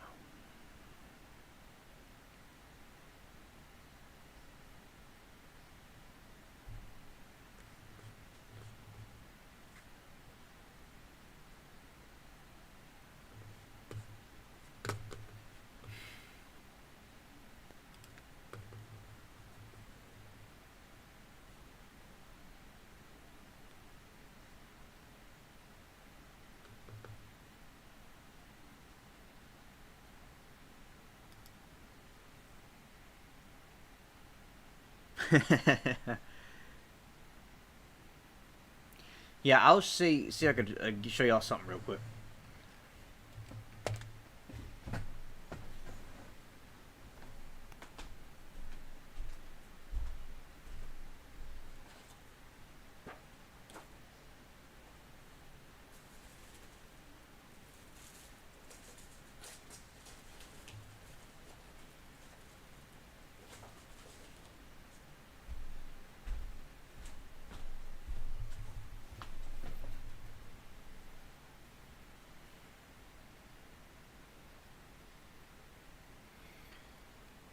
This is a meteor. I have a couple of them. And it's also magnetic. That's another sign of it. And I found it in my garden, but there's also a bunch of them I have in different areas. Fell from space. Very cool.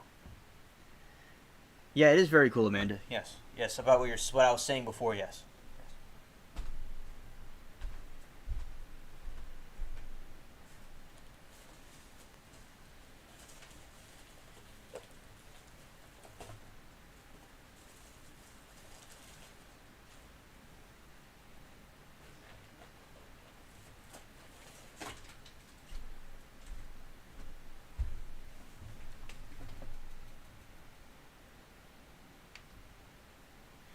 This is another one. Another meteor.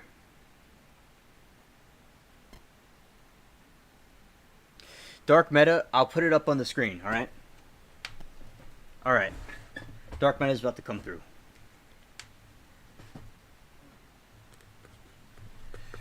Okay, chat, we're about to have our guest, Dark Meta. Alright. Here, and the window's not open. It's not open. Okay. Voice. Okay. Setting that up. Alright. I'm gonna go here. It's gonna record Google. Okay. We're gonna go over here. I'm about to put in the screen.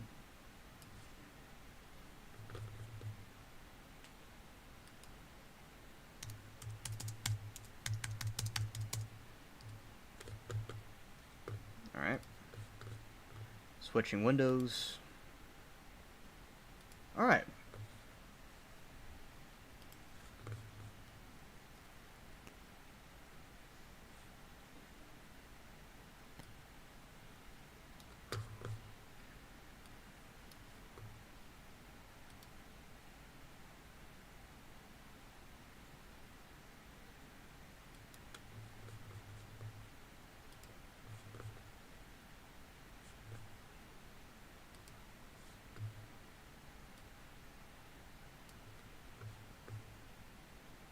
You're welcome, Amanda. I'm glad to share.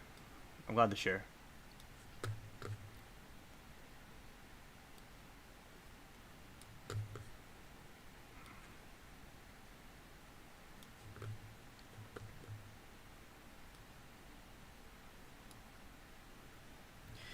Yeah, you know, we talk a lot, and also there's some videos I'll probably show on the next one. Some things Latina sent me. Something SC Wolverine sent me. We'll do that in the next one. I'm thankful for the stuff to be sent to me. It's nice. Alright.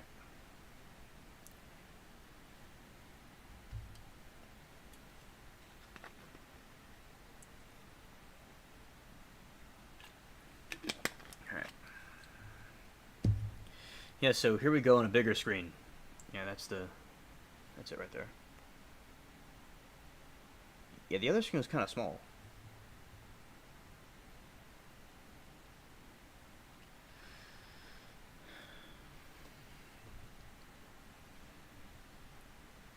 Oh, that's cute. I like dogs. They're cool.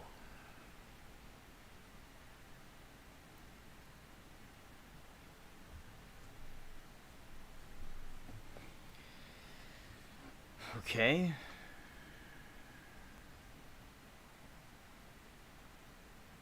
Should be doing good. Lines are open for dark matter to come through.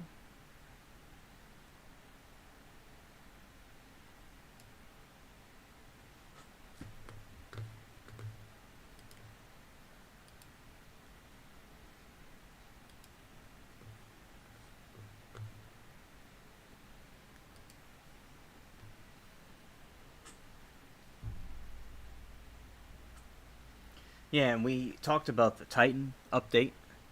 We talked about various things that were going on. And a lot of crazy things are going on in the world. And we have cool chat.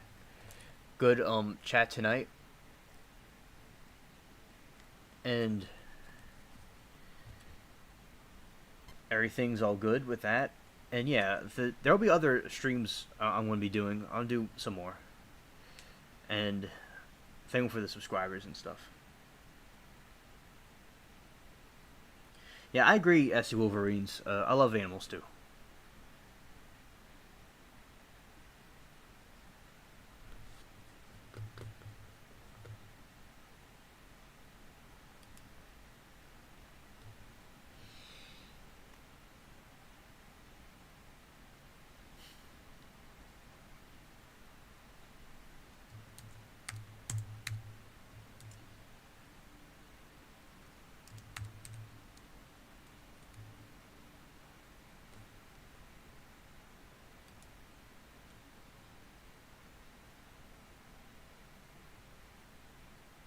Oh yeah, yeah. Well, oh yeah. Thanks for reminding me about that one.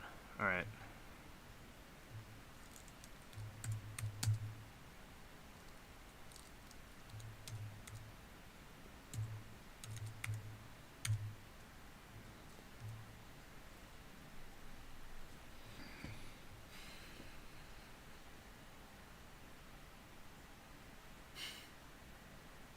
Yeah, because it's a thing like you kind of like a news site or something like that. It's like a newsreel.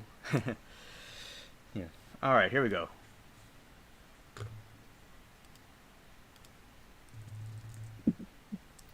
Hey, Meta. Hey. Hey. Hello? Yeah. Yeah, it's a thing like kind of like a site or something like that. It's like a newsreel. What? Yeah. All right, here we go. Hello? Yes, I'm here.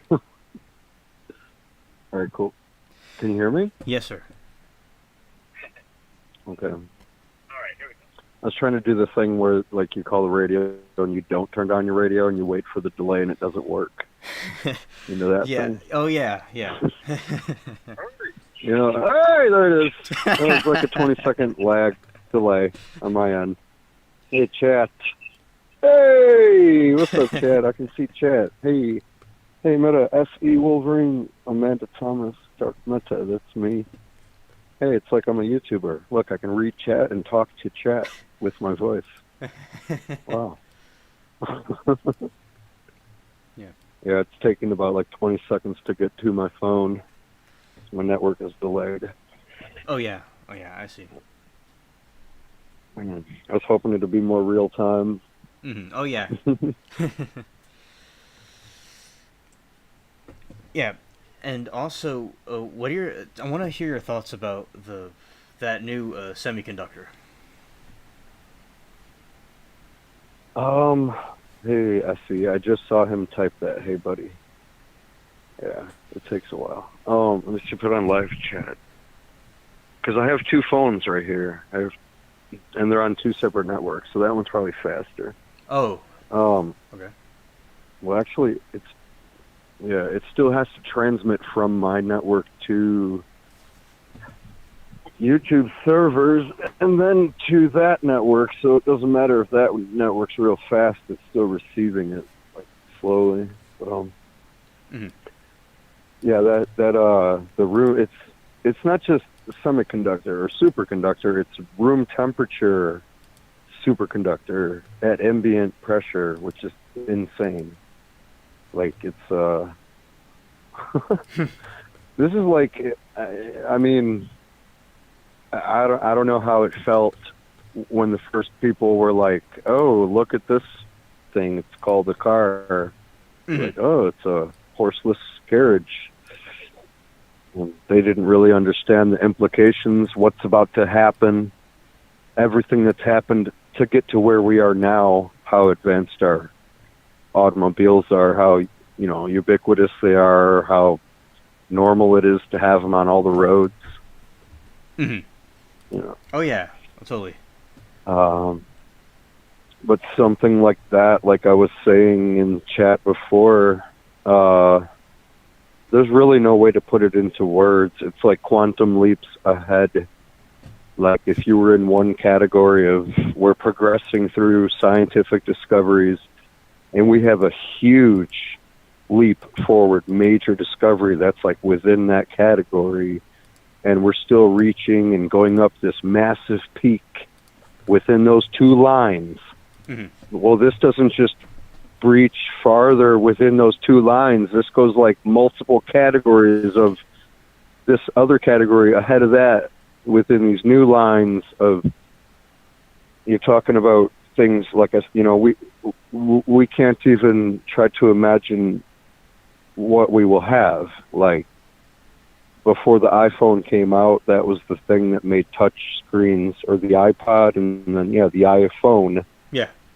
It was a very strange sounding word, iPhone. It was like a weird thing. Mm-hmm. It's like, oh, what's this? And it had a, it had a touch screen. And before that, people had no idea anything about interfacing with stuff with touch. Now that's all we do constantly. Right. But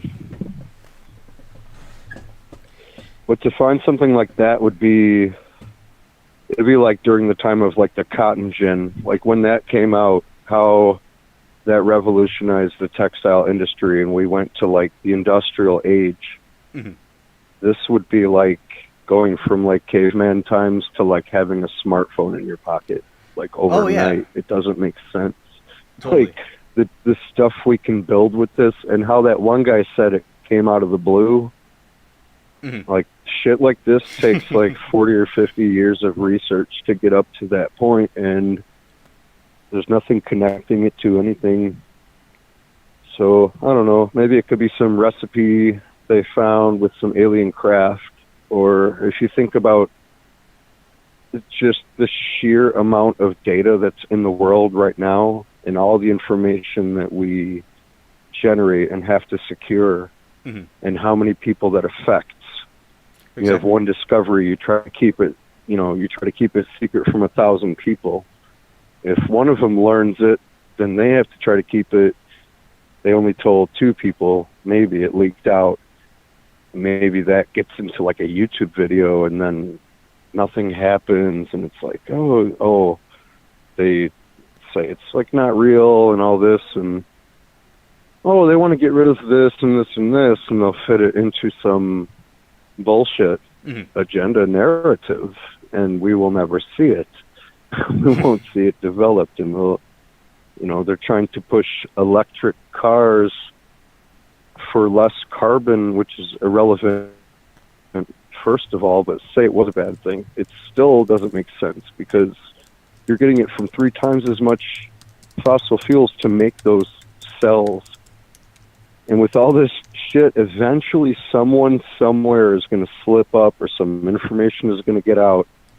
And the more you have channels opening up, like Disclosure Project, things like that, whistleblowers, you're going to have people who are more willing to take chances, mm-hmm. and people who are going to become more brave, mm-hmm. And like maybe now people will believe it. It might be worth the risk to leak these documents or this information, or there could have been any number of things. A scientist who was working on something and overheard something from someone who was working on one of these UAPs that they recovered. Mm-hmm. Could have happened in the 70s or 80s or 90s, like 10 years ago, 5 years ago. Now there's so much information and stuff being leaked. Over 200 officials coming forward, these congressional hearings and all this, or the Senate. It's a very weird thing for that to just be like, oh, just pop out, because you're talking about no resistance in electronics anymore. It's going to change the way everything functions. Mm-hmm. Like, no more heat loss. It's going to make so many engines irrelevant. Oh, wow. Like, so many technologies, data centers spend hundreds of millions of dollars on cooling. Like, your data capacity storage is going to go up 100 times easily. Like, there's no way to describe this, what I'm trying to say. Like, if you understand electronics fundamentally, mm-hmm. the only thing standing in our way is like resistance in wires. When you put power into something, you're losing power because electrons drag against the other forces within the metal, and that dragging creates heat. That heat is discharge of energy, right. Because of entropy. And thermodynamics and this is basically circumventing all laws of physics that have restricted us. This kind of, it's going to take something that would require like $100 million apparatus and be able to put that in your hand. Like, we're not talking about $100,000 computer that used to be the size of a room can now fit in your hand. Something that's $100 million thing to make a tiny piece floating, we'll have in all our devices. It won't be a problem. Oh, wow. Nothing will get hot anymore with electronics. Like a GPU, a graphics processor, which is like $2,000, will become like a $2 chip. Oh my! You'll be able to embed it within a processor. Like, this is revolutionary. No, it's insane. Like, everything could become solid state and be 100 times faster. Like, we'll be able to start building actual quantum computers, because like normally it would take like a, you know, multi-billion-dollar facility to house one of these things, and it'll maybe cost a couple $1,000s to make one. That's just like super. This is like super like layman's way of like just a rough idea of what it's like, what it would be like. A lot of like frictionless motors, different apparatus. I don't even know what it would do for power generation, because you're taking things that normally you could only get up to like 60-70% efficiency, and it's going to be like 99.999% efficient. Like, it's going to be almost like free energy. Almost like no resistance in wire. I mean, it's going to change everything we've ever known since like the early 1900s of Nikola Tesla and Edison, like the discovery of electricity and our understanding of every single thing. All those old heads learned in the 40s and 50s, our grandparents going to electronics class. Oh, this is a wire, this is a resistor. You have to put this resistor or this light bulb will explode because of all this power. Well, now we can make a filament that, wow, guess what? You can have incandescent light bulbs that are cool to the touch. No more incandescent light bulbs, and it's still going to put out 75 watts, and it's not going to be as efficient as an LED. It's going to be 100 times more efficient. That's incredible. It's incomprehensible. You're going to have the power of a street light, like a high-intensity discharge sodium bulb within a tiny keychain flashlight, and it won't do anything. It'll be able to. You'll have batteries that are going to last like 100 years. There's no way they're going to let this out if it's real. Like, there's no way. Oh yeah. But there has to be some time where we're going to reach a point that we might have reached a point where you can't keep suppressing discoveries because there's too much. Eventually get far enough where, if you imagine, there was like an Outer Limits episode, the newer series. Okay. Where all these primitive people are on like a planet, and if you travel around in the woods, eventually you'll find a border, and it's like a hologram, but you'll never find it if you don't go out far enough. And even if one or two people go, like it has to be more and more people. Eventually, too many people find out, and they can't keep it secret anymore. So, yeah, that's true. It's like with the nuclear weapons. But even Tesla's patents are out, and like we could be teaching young kids, like pre-teenage kids, how to make wireless transmitters. We could have wireless electricity, but that would cause it to become free. Like, you wouldn't be able to regulate it, and we could send out like 3D printable kits with components, and anybody could put it together and then receive power from a power station. But why would they do that? Because that would be like not profitable. That's why I hate capitalism, because it's good to have some system, but not like taking advantage of other people, because it's always holding someone down. And who it holds down in the end is humanity, and who's on top is the corporations. Yeah, And it's all big fucking, pharma, yeah, big pharma and stuff like that, and those groups. I know what you mean, and I think that you have a good point with that.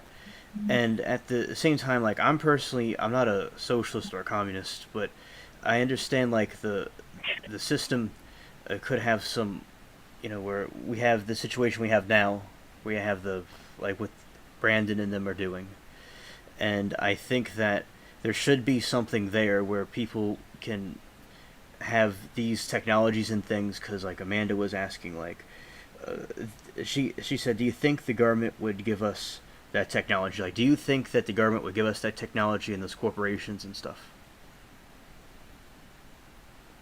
Not now, not even close. I mean, look what they're doing. Right. It's so corrupt right now. Just politically, they've turned everything into a weapon against their political opponent. Like, they're trying to send a freaking ex-president to prison for 400 years. This is insane. Like, yeah, no, there's no way. Like, if we got the rot out of Washington somehow and got our country back, maybe then, even then, it's like, I don't think so. Like, I mean, I don't see how it could happen. Right. What would have to happen? There would have to be people in there, like people like us would. There would have to be a whole generation of new people trying to get in, like seeking the truth, following after Orange Man, because the deep state is the only enemy, dude. Yeah. Literally, like this ESG score shit, and these people, these world players have taken over the world. Yeah, and I will say, America, it does. Yeah, I do see what you're saying with these corporations and stuff, and I think it would be good for the different groups, like the corporations and the people, to like work together. The people could work together more, but people don't seem to work together. They tried. I get what you're saying. No. Then you have this other thing I wanted to talk about too. Okay. That it'd be a good thing to review sometime or look up. I was thinking I could play a little bit of the audio, but well, I was telling you about this midnight broadcast channel, I think. So he reads the green texts from 4chan, like paranormal and other stuff, like storyboards. So it's like user submitted stories, and they talk about abductions, and they talk about other theories, like if there's like reptiles or something, or like spiritual beings and cryptids. The one thing they said recently, it just came out, is like this global, like we are globally under attack right now, and this has never happened in human history. And whether it's like terrestrial, or seems more likely that it's something not of this world, whatever that is. Yes. So, yes. Not terrestrial, like not human beings from here that we know of, some other intelligent beings, whoever they are, that probably is what is attacking us, and it would line up and make sense with like every single thing. A lot of times you don't need to have like evidence in front of you to see something that's clearly obvious. Like your little kid, it's like, did you do this thing? And he says no, and it's like, oh well, you have mud on your feet, there's footprints from your shoes leading to the thing, and you have ice cream on your face and you didn't do it. There's no evidence, but okay, when you look at all the facts, it's kind of a 100% match. So as far as plausibility and possibility, of course it's possible. And we know it's probably true because we could see the shit with our eyes. We know these Navy people are not lying. They're not making it up. They're not fabricating these videos. So So, I mean, why would it be so far-fetched that whoever they are, whatever is the situation, maybe they can't destroy the world, maybe they want to mess with us, whatever it is, maybe this is the way that they take over planets, maybe this is the way that they enslave other races. This is what they do, and they go from system to system, and we're living in a literal fucking sci-fi movie, which Hollywood has stigmatized so much to the point where the whole population of this planet is literally in their hand. So imagine if this is a real scenario. Well, recently after what we were attacked with the pandemic, I mean, sorry, I coughed. I had to cough. Totally not a scam, but everything came true with that everyone said, which they painted you out to be a liar, Nazi, racist, bigot, hypocrite, all this. It's the same people, the same agenda, the same tactics. It's like a creature with like tendrils. If you imagine, it's like a Stephen King movie, and these tendrils are slithering down and infesting and getting into and embedding within all the layers of society. The Democrat Party, the left, the trans LGBTQ push movement, TikTok being launched on us, now this Temu shit, all this other consumer shit, the heightened cyber attacks from China threatening us, China doing war exercises and drills to take Taiwan, which would force World War III. All of these things end in human destruction. It's the common denominator. Why all the, like, you could say, well, okay, all these big dudes, they want depopulation, and they've said so on TV. It's like, yeah, that's true. Well, okay, now I'm the alien on my ship looking at that through a screen like it's a fucking movie. Oh, wow, that works out for us. Let's take a break and have a coffee and figure out what's the next thing we can do. Well, we can depopulate them by turning them all ambiguous, fucking with their sex, fucking with their genes, fucking with their food, poisoning the air, poisoning the water, poisoning everything. Wow, look what's happening.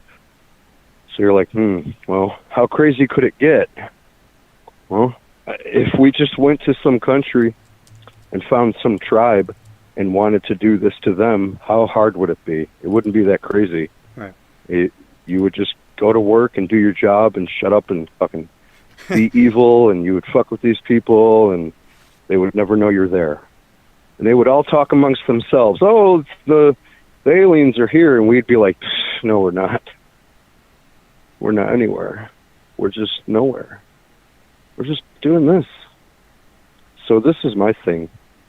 I feel like, what if instead of some kind of a thing happened and we have this Mandela effect, what if it is some psychological effect, some kind of a thing? With these stories that they tell about telepathic communication with beings, and all the different similarities within the stories that are not intentional, not like someone heard it and someone else said it and someone else said it. It's like when you get that feeling that everyone's telling the truth, and then the obvious trolls are here and there, but then you're like, well, what if there was a benevolent species here helping us?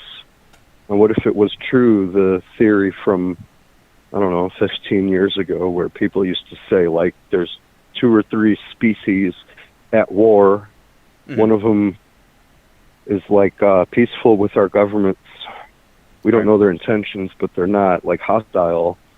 And our government was, they said that our government was trying to take advantage of them or spy on them, and they didn't like it because they were fighting against, like, the Greys. And the Greys were supposed to be the psychic ability, which, if you can implant some kind of thought or process, or you can mess with the brainwaves of a user, you could treat the whole planet like it's a game. So if you can monitor us, you can interfere with our brainwaves in some way, which, I mean, we have Neuralink right now, so it's not that far-fetched to think someone who can fly around can remotely send some kind of a microwave, maybe implying something, and you might have a weakened psychological state. Mm-hmm. Well, then we might have to, like, come pick you up. So certain situations, they can come scoop you up. Yeah. So all these people, like, what if they're telling the truth and they really are doing this? Then what do? We're helpless. We can't do anything. And then we try to fight this, but we're in an ant farm. Yeah. And we're trying to take control of the ant farm from the inside. You can never control the ant farm. Only the user outside with the big hands who made it or who's interacting with it. We don't have the power to come out of there. So if this is all going on, it leads to this brain rot, this story that they were telling about where everybody is noticing this, that more and more the world is becoming just stupid, completely eyes glazed over, like zombified, and it started with TikTok and then trying to force Yeah, I agree. the vaccine. Mm-hmm. So when COVID happened, you had all these people and you forced them to be inside and become psychologically dependent on their dopamine. And this is like burned out everybody's dopamine like receptors to a point where it's kind of like a heroin addict. And like you absolutely need that fix, or else you can't even like function. So now they have like the next trend is like this bed rot. Like literally human like youth has been disseminated into a state of rotting away in bed. Yeah. This is usually what happens when you're dying, when you're at the end of your life. Now they've introduced a thing that usually happens at the end of a human being's life cycle. Like if we found a worm and it lives its whole life, this worm, and we can squash this fucking worm if we wanted to step on it and squash it, but we're just looking at it, studying it, and we find that it has like meaningful relationships and lives, and there's like 8 billion of them on a planet, and we're like,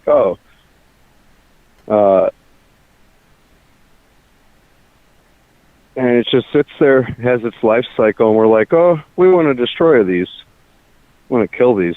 Mm-hmm. Okay, well, just introduce the end of their life cycle to the beginning, and you have the instant matrix effect where you don't have to be in a cocoon. So they've taken this concept of freedom, like you're free, you're not free, you're just within a big cage. Mm-hmm. You're living like the only freedom is in your mind. That's the only last place we can ever be free. Yeah. Because you can't lock me up in my mind.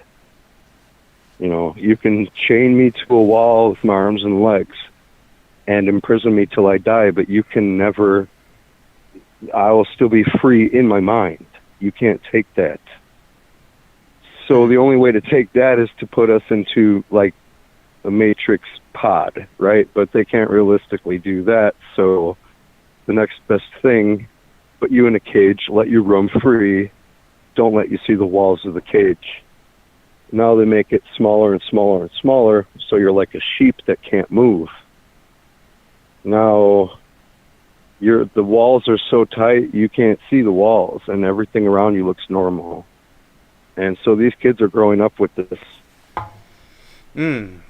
All this trans stuff is pushing eugenics.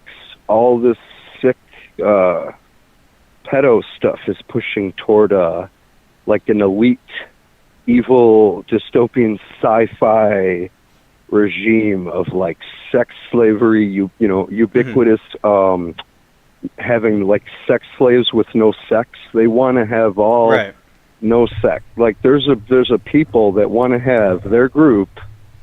They want to rule the world. This is what they say. This isn't like a theory. Okay.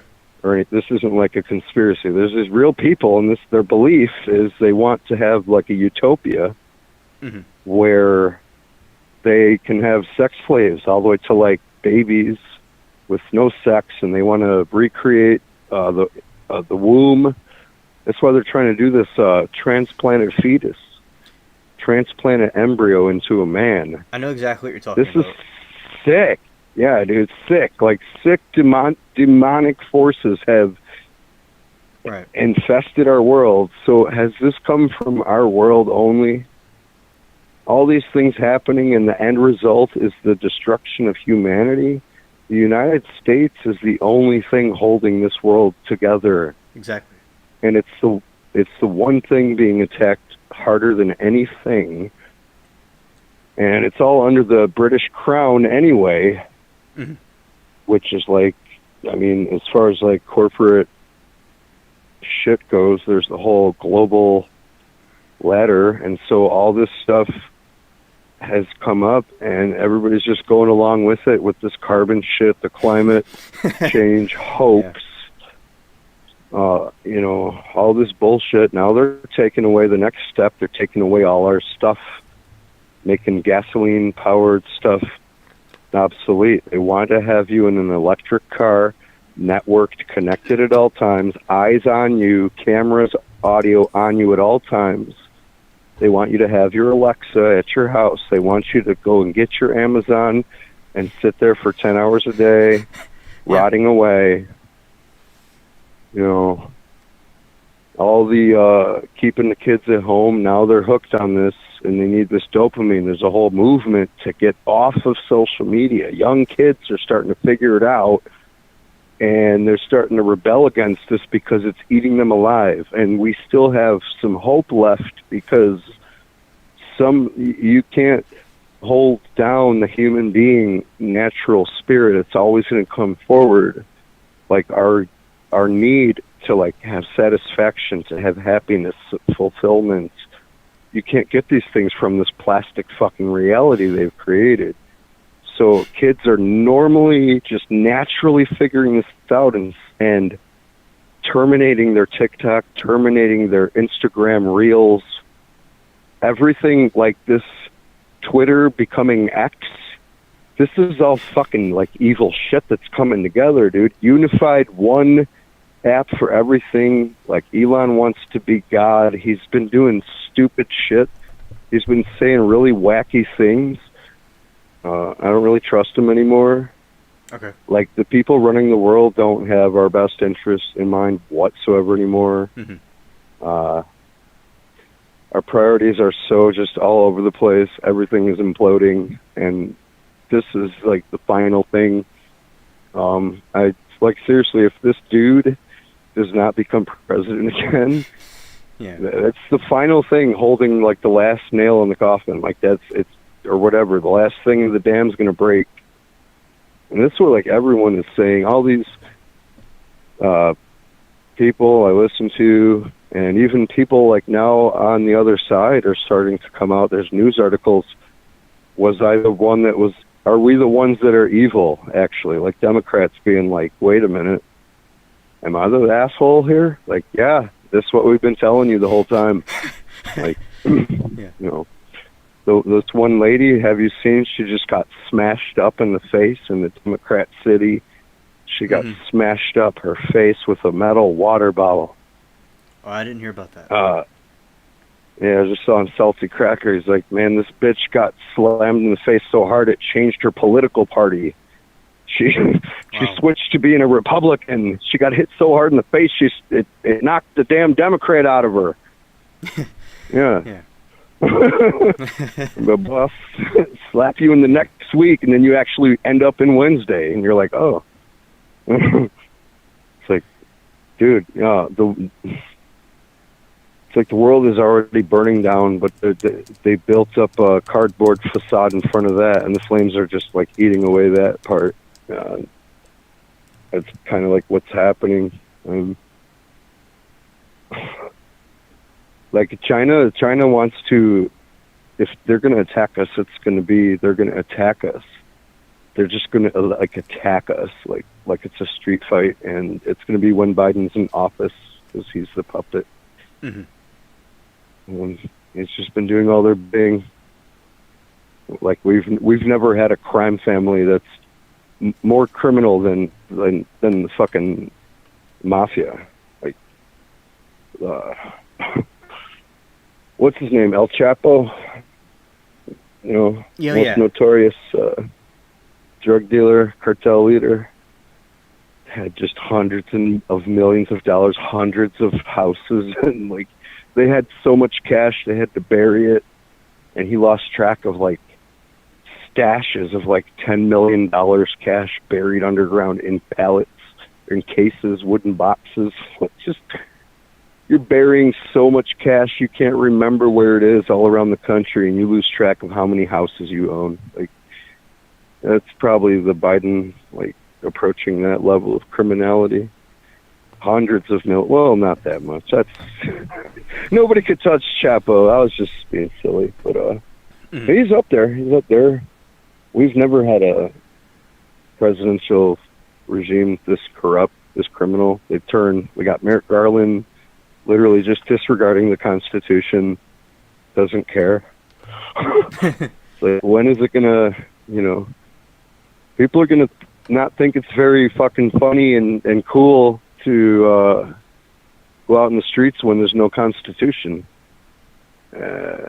Sounds cool, but yeah, look what they do. You see this crime? Like, they're literally destroying our society. Why would you do that? I know. How is it? Go on. How is it not some external force? Exactly. How would that make any sense? This is such a weird right turn for humanity. Like, just these past few years, it's so fucking weird. But I don't think it's a Mandela effect, like CERN, quantum weird parallel universe thing. I think it might be physically tangible, reasonable.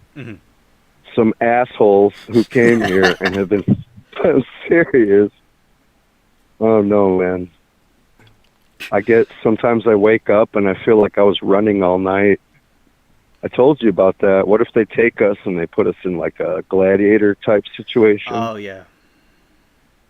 Yeah. And then they just manipulate like the proteins of the memory, because you can take, there's a substance that you can take and it will highlight all the proteins in your brain that store the, it's like on the fly memory. Like, our brain doesn't like store memories, it stores like the instructions to create those memories. Kind of like how like Minecraft creates procedurally generated landscapes out of an equation. So it's like that. Like, so you can highlight those and see them on a machine. Then you can physically go in with a laser and destroy those, and then you can come back out and interview the person and they won't remember that thing. It's gone. Right. So they were doing research on how to like rebuild the memories. If that was there, what if we implanted that piece or changed or try to connect these neurons together? What would that do to your memory? Exactly. So they might have, they'll have blended memory. Like, you'll recall something and it'll have the feeling of a different event. Like, these are real things. This isn't, this happens. So just think of someone just even 20 or 30 years more advanced than us. They could even like add, I've said so many times, I was arguing with somebody recently about it, but an alien race does not have to be more advanced than us to travel here physically. They could have figured out a way.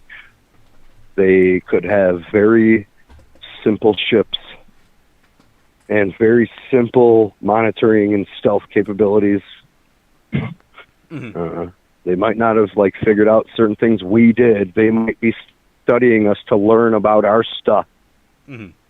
Like, there's no reason. Like, we could go and find a space-living civilization by just traveling out. Maybe they're just nearby and we could not find them. Or maybe they live on a ship. I don't know. But then we would want to see their stuff. They would want to see our stuff. maybe we're about the same, Mhm. but one of us started a journey 1,000 years ahead of the other in time, and we're just traveling. It's like, maybe they didn't advance their stuff. Yeah. I don't know. They could be here. I'm still waiting. I can't say for sure, but it sure feels like there's something evil like fucking with our world. Yeah. Definitely. And now all this UAP stuff accelerating and all the evil accelerating at the same time is kind of like real weird. Yeah, like you were talking about like what they're doing to the people and stuff. I remember there was this recently. This kid was like reading the Bible or something. Yeah, to one of those drag queen events. They're reading the kids, and they arrested him, but not the drag queen people that were reading the kids. Yeah, man. Everything is just pushing toward this eugenics and this Marxist, this crazy philosophy of like self-harm, and everything is just going like the wrong direction. Like, like if you took the show, like any show, like Leave It to Beaver. You ever watch it? Oh yeah, and Donna Reed. Yeah. Oh yeah, man! Like the most wholesome television ever created. It always had strong moral lessons and values, and like it would show you how to treat other people. Like that's the best example I could think of. If you thought of like just took that idea and then you took the idea of like who could we think of in history, if you think they're real or not, one person who could be super wholesome. Think like Jesus Christ. Mm-hmm. Okay. Like, let's just say, well, he would never hurt anyone or do any of this. He would be righteous. Well, let's take these ideas and let's write a movie script, and it's the complete fucking opposite of that. So that's the objective, is like just complete chaos, destruction, degeneracy. Fucking. Oh yeah. I don't. Yeah. It's like a shit slide down a shit mountain. The shit avalanche. It's like a shit-nami, like Jim Leahy would say. It's like, damn shit storm, Rand. There's a shit quake. You smell it? That's the shit winds. You hear it, Rand? You hear them? Mm-hmm. Yeah. But this is like an iceberg that came out of nowhere. But like we're the Titanic, but there was no iceberg. Nobody warned us about iceberg. It was like a tropical climate. Now the world hit an iceberg, and it doesn't make any sense. I don't know. I'm still trying to figure out the connection with 2012 because something happened, and then like okay. 20. So in 2020.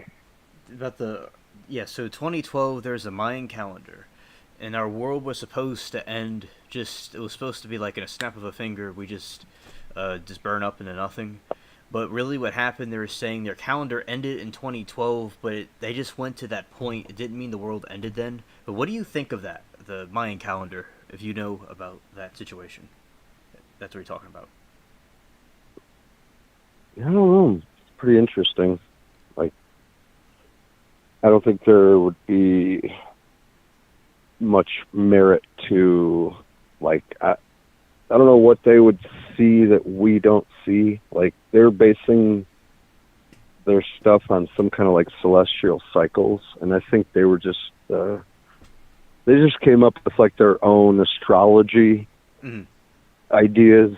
Like, astrology is not a science. It's like applying meaning to numbers and star systems, and like it affects you in some way. I'm always interested in it. I'm a Scorpio, but those things are, there's literally no scientific basis to it. Like, something didn't happen because I was born and a star was there and not there, and now I'm different. And like, I know things. It doesn't work that way. It'd be cool if it did, but I'm always open to the idea that there could be something like, I don't know. They were talking about also just how like human beings, we have evolved around natural magnetic fields until recently in history. Now we have electromagnetic fields all around us. They say there's no health effects, but you can't really get that kind of data unless you wait like hundreds of years and really do extensive studies. And you can't do a study with a control group, because where can you have an Earth that'll, like, you can't develop an Earth for the past 200 years without phones and see how they are. Oh, they're way healthier, guys. It's like, we'll never be able to do that, so there's no thing you can do to check. But I don't know. It's weird that you do feel better when you are barefoot in the grass and like you go around water. It's very healing. And just to sit in the water has a mental effect on you. And we know we're connected with like our biorhythms to the planet. So yeah, all this stuff in front of our face, a constant screen, constant access to information. Mm-hmm. We've been overwhelmed. Like we've been overwhelmed with it to the point where we don't even use it to get information. We're just like pumping entertainment into our face hole all day long. Or like, you know, we take for granted, like we don't even know how to get somewhere 1 mile from our house if we don't have our phone. What the heck? Like, really? You don't know where that place is. I don't even know what street is 2 streets over, because I usually just look on Google Maps. Mm-hmm. I don't know what restaurants are around me because I don't have my thing to ask my phone. Mm. Or I'm going to fucking drive off of a pier and drive into the ocean like I'm in a Mike Judge film, but I'm a real woman, and just keep smiling as I go forward deeper in the water. The thing is still telling you go forward, and I'm just driving. But we're not in the movie Idiocracy just yet, right? Until we have suicide booths. Oh, wait, we do have those. Canada's pushing for suicide if you just are lonely. If you're depressed, you should kill yourself. Yeah. Everything is pushing toward the destruction of human beings. Exactly. Everything. Yeah. And it's not just a byproduct, because this has been kind of happening for a long time, you could argue, with all the toxic stuff, but that's a product of man. This is like intentional. This is coming from everywhere. Mm-hmm. Oh yeah, totally.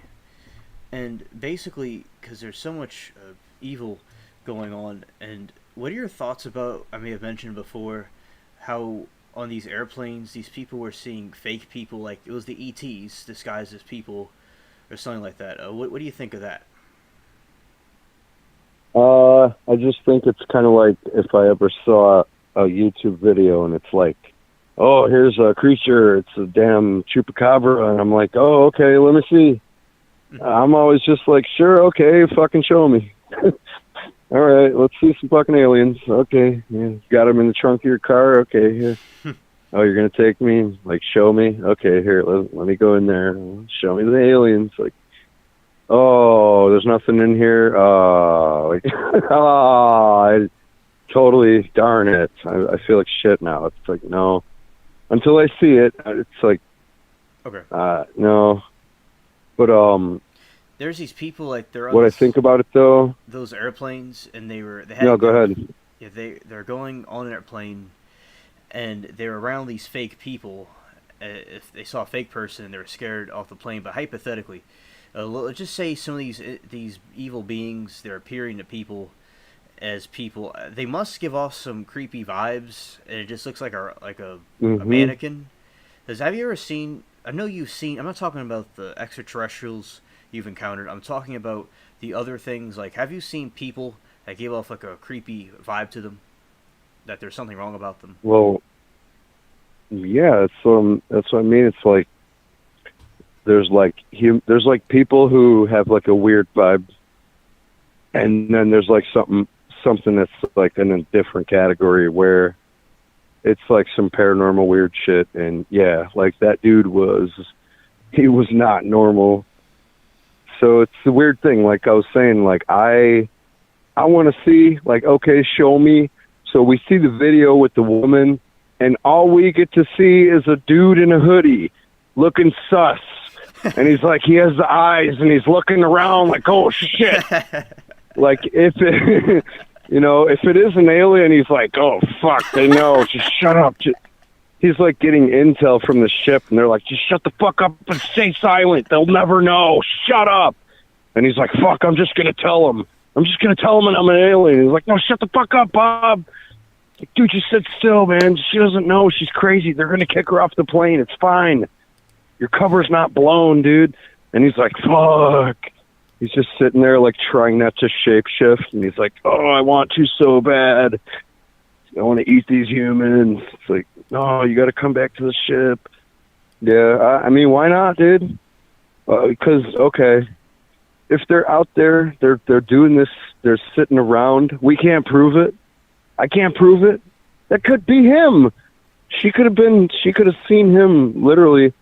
Okay, let's say hypothetically, just for sake of argument, a scenario. Let's just say, like, for just this scenario, here's a TV show. A real, like, weird alien dude is on a plane. A woman sees it. But then what? Mm-hmm. What? Like, what about it? Like, okay, she can't be like, see? Aha! Like, I mean, he's not going to show himself. Uh-huh. There's no evidence of it. He's not like, oh, damn, I'm caught. And they pull his face off, and it's like, ha-ha, aliens. Like, what could possibly happen potentially? Because you never know. Maybe it was a close call, and he was like, he's like looking around like, shit, dude, that was so close. She totally saw me. Because you always have the plausible deniability. The masses have been programmed to think it's crazy. You always have that protection. If you and me were aliens, we could walk around fucking with people like we're those two guys in Dogma. Facts. When they were the angels, and they just walk around killing people in broad daylight with no consequence because they're gods. It's just like, oh, oh, there he goes. Hey. Like, and they could do it in just, it's so far-fetched. You could show people, and it could be on the news, and it would still be doubted. They would say it's a deep fake. They would say it's fake. It's CGI. It's something. Mm-hmm. It's like mind programming. Like flat earthers, you could probably take them in a spaceship, and they'll say, no, you must have drugged me and messed with my memory. And dude, come on, dude. Look, Earth is not a fucking disc. It's round. Look, it's right there. Do you want to jump off the spacecraft and really prove it, dude? I'll put you in the airlock, bro. I'll give you a spacesuit, though. Give you a spacesuit. Well, and when you freak out, I'll pull you back in. Not so flat after all, is it? Oh, gravity kicking in. I remember. What can we do? They always like. There's the YouTuber. One of them was talking about how it's a flat Earth because Trump came from Alaska, from China, or somewhere down to here. Huh. That's a good one.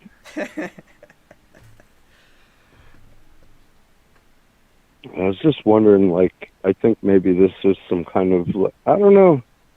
I'm not saying I absolutely think this, and then any kind of, like, fantasy, I'm just going to be like, oh, wow, and then someone could be like, are you schizophrenic? No, I'm just saying, this could very well be possible that we are just a slave race here, and the powers that be, quote-unquote, powers that be, really are some other beings, and we've pissed them off, or something happened, or they're moving to a new phase, or something changed.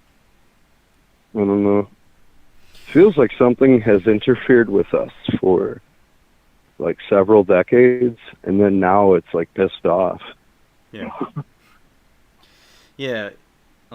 Also, basically, yeah, because in the Bible was saying about how these fallen sons of God were domaining over the earth, and yeah, that's what you're saying coincides with what, like, the Bible was saying about these fallen beings, and there's a lot of these videos and instances where these demonic beings, these alien creatures, are appearing to people and causing people trouble and panic. Like, these beings, they don't seem to help us or do anything. Like, they seem to terrorize us. And I remember my friend telling me that these ideologies that they are pushing against us was from the aliens to destroy our civilization. He told me that many years ago, around like 2013, 14.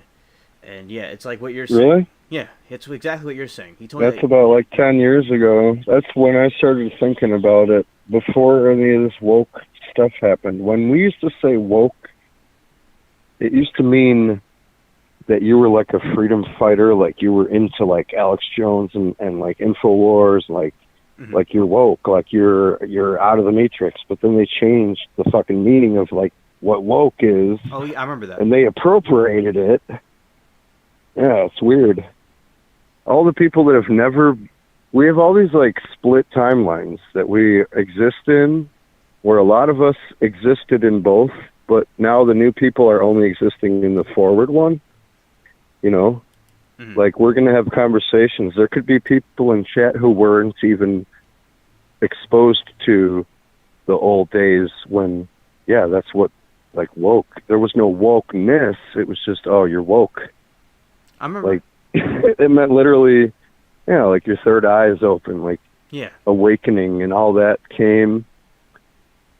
So you know what else, too, if you think of the grand scheme of like the whole conspiracy iceberg, like conspiracy theories over time and the internet, all this stuff that's happening now from the pandemic till now, and all the woke, all the trans stuff, all the Democrat stuff, all this ESG, all this carbon shit, was all around after the time of the mass awakening. Like there's documentaries about like mass awakening, more people than ever wanting peace on Earth. And it seemed like globally as a people, we were all starting to like really come into the light of like, we need to get along. And I feel like if you looked at it like on a timeline, like a script over time, you would see that's the inflection point where maybe some outside force stepped in and was like, oh, no, we're not having that. Like one kid in the schoolyard starts telling another kid how we could take out the bully, or that the bully exists, and more people start learning about it. We really need to start bullying them more and really hammer them down. That would be now. Oh yeah, yeah. In the story. Yes, and also there's these situations that some of the theories that are going around is that the Christian Antichrist, which is this being that is going to the opposite of Christ, may be an alien itself, and it'll unite all the nations under it with a false belief to get people away from God and influence all these agendas that we see is going to be wreaked up to the roof. And some think it could be an alien being that's going to do it. Yeah, I just have speculation. There's really, it's weird. It's not like, you know, like say, for example, if you think about China, it's like we could speculate what they might or might not be doing, or what they might do to us, or if they're a threat to us, but we're speculating about something that's actually there. We know that they're there, and we know that that potential exists. We know it's tangible. It exists. So this is like if I was sitting in the room with you, and we're both in a chair, and I'm like, I don't know what this guy's going to do. I don't know. And you're like, you know, I don't know what this other guy's going to do either. I'm just sitting here. Hopefully nothing happens. But if I'm in the room alone, now I'm trying to explain, I hope I don't get attacked in this room. By who? Who are we talking about? There's nothing, we can't show you. We can't go to alien land and be like, well, these are the guys that might hurt us. We can't go to their planet or see them. Oh, they might have spy satellites overhead like China does. Mm-hmm. It's a concept. We have like some evidence of it, but evidence doesn't actually mean it's a tangible thing, because it's just something that's evident. Mm-hmm. Someone was here. There's footprints. It's evident that someone was here. I can't produce a body. I can't show you the person walking, but it looks like walking happened. But then if you look on the other side, those are people walking. Look, now there's footprints. Well, we see the effects of the things in the skies and everything, but look how much fucking secrecy there is. Why? Why do they have to hide so much? Exactly. Because we're past the point where we can't take it. We could take anything at this point, dude. You fucked them. Like, they really messed up humans. Whatever has happened now with the mind rot generation now, it's really broken. Oh, yeah, But totally. What's like the purpose, and what are we, like, we're trying to determine something from something we can't even show. We can't even show, like, we can show China is there. Those are the missiles that might strike us. Where are the ships? Where's their home? Mm-hmm. Who are they communicating with? We can't access any of that. We're just in a fucking rat cage, dude. Yeah. Why is this anything else? But let's just continue our lives. Yeah. Let's just keep just going. What do you think about how all those people were rioting over the video game stuff, and they're not concerned about the other issues that are going on? This is the aftermath of everything I just said. Okay, yes. This is the direct result of whatever is happening. This is what it leads to. Yes. But when we were chatting about it, mm-hmm. I didn't realize it was in New York. It didn't register in my mind. Yeah, some of the others in chat also didn't register, and I had to re-explain it. It was okay. It's shocking, I know. Because when you hear the details, a live streamer was doing something with a giveaway, and a whole bunch of people showed up, and then there was like a riot, and there was all this violence, and I'm like, damn, dude. So what's your first instinct? You want to try to figure out the story? I want to know the details. Why did that happen? What was the situation? What was the circumstances? So many questions. Mm-hmm. So many questions. And then you're like, well, I mean, it was in New York. Oh, never mind. There's no story here. It was in New York. It was just in New York. That's what happened. People in New York exist. That's the fucking story. You get enough of those people together. You see what's happening when it's normal there, during a normal day? Now you get a bunch of riled up fucking energy drink hype lunatics off stream chat? Dude, I was saying, you see how these are fucking gamers, dude. Like, these are like, these are gamers, people who go on stream, and people who go on like Twitch stream chat and like other stuff too, but Twitch is pretty heavily censored, but still, dude, like the kind of shit that happens on there and the kind of things people say to each other in game lobbies, like off Twitch, mm-hmm. You know what it is. Like, these are the type of people you're going to get in a physical location in one spot. That alone is a red flag. Like, if you see that many gamers and chat people like assembling, that's the British are invading. Like, it's over. Yeah. Like, there's no warning. Like, yeah.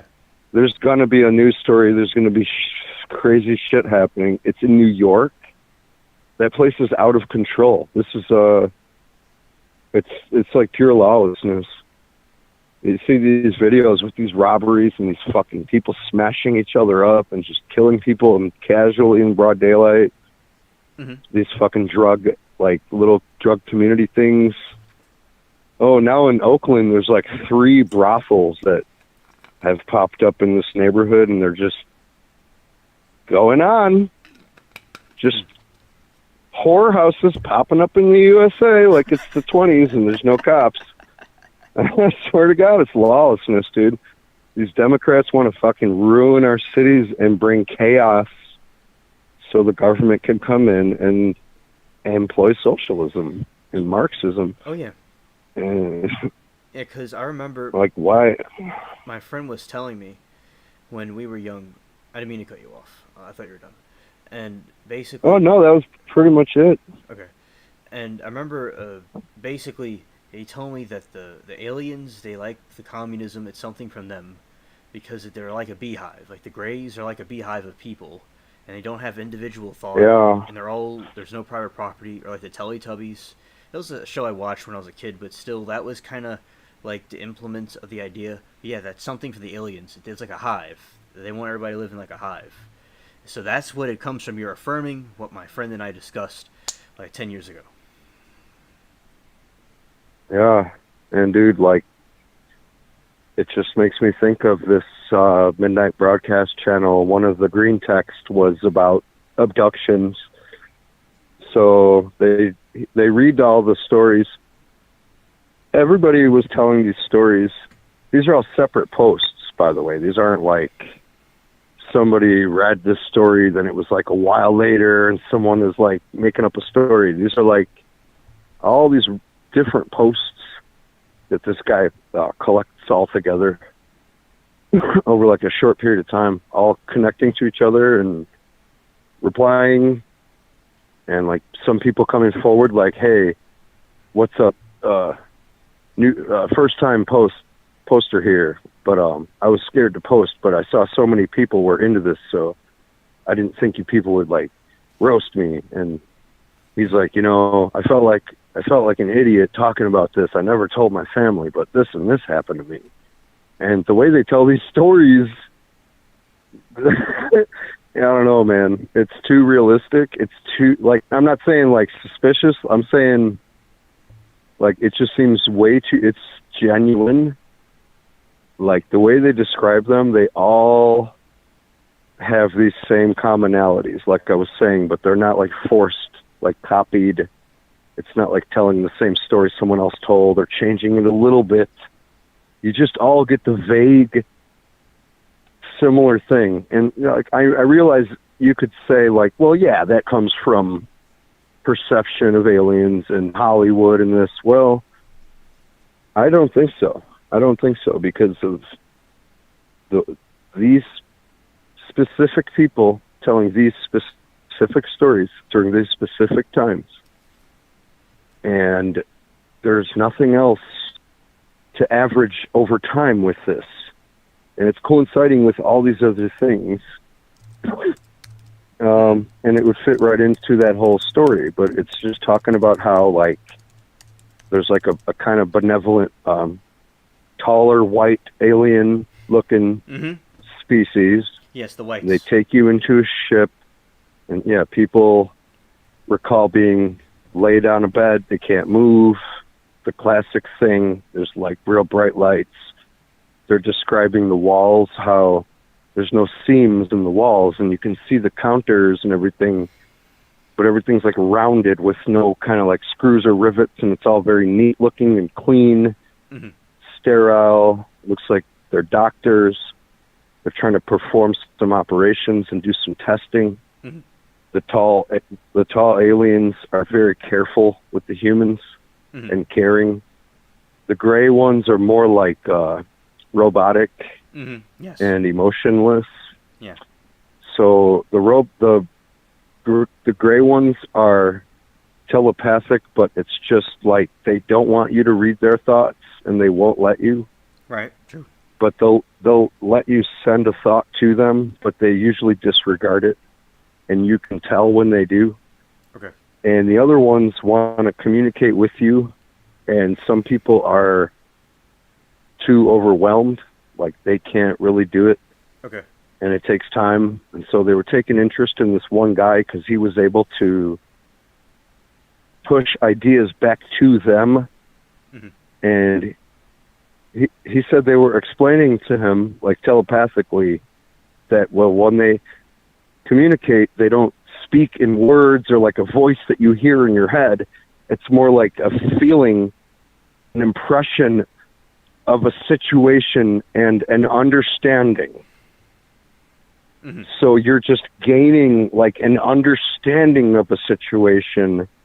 Instead of me explaining to you, I went to your house in my red car and I pulled up, now I'm out in front of your house, I would just impress the feeling of I'm outside in my car at your house as an idea, as a concept, like you're looking at a picture of it. And that's how they communicate, not in words. And so they were able to allow him access to some of their thoughts, and there were parts where he was trying to go farther and they wouldn't let him, but he was trying to block them and he couldn't. And so they could force things to him, and they told him that there was a third race that neither of those two know anything about, and that they're also afraid of that race, and that race is also doing similar experiments, but like evil on us, like indiscriminately ripping us apart, fucking, like sick shit to us, like weird genetic stuff, and like just terrorizing you and things like this, and they can manipulate the memory, and people are traumatized, and they said some people become schizophrenic and go crazy. Oh, yeah. And then other people, like, So these are the stories that they tell. It was like, I think one of them was like 1 hour long of these stories. I was fucking glued to that broadcast like you wouldn't believe. When you start hearing it, it's unlike anything else you've ever heard. And it's just the information itself. There's no like glorifying it. This guy isn't doing it for like, this is just what he does. Yeah. Yeah. He's not out trying to like be in the spotlight and all this and like get sensationalized. It's just like some weird internet fucking rabbit hole that like all these 4chan people are like posting this stuff and cataloging these actual events that are happening, and they're all like, well, damn, dude, I mean, something happened to me similar. Yes. And some people, they tell these way more simple stories like, dude, this thing happened to me and this happened to me, and I was freaking out, and I looked up and this guy was there. Next thing you know, I was laying on a bed, and I got the same feeling as when I was reading this other post. And then so people are like, was this happening? And they're like, well, no, but I had something else. And it's just so weird. Like, if they were all like lying about it or trying to make it seem a certain way, they would have been agreeing with each other in certain spots. They would have been corroborating certain things. They would have been embellishing it. But there's so many little like just dead ends and like a lack of catharsis. That's the biggest thing I noticed, because in every story there's catharsis, or there's something that's going to leave you wanting more for like some kind of satisfaction, that catharsis, the feeling of like, like completion, everything's put together, unless it's like a M. Night Shyamalan movie, and that's the point, to leave you with that uneasy feeling. But these stories, like how it'll just kind of end abruptly, and it's like, well, obviously they weren't trying to just tell you some impressive story. They could have done way better than that. Yeah. It's real fascinating. Yeah. Also, I've not heard the word catharsis before. I learned something new. Oh yeah, catharsis is well, it's like within basic, like every movie. Basically, it's like you have the introduction. Yeah, it's like 4 parts. The introduction, where you build the story and the characters, you introduce the plot. Then and a separate section. The second section is the drama of whatever is the problem. You introduce the protagonist, someone who's against, or the antagonist, someone who's against the protagonist, like the good guy in the story. You introduce the thing they have to defeat or something to overcome. That's the drama of life. Every plot line has to have something happen and some reason we're watching. Like the character has a goal to do a thing. Oh, I want to do this. That's the thing, the drama of the case. So then the third thing is the trying to overcome it, building up to it, developing everything, reaching the climax of the film, and then solving it, wrapping everything up, and then you go down to the fourth section, which is catharsis. That feeling of, just letting out a sigh, like a deep breath, everything is fine, and you smile, wow, dude, and the movie ends, and you go home with that good feeling of satisfaction and dopamine, yeah. And it's like, because you're it's all tense. Your brain physiology is like on edge, like you're uncertain, and you get that, that's why the other weird movies, David Lynch and things, leaves you kind of hanging, and you're like, well, fuck, I feel weird. That was kind of weird, but it was good. It's like, usually that's the thing that was lacking, is the catharsis. Nothing would wrap up. There's no plot line. It's not a story. I like when I have some fantastic stories because I like to just talk about the details and try to make it as bright and vivid as possible, descriptively, just to illustrate what happened. But that's why I take them so like it's like kind of sacred when you have something so amazing that you could tell this story. It's so much more valuable than if I created 1,000 lies. Facts. And the 1,000 lies, each one could be 10,000 times more interesting and crazy, and wow, that happened to you, but yeah, and then I got a Ferrari, dude, and I went to fucking Tahiti, and I got an airplane. And, wow, and then I met Elon Musk, and it's like, holy fuck, aliens suck my dick. Wow, dude. Whole bunch of cool shit has happened to you. I want to be your friend. Wow. It's like, dude, I could tell way better stories than the stuff that's happened to me. I mean, that shit would have developed way more. I would have, so many more cool things in between. Yeah, dude, then I met this guy and this happened. Well, I mean, that didn't really happen. Like, I went and met this one DJ who I wanted to meet for 10 years, and I happened to get backstage. So this girl pissed on the floor because she was on acid. Whoa. And she went, woo! And literally pulled her pants down. Her damn, stuff is all out.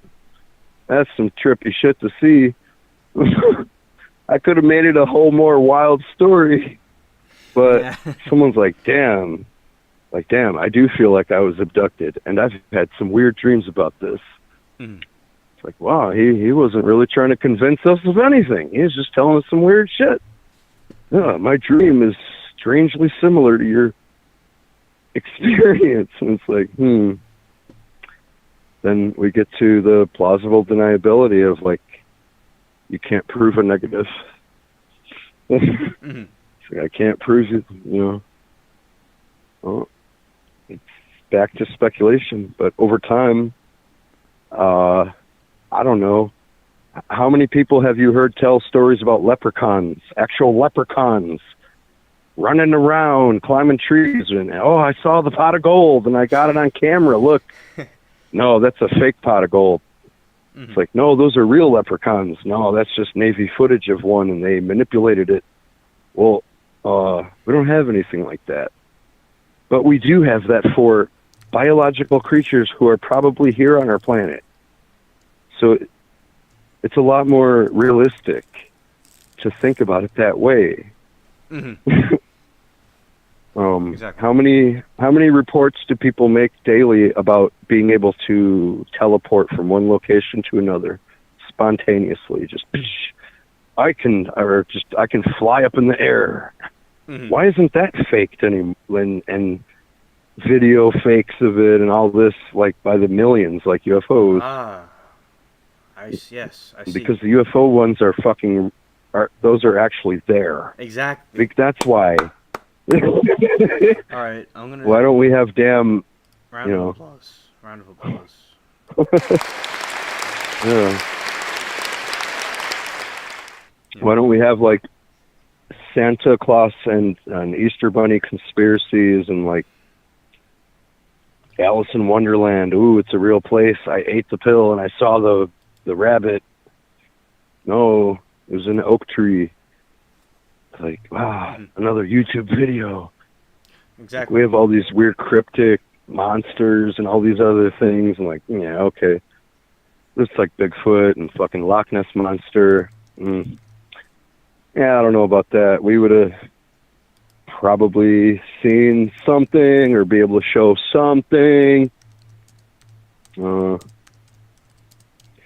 Yeah, but Bigfoot, maybe he's just walking around looking. He's in your backyard looking at you.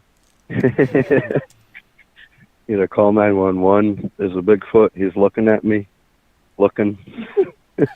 Yeah, I got... the Bigfoot creatures, there's things like the Yeti and things like that, and stories going back to the America, way early back when the Indians, natives, whatever people call them, were here, and also, but basically, I think that could be, an interdimensional being, and I know there's probably fake sightings of that, but yeah, that is an interesting thing. But yeah, I like so that's about there's all kinds of different things throughout time about it, and these creatures seem to be very good at hiding themselves from us. And yeah, you're right about the leprechaun, or Santa Claus, or the Easter Bunny. No one hears about that, but these other things you see because it's there. Yeah, that's a very, very good point. I like that. We don't have hoaxed video of people aren't trying to convince you. Well, a little bit, like CGI spaceships and stuff, and it's like you'll even look in the video description, and it literally will say right there, made with After Effects. And people are like, wow, this guy's trolling. He wants us to believe it. Well, not really. Who's going to believe that just some spaceship is flying around? And it's just not on the news somehow everywhere, even though everyone has phones. Nobody can live stream it. Just you, this one guy has this one video of this thing. Okay. No. Mm-hmm. But when 1,000 people have 1,000 videos of the same thing and all these other objects and men coming forward who have nothing to lose but their life, and his career, like he's literally in danger of getting fucking shot by the feds. Mm-hmm. He's like, yeah, we have these beings. Like, yeah, that's incredible. Like that they came out with that. And I remember, like, these whole warehouses, probably Area 51, in my opinion, and other places we don't know about, are containing these UAP devices and technologies and bodies. Also, they're saying, and yeah, this is a big moment, and it needs to be exposed, definitely. Dude, if you think about Roswell. Mm-hmm. And you think about that crash, okay, that was the first thing that, people were introduced to with, aliens, flying saucers, crashed ship. Mm-hmm. So that happened. Why haven't we had a Roswell incident since then at all? Anything even close to that? After that thing, we've never had anything that can compare to that. And all we have in our mind collectively is aliens, Little Green Man, Area 51, Roswell, New Mexico. Think of those 4 pieces of information that have been fucking drilled into your brain for decades. Mm-hmm. what happened in the meantime? If they were here, are we to believe that just 2 times there was a crash and nothing has happened ever since? Or was there a crash the next week after that? 2 weeks after that? A month after that? Were there 10 more? Was it someone they were shooting down, maybe? Exactly. Like, Yeah.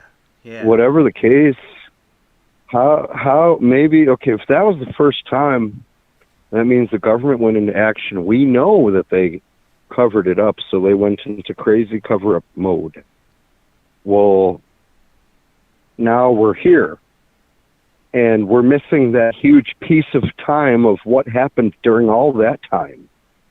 You're telling me there's only one Area 51 with alien bodies? In all this time? If they have been here, yes, and they crashed one time, something happened. Look how many car crashes happen every day. Statistically, I don't know how many there would be flying around of these ships if they just came to visit us. Maybe there's 1,000 of them, and they've lost like 400 of their vessels. Something. I don't know, man. I remember. I don't mean to cut you off, but I remember there was this. Yeah.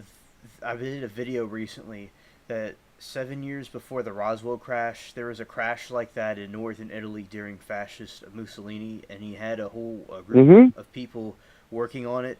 And yeah, that happened over there, and then Hitler had those flying saucers. So he must have gotten it from that. And there was some other story of some farmer.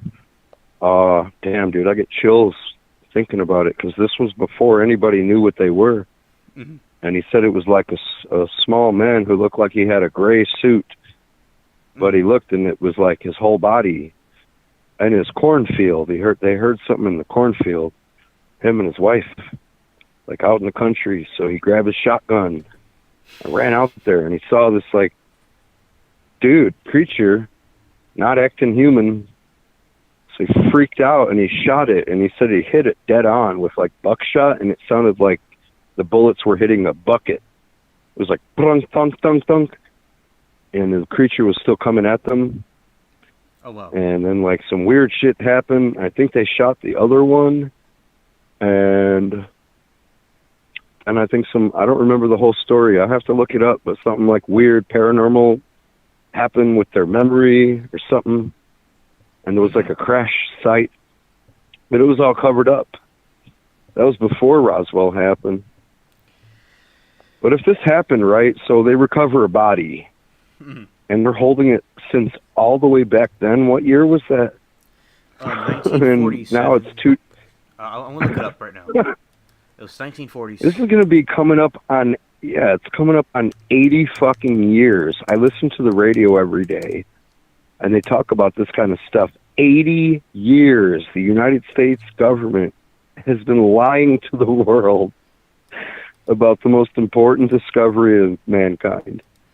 And who knows what they've been doing with it, reverse engineering it. And most people think that the other militaries of the world are in on it too, and also keeping it secret, not together collectively, but separately, keeping their mouths shut, because they both know if either of them say anything, it's going to let the cat out of the bag. And they're secretly battling each other to reverse engineer the technology, and that when they make these breakthroughs, they're testing these craft. So some of these UAPs aren't even alien. So this guy might be coming out and bringing this stuff forward. He might even be getting bad information about fake UAPs to cover up the truth of the fucking technology war. I don't see why that doesn't make sense. Maybe we just got those 2 ships, but maybe there's a whole bunch more. And maybe they're still here and they make mistakes. Some things happen, and if they're building some kind of technology, all technology is going to have weak points.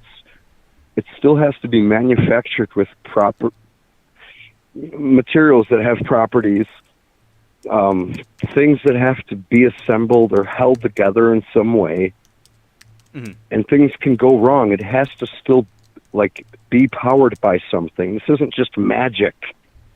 It's not just like, poof, magic ball. Oh, the bolts just stay in place. It's like things can still go wrong, even if they're like a million years more advanced. And they could crash. Maybe they got shot down. Maybe they made a mistake. Maybe it was a pilot training. Maybe it was a drone. Maybe it was supposed to crash. Maybe that's how it deployed its fucking antigen bioagent that has been infecting us. It could be any of these fucking things. We don't know. Honestly. I mean, not to sound like it's going down a crazy rabbit hole of insanity. Those are real possibilities. We could send a ship out, a drone, with malevolent intent. If we had some evil billionaire, say Elon Musk was evil, and he's like, ha ha ha, and he sends like COVID virus to space. I don't know, like crashes into some other planet on 1947 on their planet, and they're like covering it up.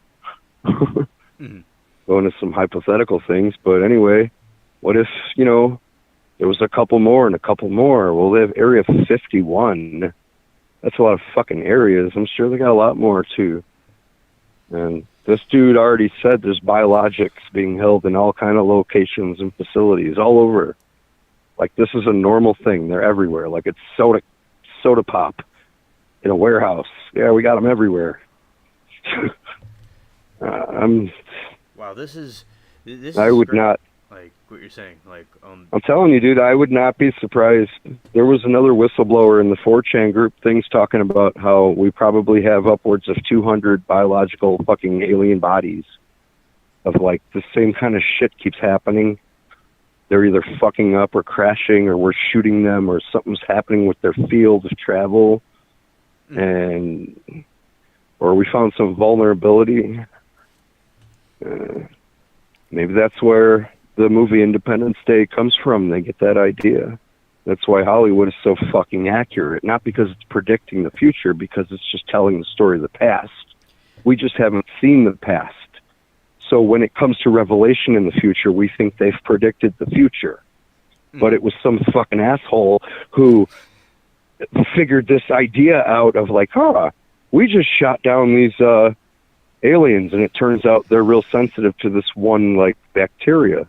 We inject it into their spacesuit, and it killed the other guy. And they went back to their ship. Oh, we sent them a computer code virus. It took down the ship. That's why I would not be very surprised if China invaded us with boots on the ground, literal troops coming over our soil. They would be very shocking, but I would not be completely surprised by it.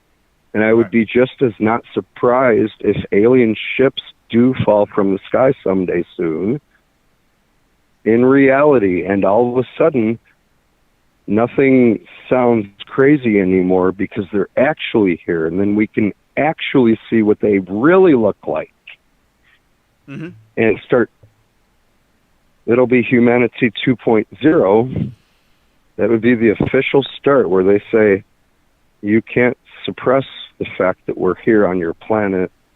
You can't hide this from the people. We're broadcasting on all frequencies. Well, what would you do then? Well, what do you want? Why are you here? Like, well, we're not going to kill you. Here's what's been happening. I guess we would find out. They would tell us what they know. What if it's just people like us? Said that last time. Yes. We could find a planet in our own galaxy with other people or something. But yeah, then you think of the real abstract extra dimensions and things. I don't know where that would physically exist. All right, so I don't know. It's okay. So this is how it works. There's there's movie you could watch. It's called Interstellar. Matthew McConaughey's in it, and that explains the different dimensions pretty well. So basically, how it works is there's some other realm that exists that along with ours, but we can't physically like see it or go through it because we don't have access. I've heard of like a Stargate. It's like an access into another dimension.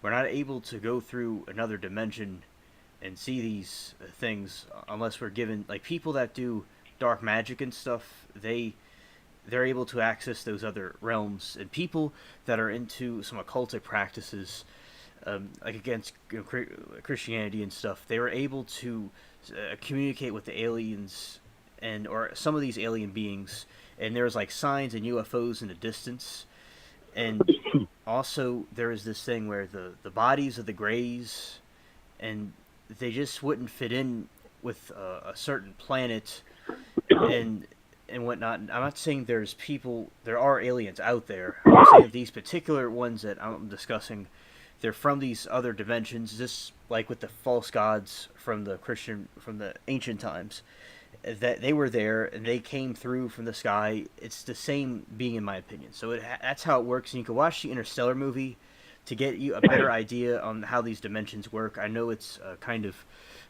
it's very complex.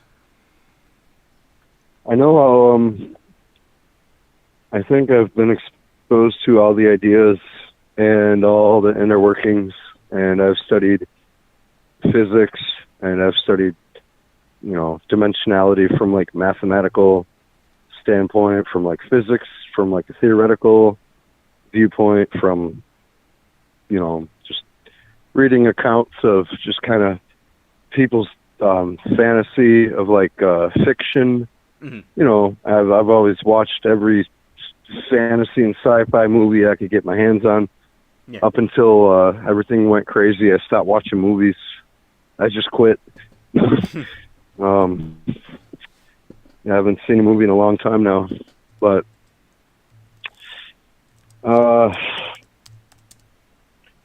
just everything. I've contemplated all these different things, and I've tried to think, how could it tangibly be actually real?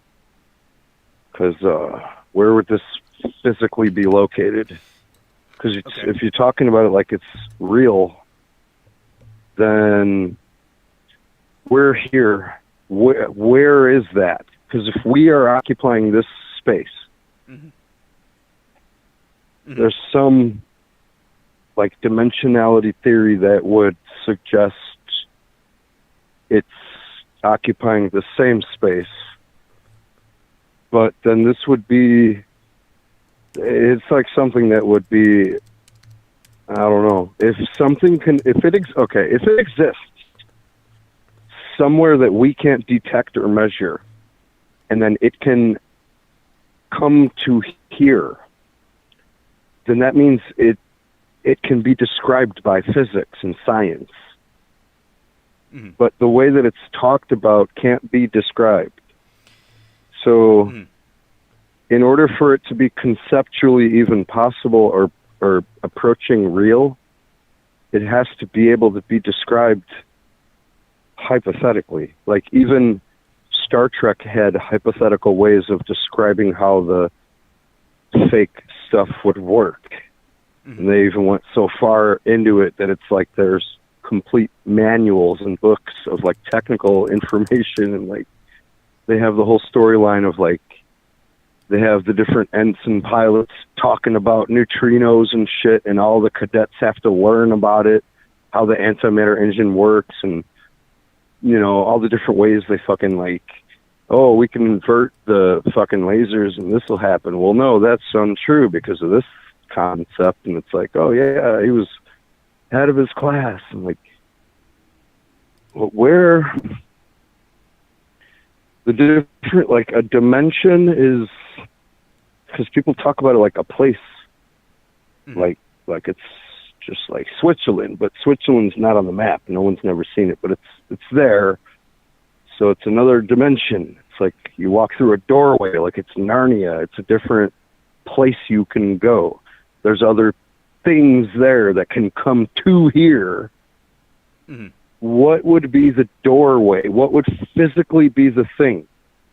Like in Fringe, the show, they describe it and they try to say like scientifically, but that's based off the concept of separate realities spawning.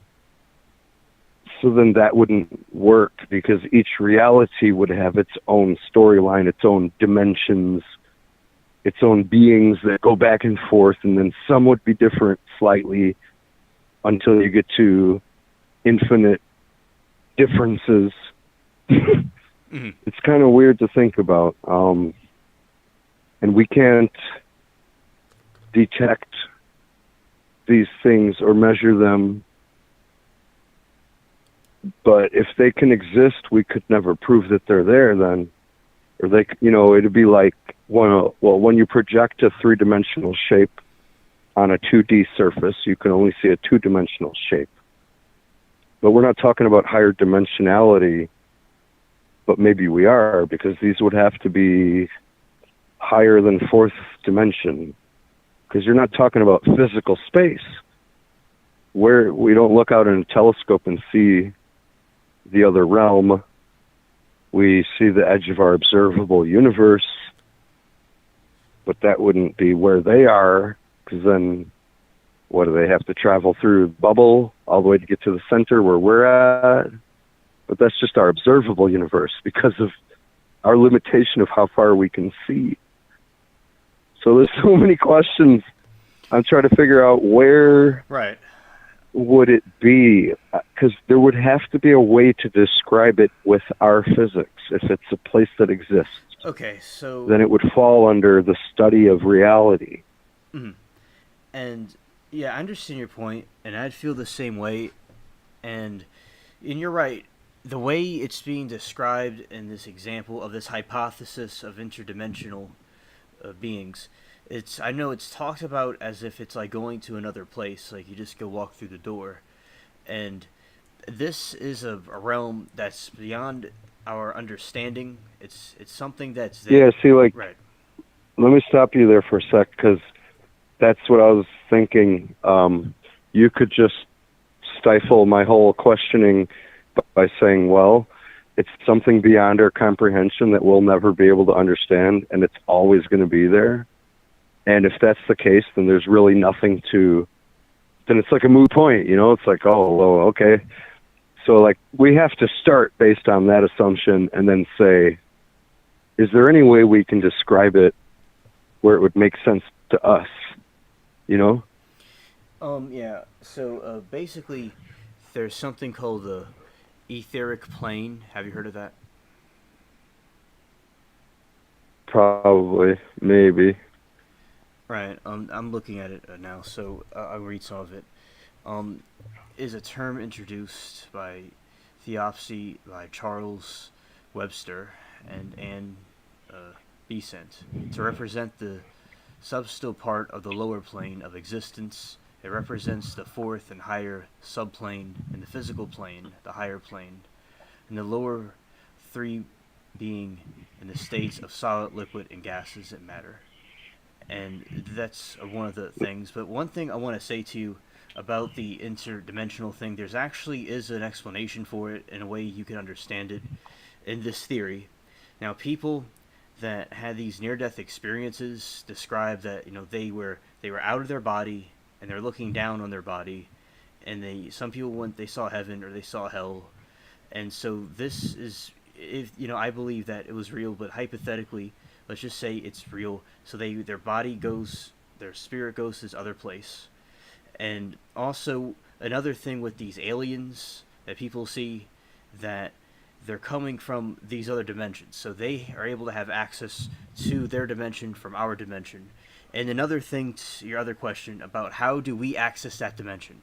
So there's people that do. Well, what I'm saying, my only thing I would have to say, how can we bring any of that from the hypothesis of like just people just typing this on the internet? Oh, there's this plane, and these people come from this thing. It's like, okay, that's a guy saying it. How can we connect that to something like scientific? Is what that's the thing I want to be able to say. Like that's like I've dreamed about that, where we could make a discovery and say, look, this fluctuation shows that there was like a life form here, and you can do it again, and it's like provable.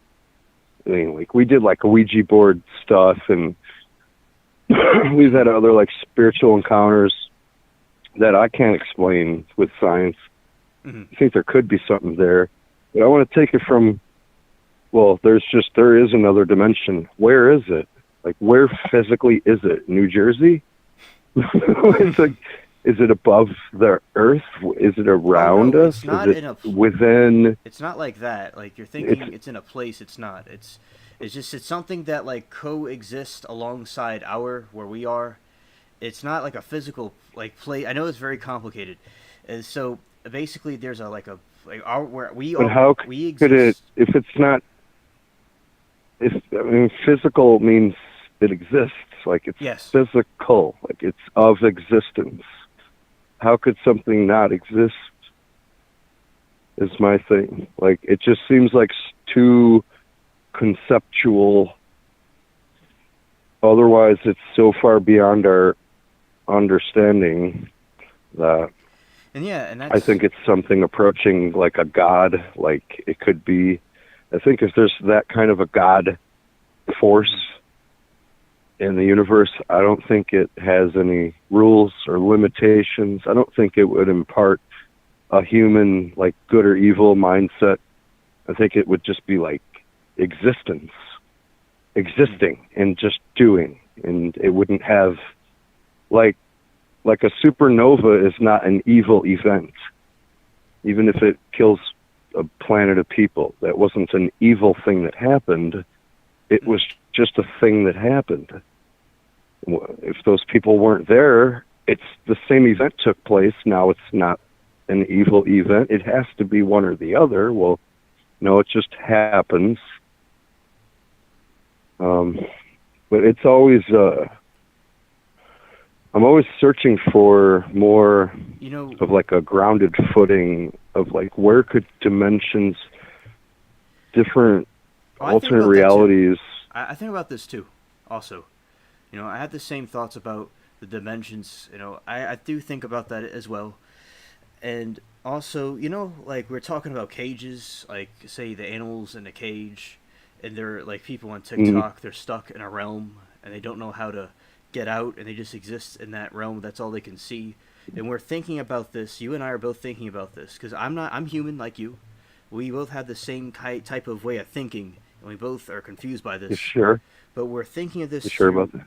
A finite realm, and through our human understanding, and it's like limited. Say a fish in the water can't comprehend people on land that breathe without water, and they can't seem to get out of being in water unless you're an alligator or something. So, like, there's a dimension of people breathing on the earth, and animals and creatures in the sea, and they're in two like different dimensions. And like the fish wouldn't really know how he could go crawl on land necessarily and be with those other beings because it's from a different realm of understanding. So it's like from a limited point of view, but yes, there is a explanation for it in science and stuff. But these realms are not as well.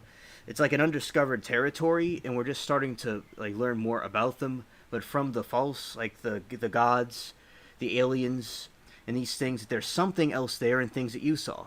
In my opinion, that there is something there, but I understand it's really complicated and out of our realm of understanding.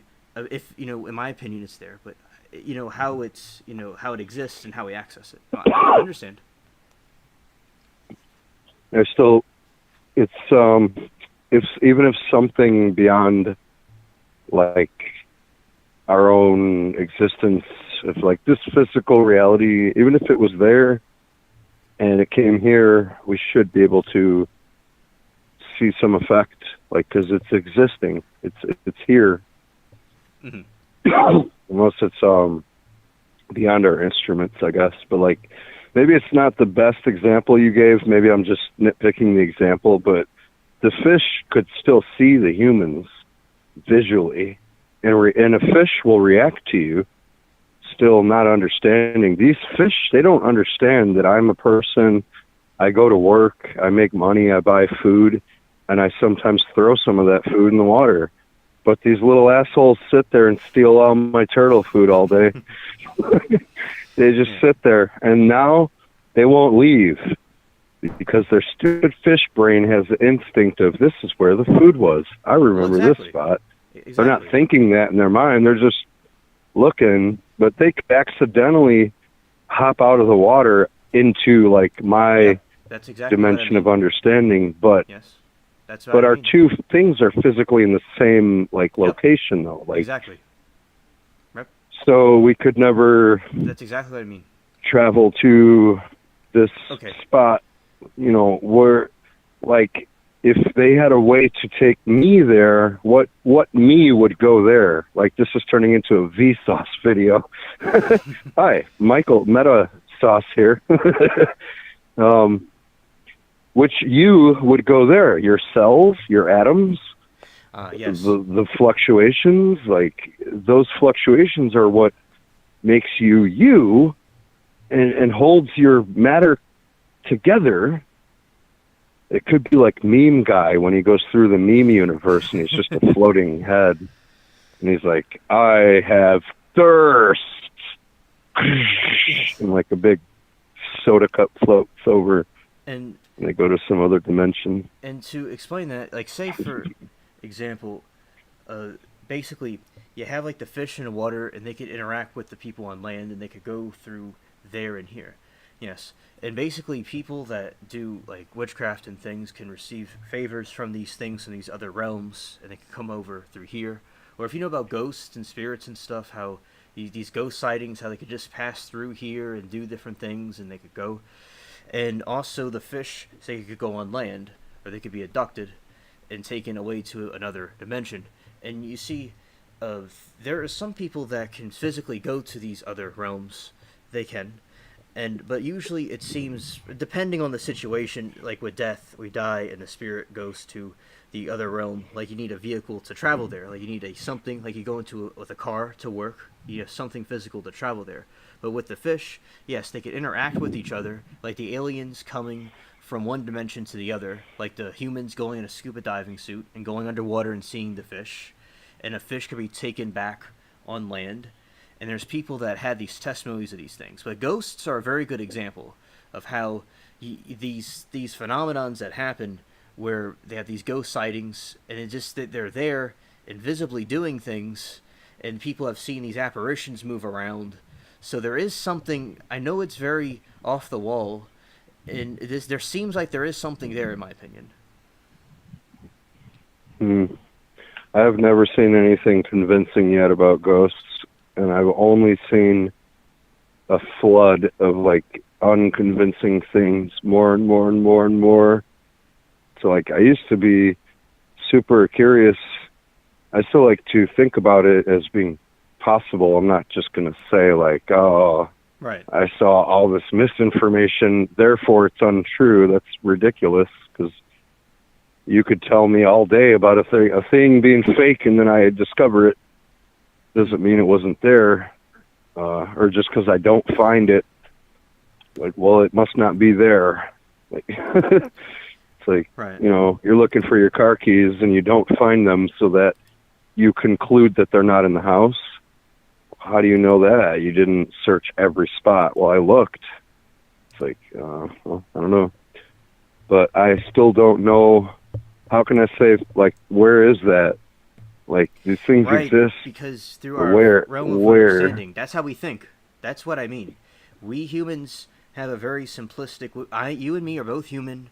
We both think the same way. Okay, you and I are not different. I'm not above you. I didn't find out something that you didn't find out. We both have the same type of thought pattern. I think the same thing in my yard at night. Where is this place?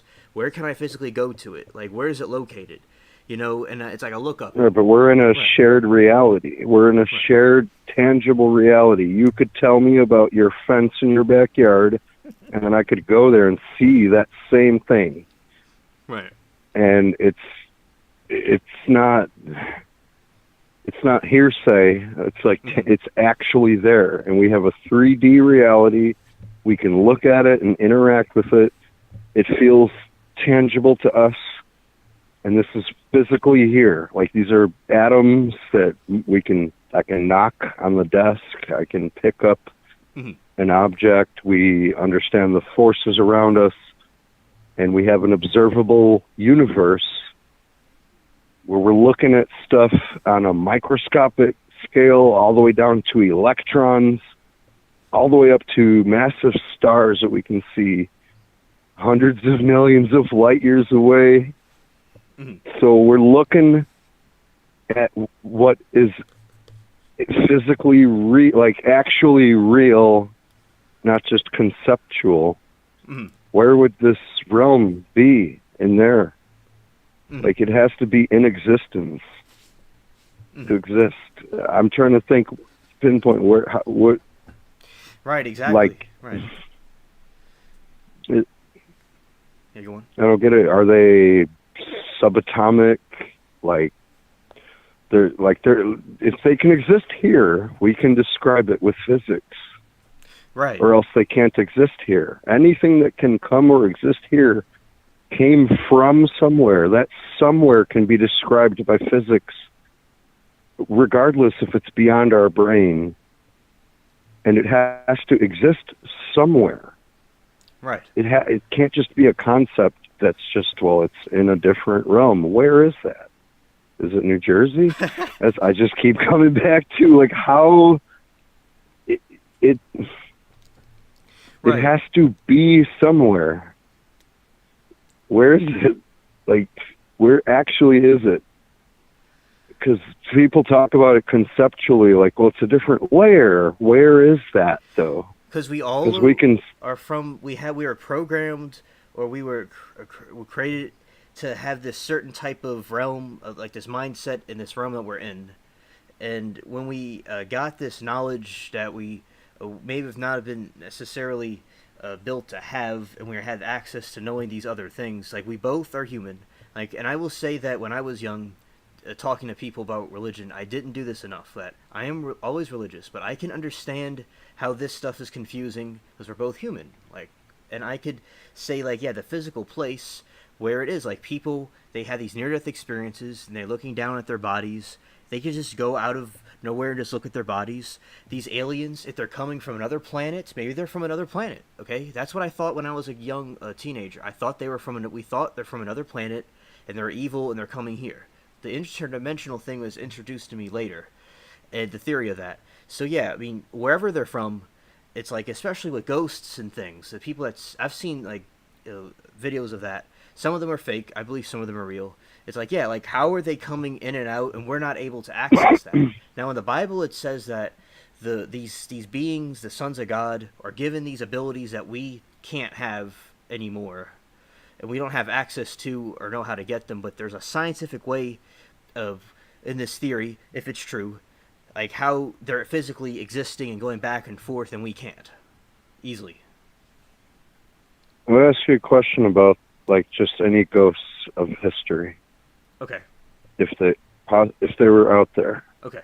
Why have we never, ever had some concrete, solid communication, repeatable, like, every single ghost occurrence, every single one in the human history, there's just been so many that this has always existed, and so many people see them. Why can't one of them, just one, be like, yes, I am Mike the Ghost. Here I am. This is something. Like, let me tell you, nothing. We have nothing. There's none. It's always a weird, obscure story. But with, like, alien UAPs and everything, there's, like, the opposite of that. But so that's why I'm kind of like, okay. So why I believe that the ghosts. Okay, so I think the ghosts are some kind of bad being that's disguising itself as a deceased person, perhaps. Maybe not in every situation, because there's people that had maybe good occurrences, but a lot of times it's a deception to deceive or scare people. And you're right, absolutely, you're right. So you would think that they're trolling. Then by that argument, you would, yeah. But then from your argument there, they would have to, like, since the inception of humans, like, since we were telling ghost stories thousands and thousands of years, they would have consistently, every single time, covered their tracks, never let themselves be seen, always stick to the troll thing, like, that's their nature. How would they never interact farther than that? So it's like, I don't know. maybe that's just the way they are, and they only do that one thing every single time. It still seems so far-fetched, but Look, maybe there's the only videos. thing I could think of, I could try to like go maybe find it. there's There is some of this channel, yeah, that had some of that. There's these. Now some of them could be faked, and I believe some of them are real. And there's these videos of people. Because remember, Dark Meta, there's a time where people didn't have a bunch of technology like we with the phones and stuff we do now, and now people have the technology, and there's all these home videos of these paranormal ghost occurrences where people are having these things moved around, and these things moving around physically, and stuff like that, and something appearing in the window. And I know you're like, these things are probably fake. Perhaps they all are, but I think a lot of them were very convincing, especially if someone had a religious symbol, Islam or a Christian, that were said a prayer or something, well, yeah, and these like things ran away. So I know what you mean, and it sounds very cliche, but these things just like seem like they troll people. And you could go on. I had experiences when I was little, and nothing ever happened after that. And later on, it makes you question it because, like, my whole line of questioning now is the only way you could think of the world analytically and logical things that make sense, because things that don't make sense are things that are fantasy that your mind makes up. And it's like, if you can't differentiate that in your mind, you go crazy. You could be schizophrenic. You could play into your own delusion. So we have that built in. Like, we're analytical. Yes. Yes, of And course. I think about, well, yeah, I had these experiences, and as time goes on, the more you kind of refine, like, your analytical just skill, especially with all the propaganda. Like all the propaganda that's out, you never believe something at face value anymore, You're like, okay, let me look into it. Even when I see all these things, it's like, you're questioning that, and you're questioning the sources. But, yeah, there were things that there was nobody in our attic, and weird things were happening, and other strange, weird things were happening in the house. And I try to think back, maybe I was just making it up in my mind, or I was playing along, but no, I was one of the people. My parents were there, and all the pets were like downstairs, and it sounded like someone was in the attic, to the point where we were about to call the police. And we go up there and fucking, man, dude, like, okay, all the boxes were knocked down. There was like boxes in the attic taped up. They were all knocked down, and like stuff thrown around. So maybe someone broke into our attic somehow and secretly fucking, like a cat burglar, silently left. I don't know how. We're all downstairs. There's only one way to get up in the attic. The windows are like painted shut. You can't open the windows in the attic. There's only two windows. It was like a dormer roof, like a 45-degree angle roof attic. And in the front was a hospital bed. And you could not move it was an old hospital bed. So you roll, it was like a hand crank to make the legs and the head go up and down to adjust it. And it was like rusted shut. And sometimes we'd go up there and it was like flat. And another time we go up there and it's like bent upward. The curtain was open. I'm getting chills right now and goosebumps telling you this. Oh my God, my whole body, dude. Yeah. I'm getting super chills. It looked like we would close the door. The door would be open, but just almost all the way closed. And you just push it open. It looked like someone was laying in the bed, looking out a window, because the window curtain was pulled open. So my mom would obsessively be closing stuff and putting it back how it's supposed to be, because she's like that. She used to be like that. Sure enough, later on, it's different. Maybe my mom was like crazy and did it. No, because we would see it, and she wouldn't even be there. We heard other stuff, but I've never... All I could go on is like my hope and belief But with aliens, there's so much like more tangible Oh, yes. stuff.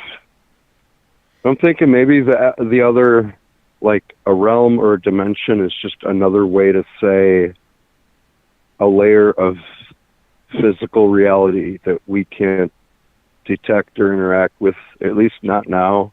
Right. Maybe we'll gain this ability later, or maybe it's always been there. Yes. But I think if there's an afterlife and there's a potential way to interact with this life, we would have known for sure by now. Information would have come through, other things would have happened. I think it's just way too far-fetched. I could write a book on all the questions I want to have answered that just seem to contradict. But thinking I always have to play devil's advocate. How could it be possible? Maybe our consciousness does exist coherently, like as if you say a soul or a spirit. That brings its own problems, though. A lot of unanswerable questions. But let's just put those aside. Maybe that's what the ghost is, where it's some, like the consciousness that's within your body, that formed in your brain, has come from collectively somewhere to have this experience. And once it's solidified, then it can disperse, and there's some kind of connection to like a different universal channel. That could be a normal thing. And it would have to be like a one-way thing, though, that maybe we're just seeing like after images of something, kind of like a reflection. But that would have the consciousness would be something. It would be a something still. It would be somewhere. Like, it's, I don't see how to rectify the argument in a way that like could satisfy both sides. Yeah. Of like scientific and fantasy, because right.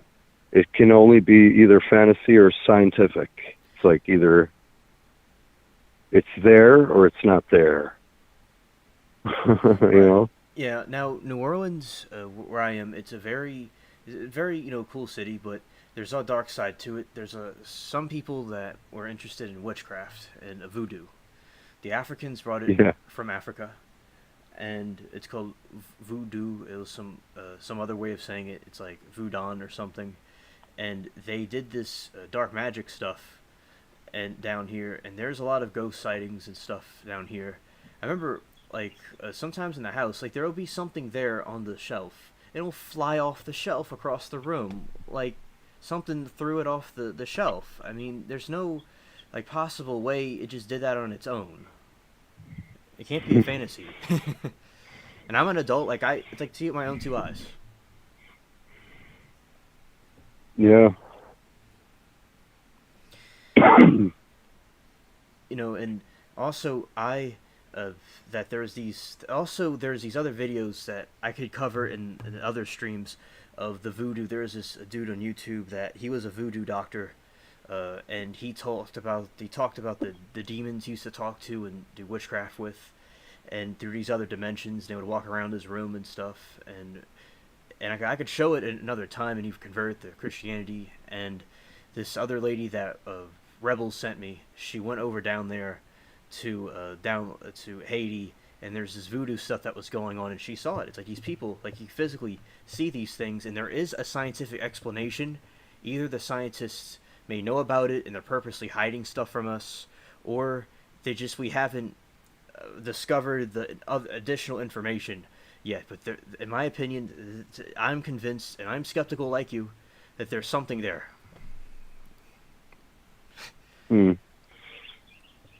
Yeah, I thought about voodoo stuff and like magic spells a lot too, and it's another thing that on the one hand, like my ex-fiance used to tell me these fantastic stories of things that would happen to her. And well, it turns out like on the one hand, if it's like so fantastic, like that, you might like want to question your own sanity. It's like those aren't things that could possibly happen. At what point do you stop yourself and go, wait a minute, I might be imagining this? Because if you're alone and you see something, like when I saw that stuff, how do I know that that was something I really saw? Maybe my brain had a glitch right then. Well, I believe but, that... Oh, you go on. I'll say what I was saying after you. Yeah, I was going to say, just to jump to telling a vivid thing, a story, which is clearly fabricated, not real. Like, she would tell me that she started floating above her bed. And, like, she was, like, floating out the window.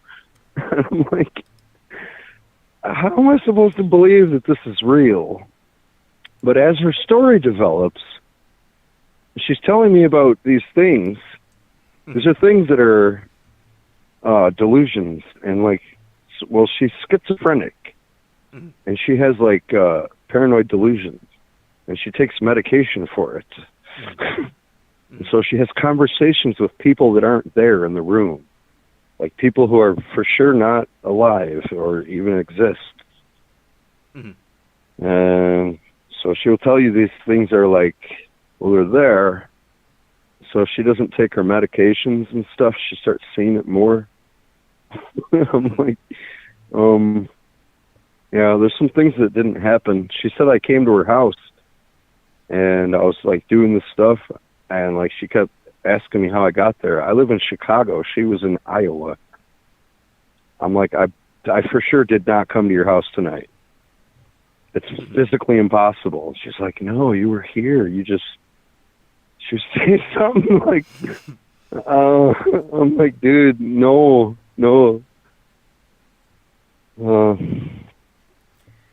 And I believe that us humans, we all sometimes we could be afraid of things subconsciously, or we fear things we may not understand, and sometimes the mind may do things to protect itself, and it'll be like, oh, this didn't happen, or it's not real. Like they go into denial. It might be a protective mechanism. But I do believe you saw what you saw. And I mean, you saw a lot of things, and you experienced a lot of very frightening situations throughout your life. I mean, it gave me goosebumps too, to go through all that. Yeah. So like, what I was going to get to the point of, if you look at like alien encounters and you weigh the two sides of, okay, fantastic stories, and is there anything in previous history which would indicate that this is fantasy?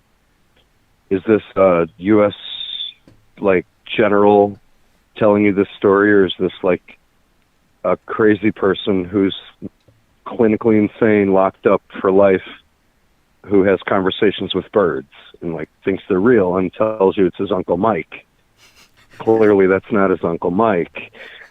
His Uncle Mike is sitting over there and he's saying, no, listen, I'm not a bird. People do have dementia. People do have fantasy delusions. So knowing that that's a thing, that's a for sure thing. The other side of the coin is, well, maybe she's floating out of her room and I went to her house tonight and I didn't realize it. That's not a thing I've ever heard of happening, and I know that that's not possible. So it's like the one side, there is the possibility, the strong clinical knowledge of hallucinations can exist, delusion can exist. It's like a very strong possibility. Now, you have two situations. One is completely far-fetched. The other one could possibly potentially fit within reality of what we know.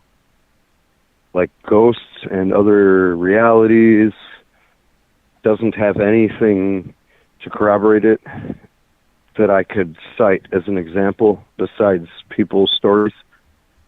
And when 90% of those stories are known delusion, it just makes me like, I want to search more, but you're never coming up with anything. At some point, you start to realize there's no fish in the pond, and like you're fishing in a waterway with no fish.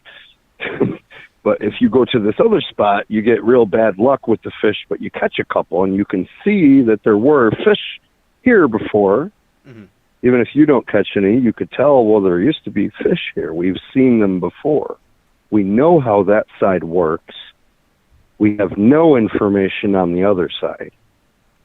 Mm-hmm. So it's like walking into two different rooms, and one is dark, and you tell me, well, trust me, there's stuff in front of you. I'm like, okay. The other room has the lights on. You say, look, there's stuff in front of you. And I go, yeah, it's right there. And then you take me out of the room, and I'm like, you're like, which one is more likely to have stuff? Which one do you think, in your mind, you could say more certainty has stuff? And I'd say, well, I've seen the stuff in this room. I've never seen stuff in the other room, ever. Not even one drop. But I want to believe. Mm-hmm. You know, that's the way I think of it. Mm-hmm. Now, even though I've had some couple experiences, but mm-hmm. there's no mountains of evidence like UAPs. Right. And what a chat was saying, from a Christian perspective, to the Christian opinion, of course, that perhaps before humans fell from grace, there was some kind of a place to access these other realms easier, or there would have been a way to have done it. But we're in a fallen realm, and if people believe in God or not, we live in a corrupted, messed up, fallen world, and, you know, we have wars. There's, as you said, there's people oppressing each other. And this is just a really, we could agree it's a messed up place. And with the aliens now, do you believe that they came from other planets? Is that what you think? Well, I mean, I think that's, yeah, like of the two separate kind of like theories of, I think those two things would be separate. I think within, like, did aliens come from X or Y or Z, there would, there could be the possibility of some other type of thing we can't explain. And then separate from that, I think definitely there's some regular old biologics. Oh yeah. Many of them. Oh yeah. Now, is it... indeed. I love the way that guy talks. Yeah, me too. I think he's full of shit, but I don't know. I think I can't tell. He might be lying, make up the whole thing, for all I know. I don't know. He seems legit, though. I mean, actors are good actors, dude. Johnny Depp is Captain Hook. I don't care what you say. He is Captain Hook. You mean Jack Sparrow? How is he not Captain Hook? Jack Sparrow. You know? Jack Sparrow. How is that guy not a... He could be a Johnny Depp fucking level actor, and he's just a weird motherfucker. They're biologics. They're looking at me. They're in my car. But then again, he could be like, yeah. He said he didn't see him, but he seems to have the info, and I hate it. I hate that we can't tell. All we have to go off of is like our gut instinct, but I know, and look, I wish there's definitely some. This world wasn't fallen and corrupted, and I could easily just show you, oh yeah, it's in New Jersey, down the street, behind that tree, and we could just go through it and see, and just trip out. But it's not like that. Yeah. But I'm glad that we're having this discussion, and yeah. But basically, I think that, you see, I always thought they came from other planets, but they were evil, or with the fallen angels. But that later it was introduced to me about the interdimensional beings, and I'm going with that one for now. But also the other planets could be true too. I mean, it could be either one. But we agree that the aliens, the UAPs, are there, in my opinion. Well, if you think about it from like some kind of a place that we can't identify, if we just don't think about, like, my question, where is it? How does it work? If it's somewhere and it works somehow and it is there and they do exist, well, maybe that's the only thing visiting us and doing everything. Then we're way out of our league on that one. Mm-hmm. And we're just going to be at their mercy. And I don't know when they would have found us or what their intentions or goals would be. Mm. Maybe we're just something they poke, like some crazy kid finds a cat and like is mean to it and pokes it. I don't know. and then like forgets about it or comes back. We couldn't do anything to stop them or do anything. And, well, maybe it is some kind of a realm that's some other, like, higher entity that, has some kind of a command of, like, different dimensions of actual space. Because, you can't project, like, a tesseract onto a 3D space. You can only see slices of it, like how a sphere would look like a circle on a piece of paper. You're only seeing a slice of it. We're limited with our senses. We can only design scientific instruments based on our human perception. We can't make something that can do something other than look or sense or vibrate, try to detect a wave, some change, a fluctuation. There might not ever be a way to detect that.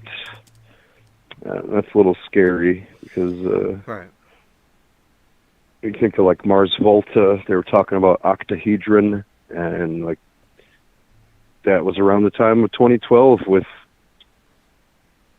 everything talking about extra dimensional stuff and CERN turning on, and we're going to split apart the timeline and all this. It's like, there's probably going to be some things we don't understand that like it could be explained, but not by us. So I don't know, man. If they're out here, they're pretty quiet. I want to see some Ayla Maos actually coming down one day. Right. And also basically, because I think that in the Bible it talks about these beings that travel with wheels within wheels and these chariots of fire, and I think that those could have been spaceships. Well, I think our whole like physical, like atoms, electrons, I think everything is like everything is fractal by nature. Like you can't measure a coastline. It's impossible to measure a coastline. Like it's infinite. Did you know this? No. Do you know how long coastlines are? No. This will like blow your mind right now. Like you can look up the length of the coastline, right? And you think that's accurate? So let's say, or just say like the border of your town even, but a coastline is the better example. But where do you put the border? You draw a line, and like this street is New Orleans and this street is not, right? Like across the street. So if you zoom in to the atoms, the line is not going around each atom. It's straight. There's gaps. If you make it fill the gaps. Sorry. I shoved my cat up to the camera and he got scared to run off. It's all right. You keep going. If you zoomed in enough, you'll see that there's a lot of tiny gaps. If you fill those gaps in and you zoom in again, you'll see more gaps. And if you keep doing that infinitely, you will keep going and going and going. This is fractals. Like, so the measurement of any coastline, the more you zoom in, the more you can keep, the more like comes out. Like a fractal can contain, like your DNA can stretch out like really, really, really, really, really, really, really, really far from a tiny little piece because it's so compacted. It's like, it's, I don't know if I'm explaining it right, but you can zoom in on a coastline and 3 feet becomes 9 feet because you're measuring all these little tiny circles and indentations that go in and go in and go in. And the farther you zoom in, the more you see these. So we can only give a rough estimate on a real high macro level of the approximation. And it's like the same idea that there's no such thing as a chair. There's factually no such thing as a chair. Doesn't exist. And you can prove it because there's only a chair-shaped object, a collection of atoms stuck together in the shape of a chair. And if you took one away, is it still a chair? Kinda, yeah. If you keep taking them away, when does it not be a chair? Like, there's no point. It's like the ship, when you replace each piece of the ship over time, and none of the original pieces are there, is it still the same ship? You only replaced one piece at a time. If I took away one of your cells and replaced it, and I did that with every cell, would you still be you? We think of the world in a human type of a way, but mostly it's like approximations. Even our time isn't really precise. It's like off by a little bit. Oh yeah, I think those are very good very points. Very good points. Look up a video sometime on the actual length of coastlines or something like coastlines and fractals, and it's insane, dude. I think I've watched every Vsauce video that's ever come out. Like I watched him since he was started out. Was always obsessed with that kind of thinking. Just like weird, out of the box, like the actual truth of what you're looking at, what it is. But I think reality could be something fractal, stacked on top of itself and within itself, like how it's mathematically described. But if, they have like those fences, it's like a fence in someone's yard where you can't see the fence, like the posts or the wall from a certain angle, only from a different angle as it's turning because they're real thin. So it looks like it disappears as you go from a certain angle. Like there's certain patterns of the sun you can't see unless you're looking from like a certain angle. Things like different hologram, like a hologram works like that. You look from one side, it's one thing, and it changes from the other. Maybe we just can't detect these entities because they have some way to like look down, like I was saying, into the ant farm. Maybe it is physical reality, but they're just in a different, like, maybe that is the realm, and we're never going to be able to see it if that's the case. Yeah. And I believe in time things will be revealed, and eventually we'll have the answers that we need. And also, yeah, chat really likes the conversation. And let's see. Yeah. Yeah, I think there's only 2 people there right now. Yeah. 6. Oh. It said 2 and it said 6. I couldn't be reading chat all the time because my brain is like thinking of a million things, and it would take like half my focus. There's a lot of things that were said there. Oh, yeah. I'm scrolling through a little bit. It says 6 people still there. Next, Amanda, and yeah, that's the only people talking. Yeah. And also, yeah, there was I like the way you think. Yeah? Cool. I like the way you think, too, about stuff. Thanks. I think this, I really do have the strongest feeling just thinking of it, like, intellectually, like, just thinking of it without any bias or feeling or wishing or any, like, analysis of like crazy, not crazy. I'm just saying it really does look like and feel like and make sense that just thinking about it would feel valid to consider that we've been taken over by something. It would not surprise me. I would be like, I fucking knew it, dude. I knew it.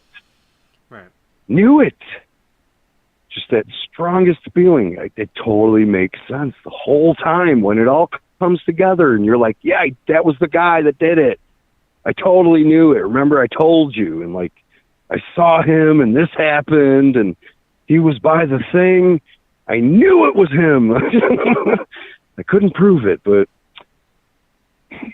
yeah, I don't know. I always thought since I was little, like, man, I'll be like real old one day. Like, damn it, I never saw aliens coming here. But there could be a time where it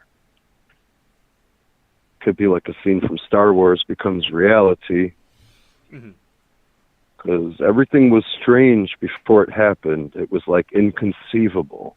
Oh, you can send your voice around the world instantaneously and anyone can hear you and respond.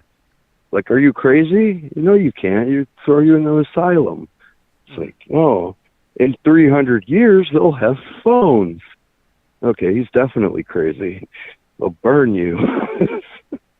It's like unthinkable things that could be literally around the corner, and we are the people who are just sitting there right before that discovery happened. But we're in this tainted world now. I really do feel like it's definitely under attack by scumbag human beings. But what's influencing them? What's truly like, yeah, demonic kind of, you could think evil forces, like, but what about actual things that it could have been happening since Roswell and leading up to now, and now we're in the ass end of a big shitstorm, whatever happened. You know, if we don't get fucking Trump in the White House, dude, we're done. I'm telling you, if we do not, he has to become president. This is the time to care about not even politics, just who's in charge. Regardless, doesn't even matter what his politics are. Stuff. Right. Who goes around debating people's individual politics anymore? Have you ever heard anyone on news talking about what Trump thinks of an issue? Once? Exactly. What did politicians used to fucking do, bro? They used to talk about the things they're passionate about and the issues, and that was the controversy. Now, our fucking Department of Justice is trying to put away a president in prison for being president and for exposing this shit that we all know is festering, a disgusting fucking putrid, that's why they call it the swamp. Gotta drain the putrid fucking swamp. And whoever was telling me, oh no, that wasn't here, that was somewhere else earlier, telling me I should shut my mouth. No, I shouldn't shut my mouth. And I did a rant video too recently because my streamer friend watched some streaming, saying some woke shit, and I called him out, and I wasn't talking about politics. I wasn't speaking political. I don't know how to have political chats. I know how to debate, but not from a political standpoint. I'm not political. When the leader of my nation is going to go to jail, I'm not bringing up politics. When someone is fucking abusing children, I'm not bringing up politics. Right. I'm not talking politics in chat, unquote. Okay, saying that I fear the army might roll down my street soon in tanks is not talking politics in chat. I'm fucking sick of it. I will not shut my mouth. Let's go, Brandon. Fucking MAGA forever. Fuck them. Yeah. Ultra fucking giga MAGA this time. Because now it's the second wave. Now you've really pissed off the beast, and the American people are fucking going to see the bullshit. And we're all seeing the results of these Democratic-run cities and what happens. Oh, yeah, that was what yeah. we said. Yes, very well said. You know. And There's no fucking insurrection. Nobody tried to take over the government. There was no fucking collusion with Russia. Hillary Clinton is a goddamn fucking criminal. Sorry to say goddamn, but That's okay. Hillary Clinton's a criminal. Mhm. And Joe Biden and Hunter Biden, and they've been ripping us off and scamming us, supporting these agendas that are killing children, maiming them, messing them up for life. This is insane, dude. It's insane. And like that dude is the only one stopping it. Like he said, he's not stopping it. What did he say? He's not stopping them. He's just standing in their way. They're coming for us, not him. Yeah, he said He's just standing in the way. And that's so true. There's no one else that can do that. DeSantis isn't going to do it. He's a fool. He's already being a fool.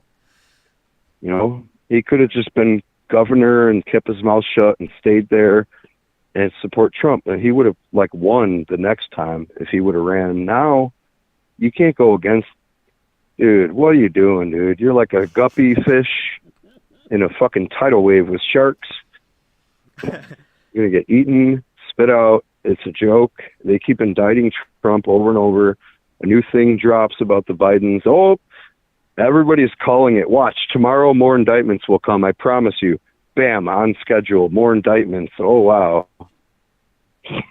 This is unbelievable. It's out of control. Like, other countries literally take to the streets with guns and pitchforks and fire and fucking destroy things.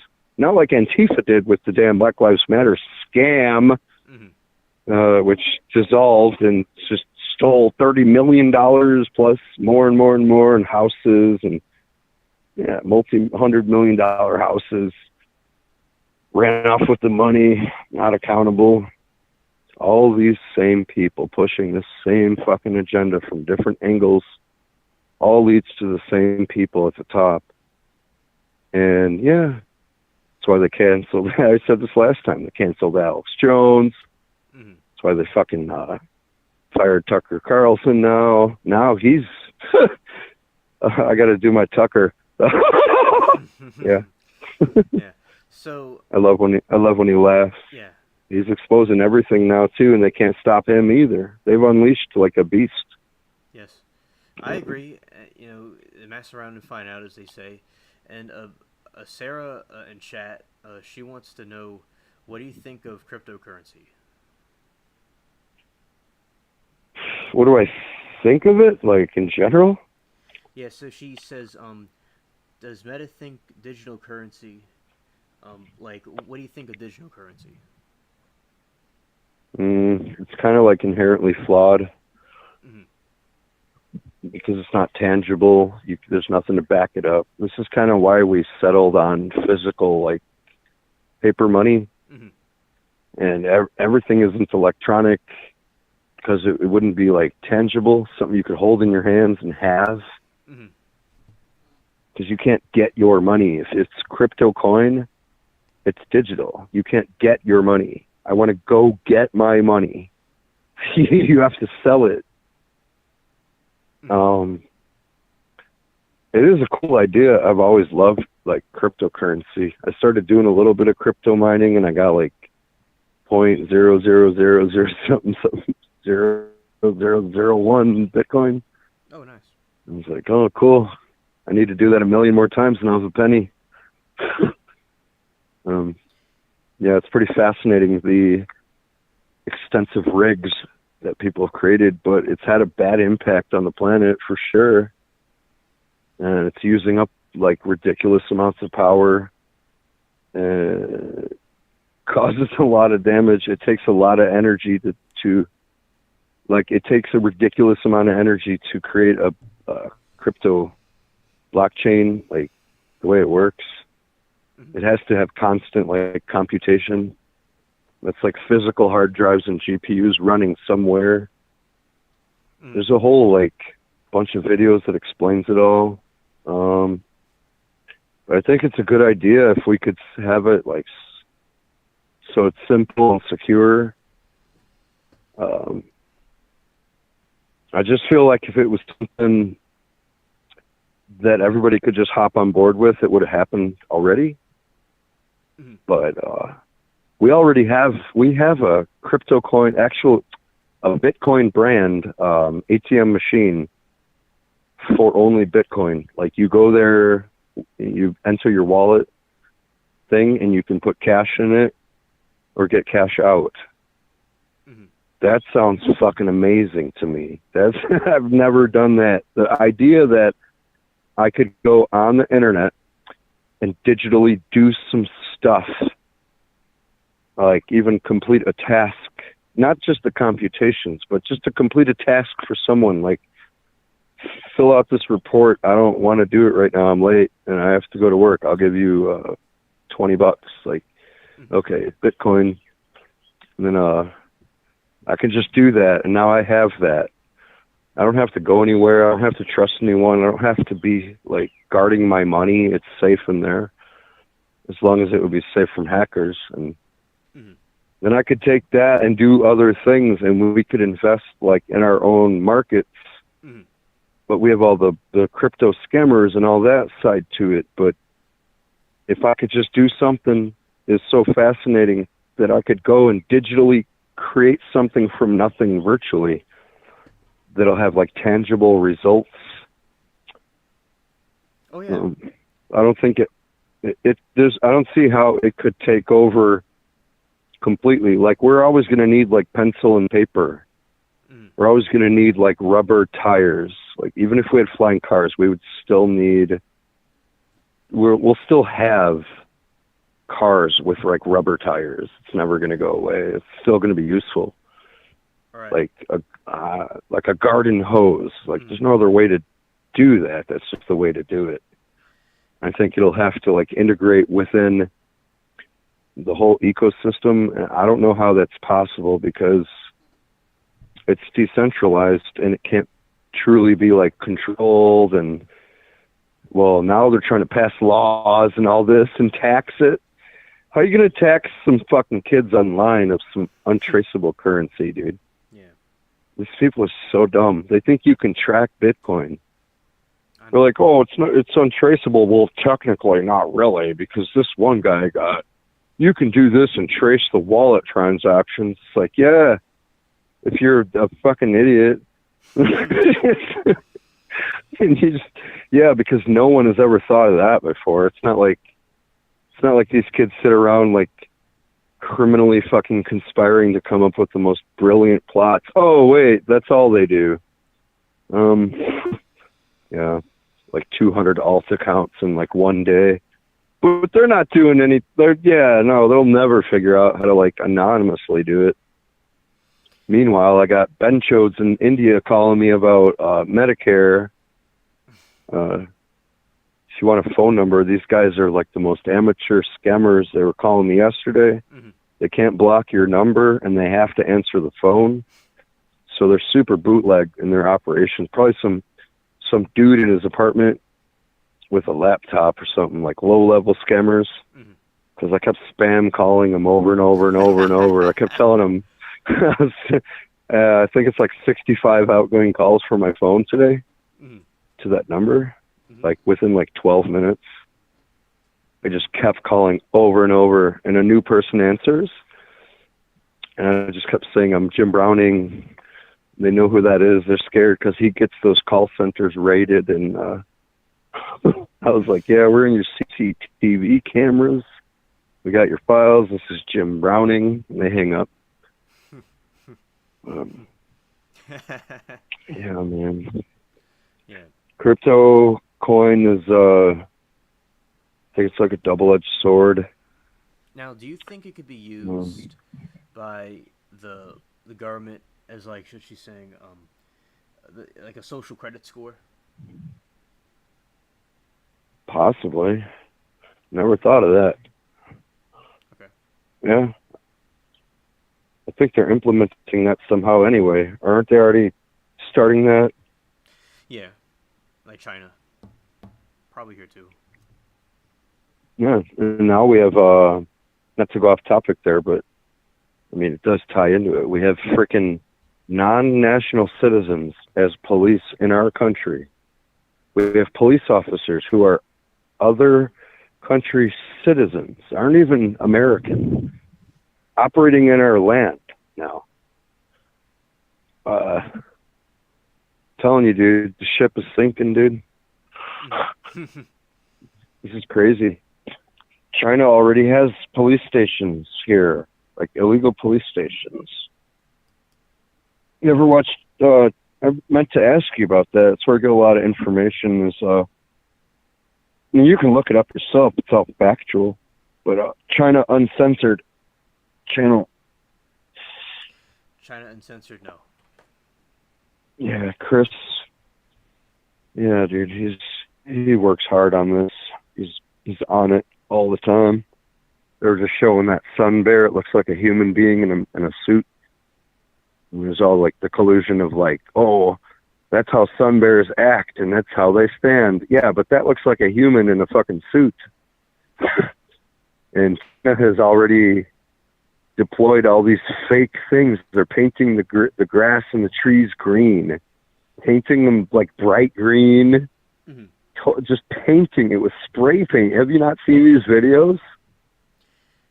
I've seen China is like... I think Latina sent me something like that, and I will Yeah. go and look at his channel. Wow, that sounds really, really creepy. Like they had these fake pandas, and they're trying to convince people it was real pandas until it was like one of them said something to a kid or something. Oh. Then, so they had these lions, but it wasn't a lion. It started barking at the people. So it turns out it was a bull mastiff dog that was like made up to look like a lion.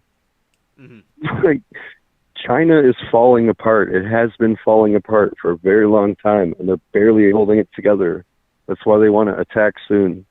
And they want to like assert their economic dominance on the world. That's why they're building these fucking islands. They're trying to build, they're putting more military bases around. They're trying to do what we did and then take us over and knock us out of the equation. And they want to be the new us in the world, but then inflict a communist regime on everyone just like it's China. And then control all the world internet like it's China internet, and then everybody can worship the fucking fat boy over there. You know, little pudgy motherfucker, little cute boy. No. What was that meme? He was like the little Pooh Bear, and they're like, oh, he's so cute. Look at him being a fucking evil dictator. Oh, yeah. Yeah. Man, dude. They got fake everything. They got so many fake things. Fake numbers, fake COVID, fake fucking deaths, fake everything, fake policy. There's a lot, dude. A lot of stuff going on with China. Fake air. Fake oxygen. I don't know. Everyone who's ever breathed oxygen has died. So I don't know, dude. Be careful. Just saying. Watch out for that dihydrogen monoxide. Oh, yeah. Yes. And, yeah, chat saying they don't like China either, and they're talking about the different stuff like we're talking about. Well, it's two people, but it's still chat. Yeah. Tucker was spot on. Yeah, definitely. Tucker's a man, dude. He now has his own show, and he's like, yeah, he's just going all in. All the fools are looking even more foolish. Fucking Neil deGrasse Tyson is out of the equation, dude. He's done. He's canceled. Neil deGrasse Tyson has lost all fucking credibility. He says, like, biology doesn't determine if you're male or female. How you feel determines if you're male or female now. Oh, yeah. I couldn't believe him. I couldn't believe my ears. I thought he was being misunderstood. Oh, yeah. No, he said it in the very end. He literally said it. The dude's out of his mind. Like, completely woke off the deep end. Totally drinking the Kool-Aid. Not the QAnon Kool-Aid. No. That thing where, like, video doesn't exist of the Capitol Police allowing him in the building and walking him around. And, yeah, no, that thing. That thing that doesn't exist, that does exist, you know? Oh, yeah, yeah, Trump bad. Trump yeah, bad. yeah. Also, Putin bad. oh yeah, Don't forget. oh yeah. I can't forget about Putin Trump. real bad. Yeah, he's terrible. Putin super bad. Yeah, oh yeah. Okay. Mm, Okay. oh yeah. Don't take a Duke in the urinal. Okay. Who did this? Yeah. Yeah. Um. Also, um. Now at this point, I'm getting towards like the end part of the show, and I will say, as always, very good calls, a good call from you, and this was an excellent conversation. I liked the back and forth, and we'll continue this conversation in one of the future ones. And you have any final things to say? Cool. Yeah, it was good talk as always, and chat is amazing. Love you guys, and you too, bro. And Thank well, you. I'll leave you with one question. Okay. One question, and then I'll be out. Okay. Ready? Okay. Yeah. Aliens, yes or no? Yes. Yes, exactly. That's the correct answer. Yeah. Aliens, yes. Mm-hmm. Yeah. Cool. All right, buddy. I'll see you next time, and have a good night there. Okay. Bye. All right, bye. Excellent call by Dark Meta, as always.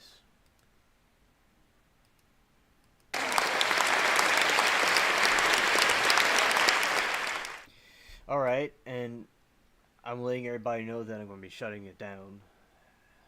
And we had a good crowd, and the shy cat is over there. Bubbles, the shy one, he's sitting there on his um, little area to rest, and he's enjoying himself, and that's good. He's enjoying a conversation, and he doesn't have to come if he doesn't want to.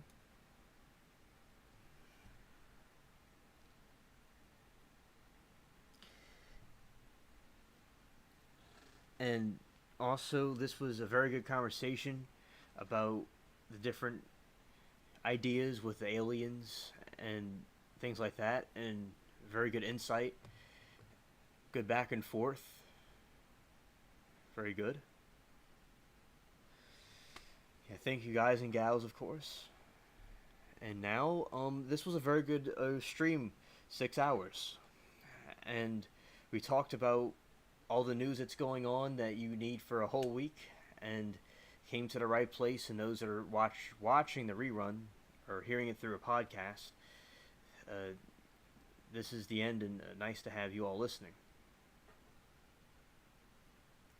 Yeah, Bubbles is cool, people. Yeah, good night, Bubbles. Yeah, this is a good one, and I'll have other topics to talk about on the next one about the Japanese cryptids. There's more of them that I'll talk about. Right. Okay.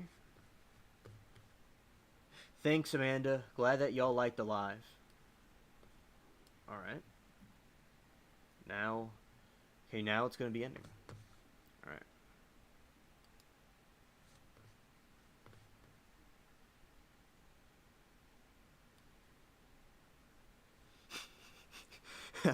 Oh, Dark Meta, it was worth it. Thank you. Yeah, it was a very good call, very good time, a good talk, and we had a good discussion, and it was worth it, and I'm glad we did it. All right. Okay, chat. See you all on the next one, and I'll put some videos up and some posts. And that's all I have to say, and peace, chat.